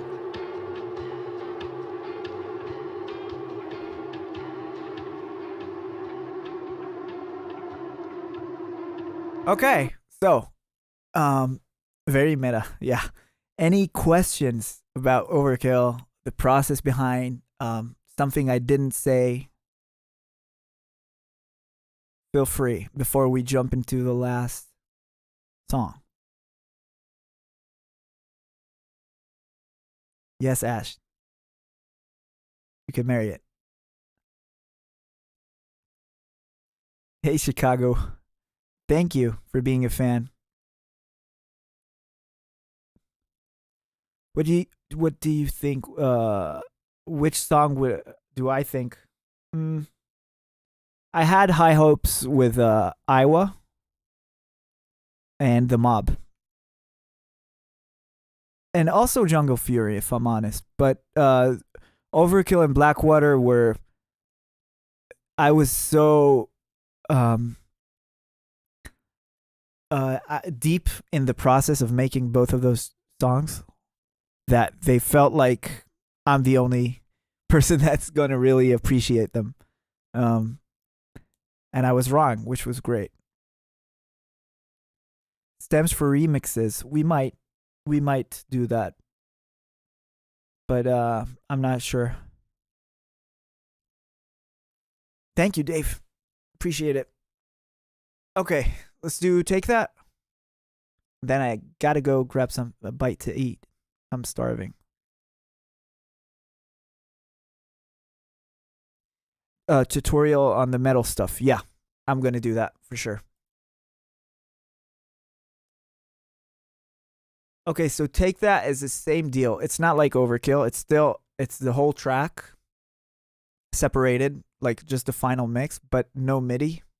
So I can't show you guys MIDI at all. And also a lot of plugins missing. So it sounds a bit different than the final record. But as you can see, it's the full project. I had to mute some vocal sends because I don't have the reverbs and delays anymore, the plugins. So the vocal is going to sound real dry. But let's go. Battle Sirens, yeah, that project I still have as well. I might try to open that one up. See, not now though, but a future stream. Yeah.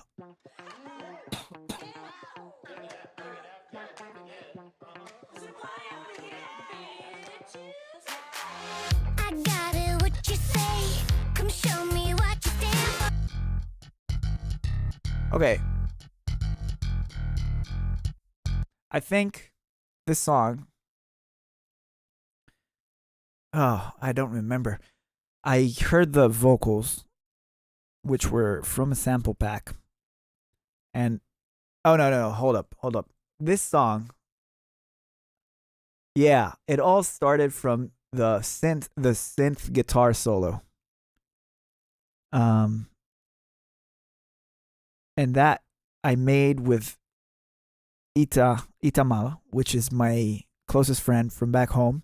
We wrote that way, way back. Like I'm talking 2012 for a completely different song that never saw the light of day.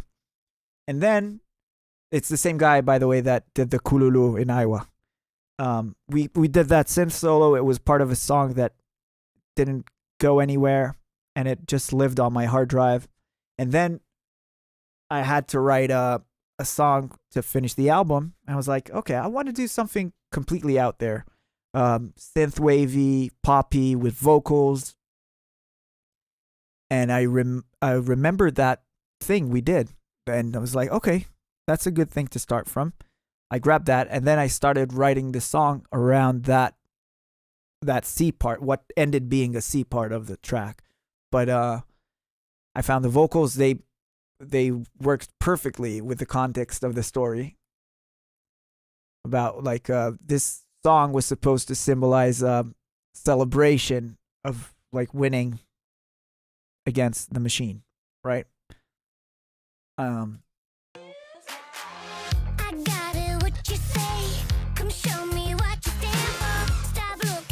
then I found all the most of the horns and brass here are samples that I mixed and matched and made the melody out of. Like all this. This is samples.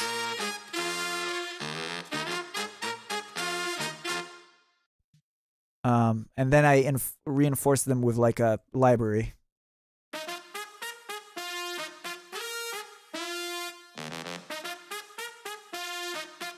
This sounds like session horns by Native Instruments. I use that to kind of give it some width and not sound so lo-fi, right?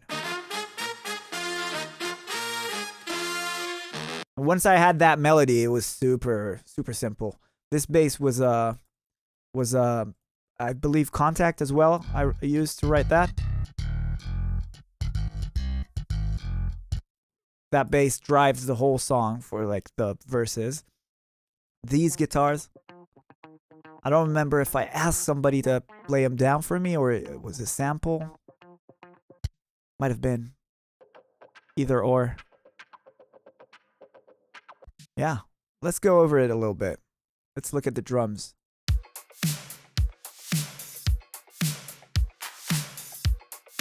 Super disco-y and 80s vibe.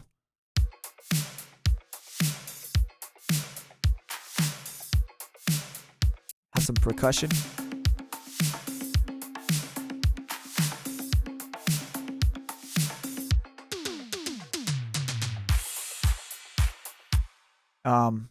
These claps play a big part, like the clap clap throughout the whole song.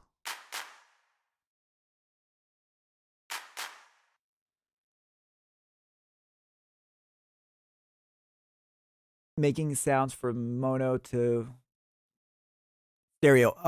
I went through that with basses. My way of doing that is not using the hyperdimension or maybe chorus sometimes. I make a layer that's its whole purpose is to live in the stereo that supports the mono layer. I think that's the best way to make stereo. Make a bass sound, for example, stereo. So that philosophy, you could take that, no pun intended, and apply it to anything. Like with drums, if I make a snare, for example, I'll make a layer that's supposed to, or use a sample that is very wide to support it. That way, you know, I don't use a lot of stereo wideners. Now, if it's a vocal or something like that, you can't make a layer for, let's say, a sample. I like Wider by Infected Mushroom and Polyverse, and it's free. It's very good. So check that one out. Yeah, let's go back here. So in terms of drums, it's super simple, just good samples, processed nicely, I guess. They just work. I make most of my sounds nowadays. Like this kick might have been a sample. I don't know. I don't really remember if I made it or I probably made it from a few different layers. System, thank you for joining and have a good night, man. See you next time. Okay, let's turn off the vocals maybe for a second. This is so confusing. Lead vocal, bus. Okay.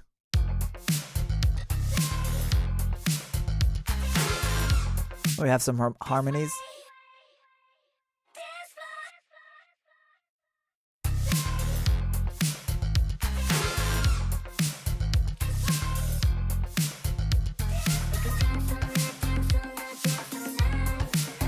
Okay, let's unmute that and go back to the vocals for a sec.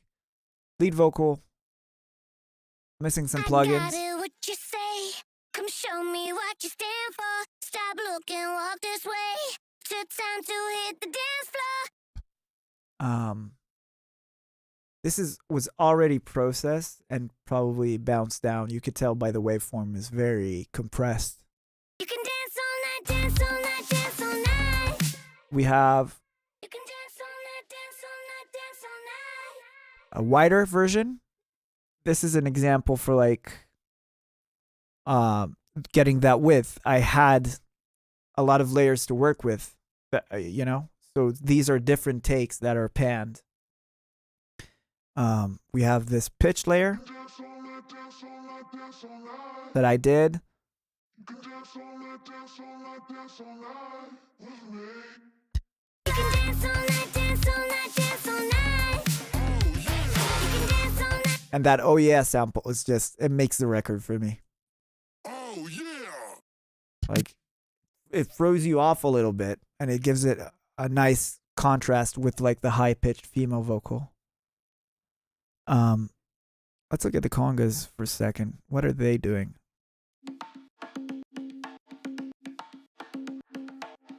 Okay, so what I did here to create some balance, because as you can hear, this is heavily leaning toward the left speaker.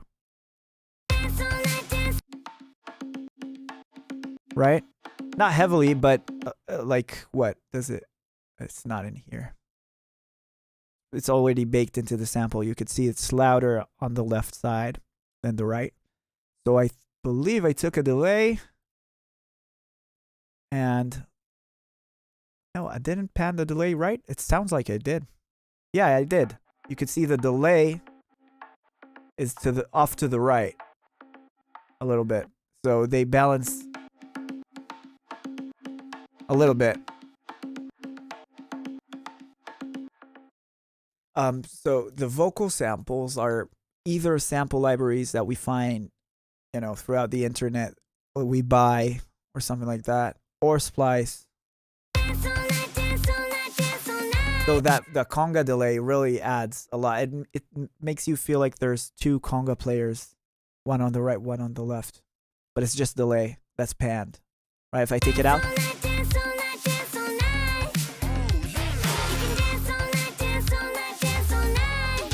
Anyway, you get like a nice call and response between the two. Kind of cool. Regular 80 toms.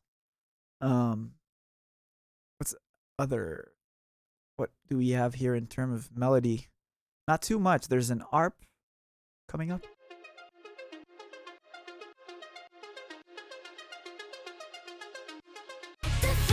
Then we have this nice chord change. So the verse turns into like a pre-chorus. This is probably session horns as well.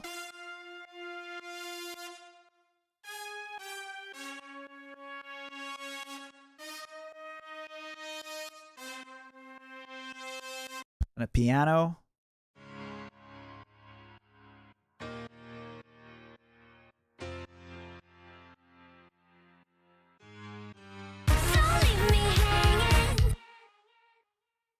This is Take That. It's the last song off the album. Yeah. Horns are starting to like, they get introduced here. Oh, they are in some of them. Like there's one shots throughout the verse. Kind of cool way to keep it funky and breathing. Because that's That's the thing about funk music. It's all about the space between notes and the silence. And you don't want to overdo it. It was like there's bass and a little bit of guitar just holding the rhythm more than anything, right? But you get that tuba right here. Da-dum. A little bit of that. A little bit of here. Just like stabs and shit.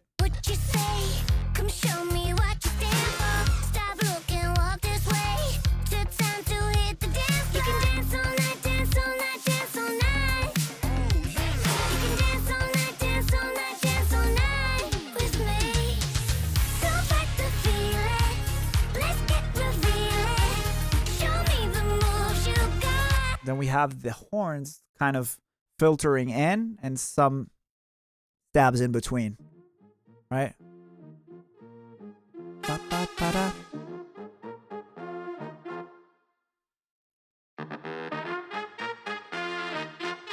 Together with the arp and the brass and piano.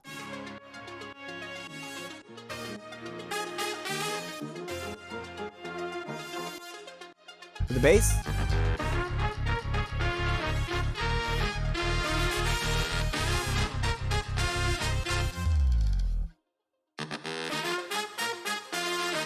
And it's the same instruments leading into the drop. Nothing really changes.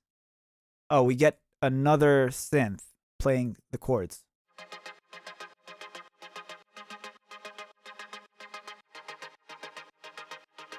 And the bass obviously becomes like a EDM-ish bass. That's the sub, actually. This is the bass.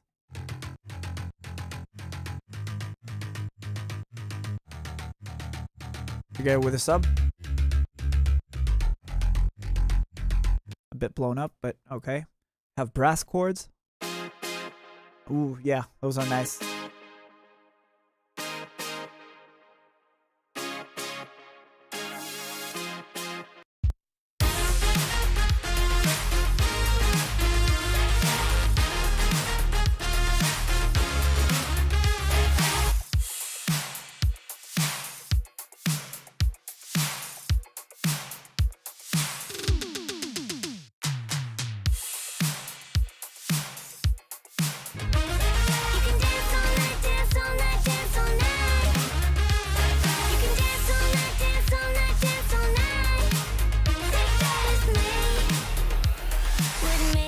Yeah, okay.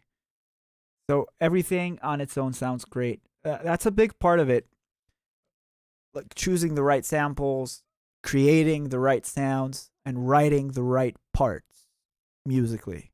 And then things tend to fall together nicely without a lot of mixing. Like this is the final project for the track.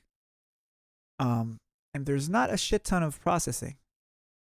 You know, like nowadays I wouldn't even do probably what I did here, like tape machine on everything. I don't know why I did that, but you know.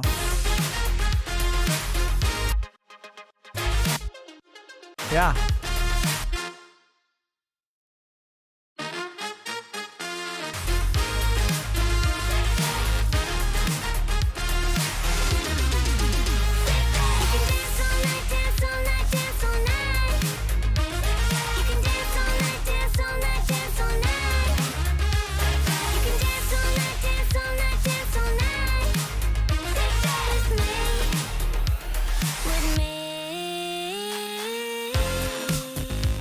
Yeah, so this part wasn't part of the song.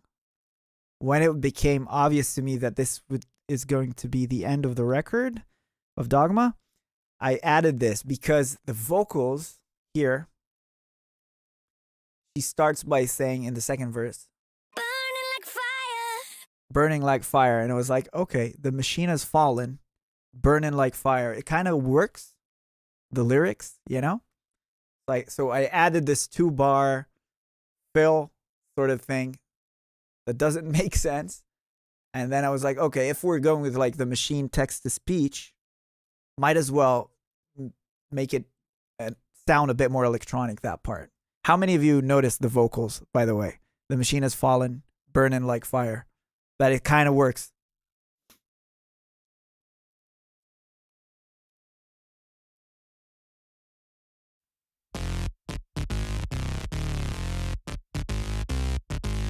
Yeah. So this is just serum. Nice. Okay. So it was apparent. I'm not hallucinating. Cool. The machine has fallen. Burning like fire, pulling like a wire. Connection desire. Yeah. The machine has fallen. The machine has fallen. Burning like fire. Added some. All the delays and reverbs are missing. That kind of sucks, but added some of that. Kind of give this verse a bit of a more like a lower down to earth vibe. Burning like fire. Yeah, and the pullback on the one is kind of cool where the kick is missing. Burning like fire, pulling like a wire. Connection. Honestly, now if I would do this song now, I would even mute this guitar probably. Keep it just drums and bass and vocals. Burning like fire, pulling like a wire. Like that, and then bring it back now. It's time to dance. You can dance all night, dance all night. Not a big change, but you know, it's a subtle change. You can dance all night, dance all night, dance all night. Don't fight the feeling. Yeah, the trap part was kind of it sounds really odd now. I think some plugins are missing. The whole drums sound like they're disconnected a little bit from these.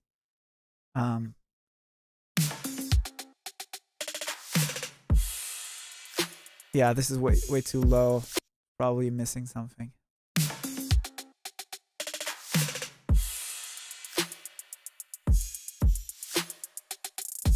Yeah, this was just breathe some air into the second pre-chorus.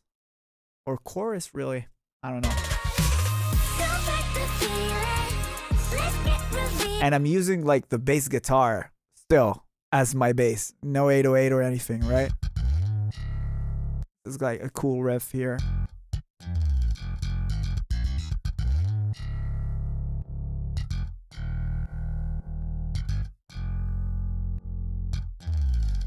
That's holding the bass as well for that part. So it's more, it still has that live band kind of feel, even though the drums are very obviously electronic, digital, you know? Don't fight the feeling. Let's get revealing. Show me the moves you got.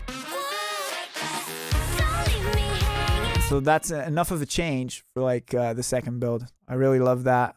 Take that. Where is it? Whoa. That whoa she does. Without the effects, it's kind of dry, but I did a shit ton of automation and stuff. Don't leave me hanging. The music's banging. I'll blow your mind, just watch. Yeah. Take that.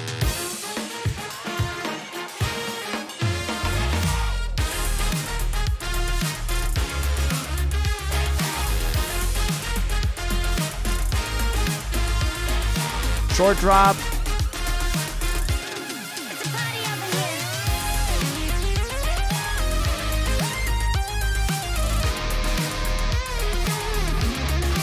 Okay, so we got some distorted guitars coming in.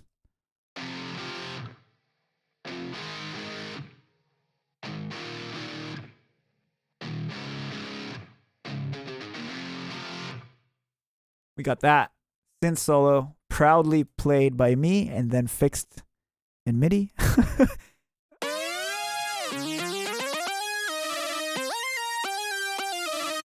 Yeah. So this is how the track came to life. It's me and my buddy back in Israel doing this synth guitar solo. So I was forced to use his old guitar recordings, which were pretty terrible. Not because he's not a good player, but because I had a shitty sound interface back then and probably a shitty cable. And I don't know. And that's what I was forced to use because there was some magic to the recording. I didn't want to re-record it. It just worked for me. And then, you know.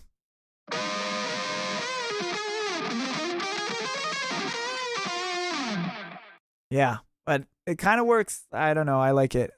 I printed the delay and reverb of them. So Let's play them together. Just this section.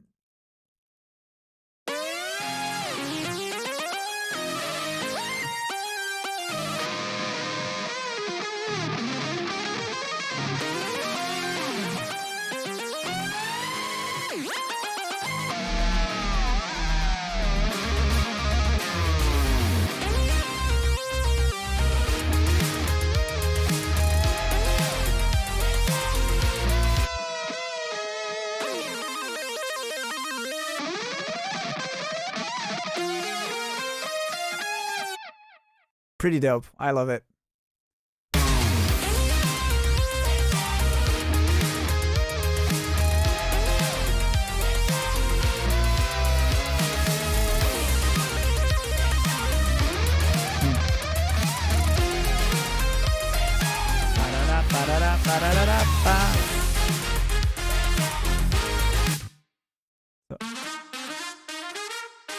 This might not be the last mix because it's missing a vocal here.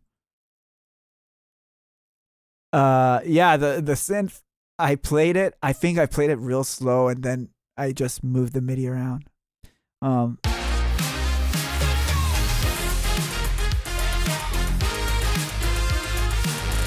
Some changes to the horns here. I think I changed some notes. Let's see. Probably in the fake ones. Yeah. Just a little bit to give it a little bit of a live band, playing it a little bit differently at the final chorus. Could have done it a better job, but yeah.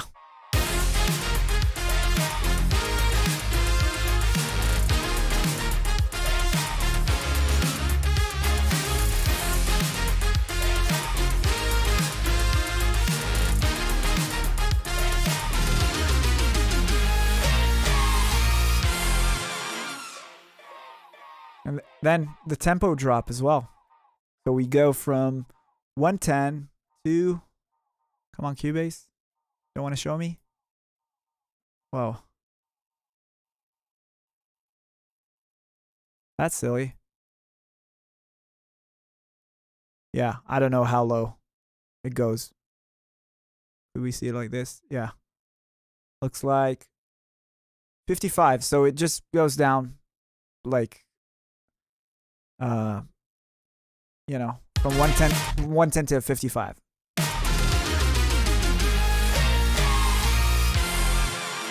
To get that slowdown effect. And that's Take That. Any questions?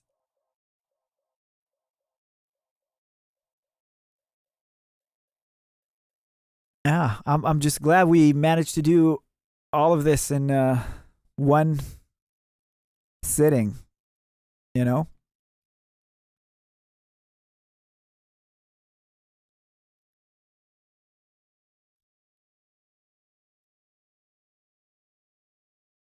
How often do I give up on a track?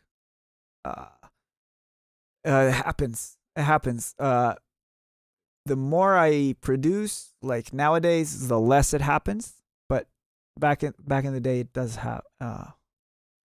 did happen a lot.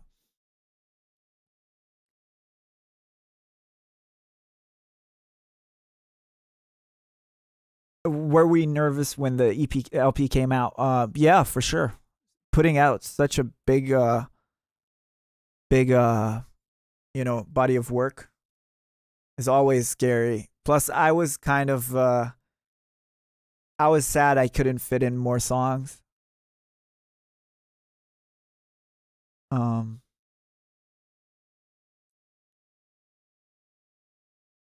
glad you guys liked the breakdown. Like, we didn't do overture or we pretty much did everything, right? Yeah. Other than the interludes and overture. I didn't skip anything.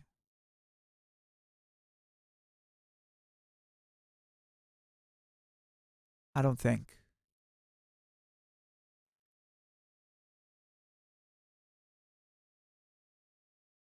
I'd recommend sending more than one track to a label, for sure.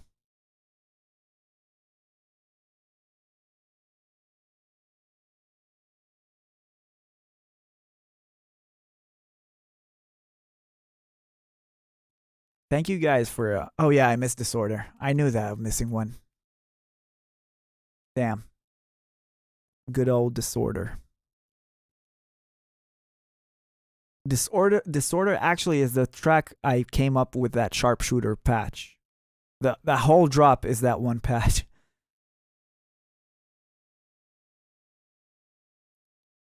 Jackknife breakdown stream. Possibly. We'll see. I'd love to do another story EP/album. I'd like to give you guys a sneak peek into something I'm working on. Just started it this week, and it's actually turning out to be a collab. Would you like to hear it? Buckshot's breakdown. Yeah, that's also interesting. We could do Buckshots sometime in the future. Okay, project's loading, and we're gonna do a little playthrough of this one.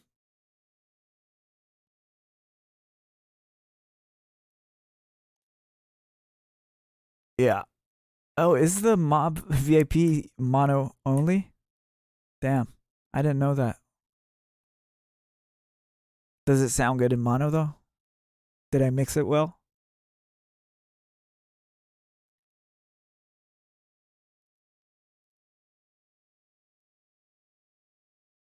You know what? I could just play the export instead of showing the project.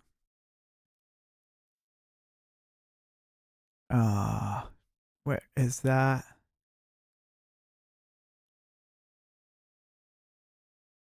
Is this the final one? Yeah.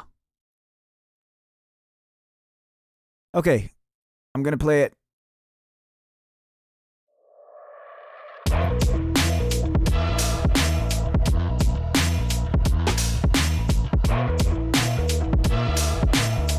Click, clack, this back with a full clip.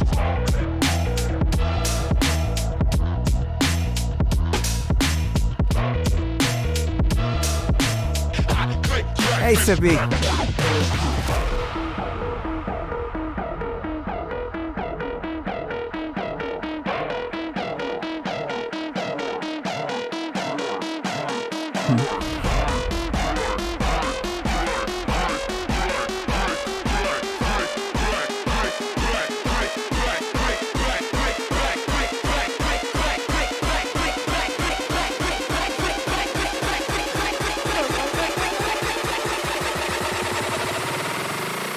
Click, clack, this Mac with a full clip. Yeah. Click, clack. Yeah. Take it down. Yeah. Down. Click, clack. Yeah. Click, clack, this Mac with a full clip.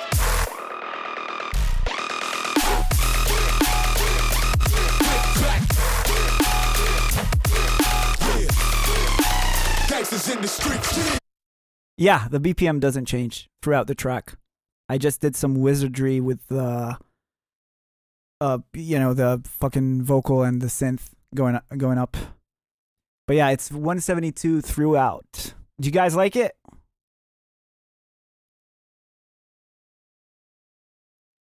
You're a wizard, Harry.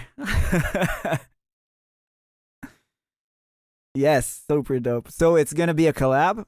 This is what we did. And the artist we're collabing with is going to do the second drop. Hopefully change a little bit about the first. But it's a little bit of the old RIOT mixed in with the new, I think. Like the drop is super high energy, which is cool. Right? This could have lived on, like this drop could have been on Dogma Resistance easy. Sippy, have you played it out? Do you have this export?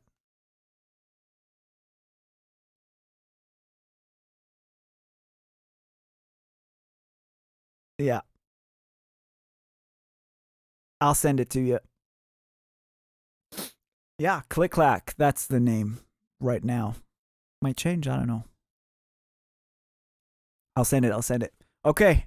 Yeah, so this was a long ass stream, almost 5 hours, and I didn't eat anything today. We managed to go through almost the whole album,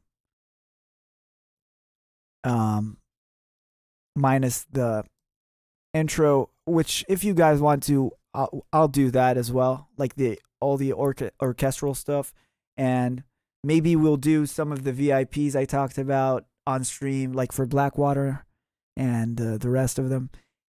Yeah, I had so much fun, guys. Thank you for stopping by and being interested in watching all this. I have had a great time, and yeah, we'll see you next time. Maybe Tuesday. We'll let you all know on socials. Thank you so much.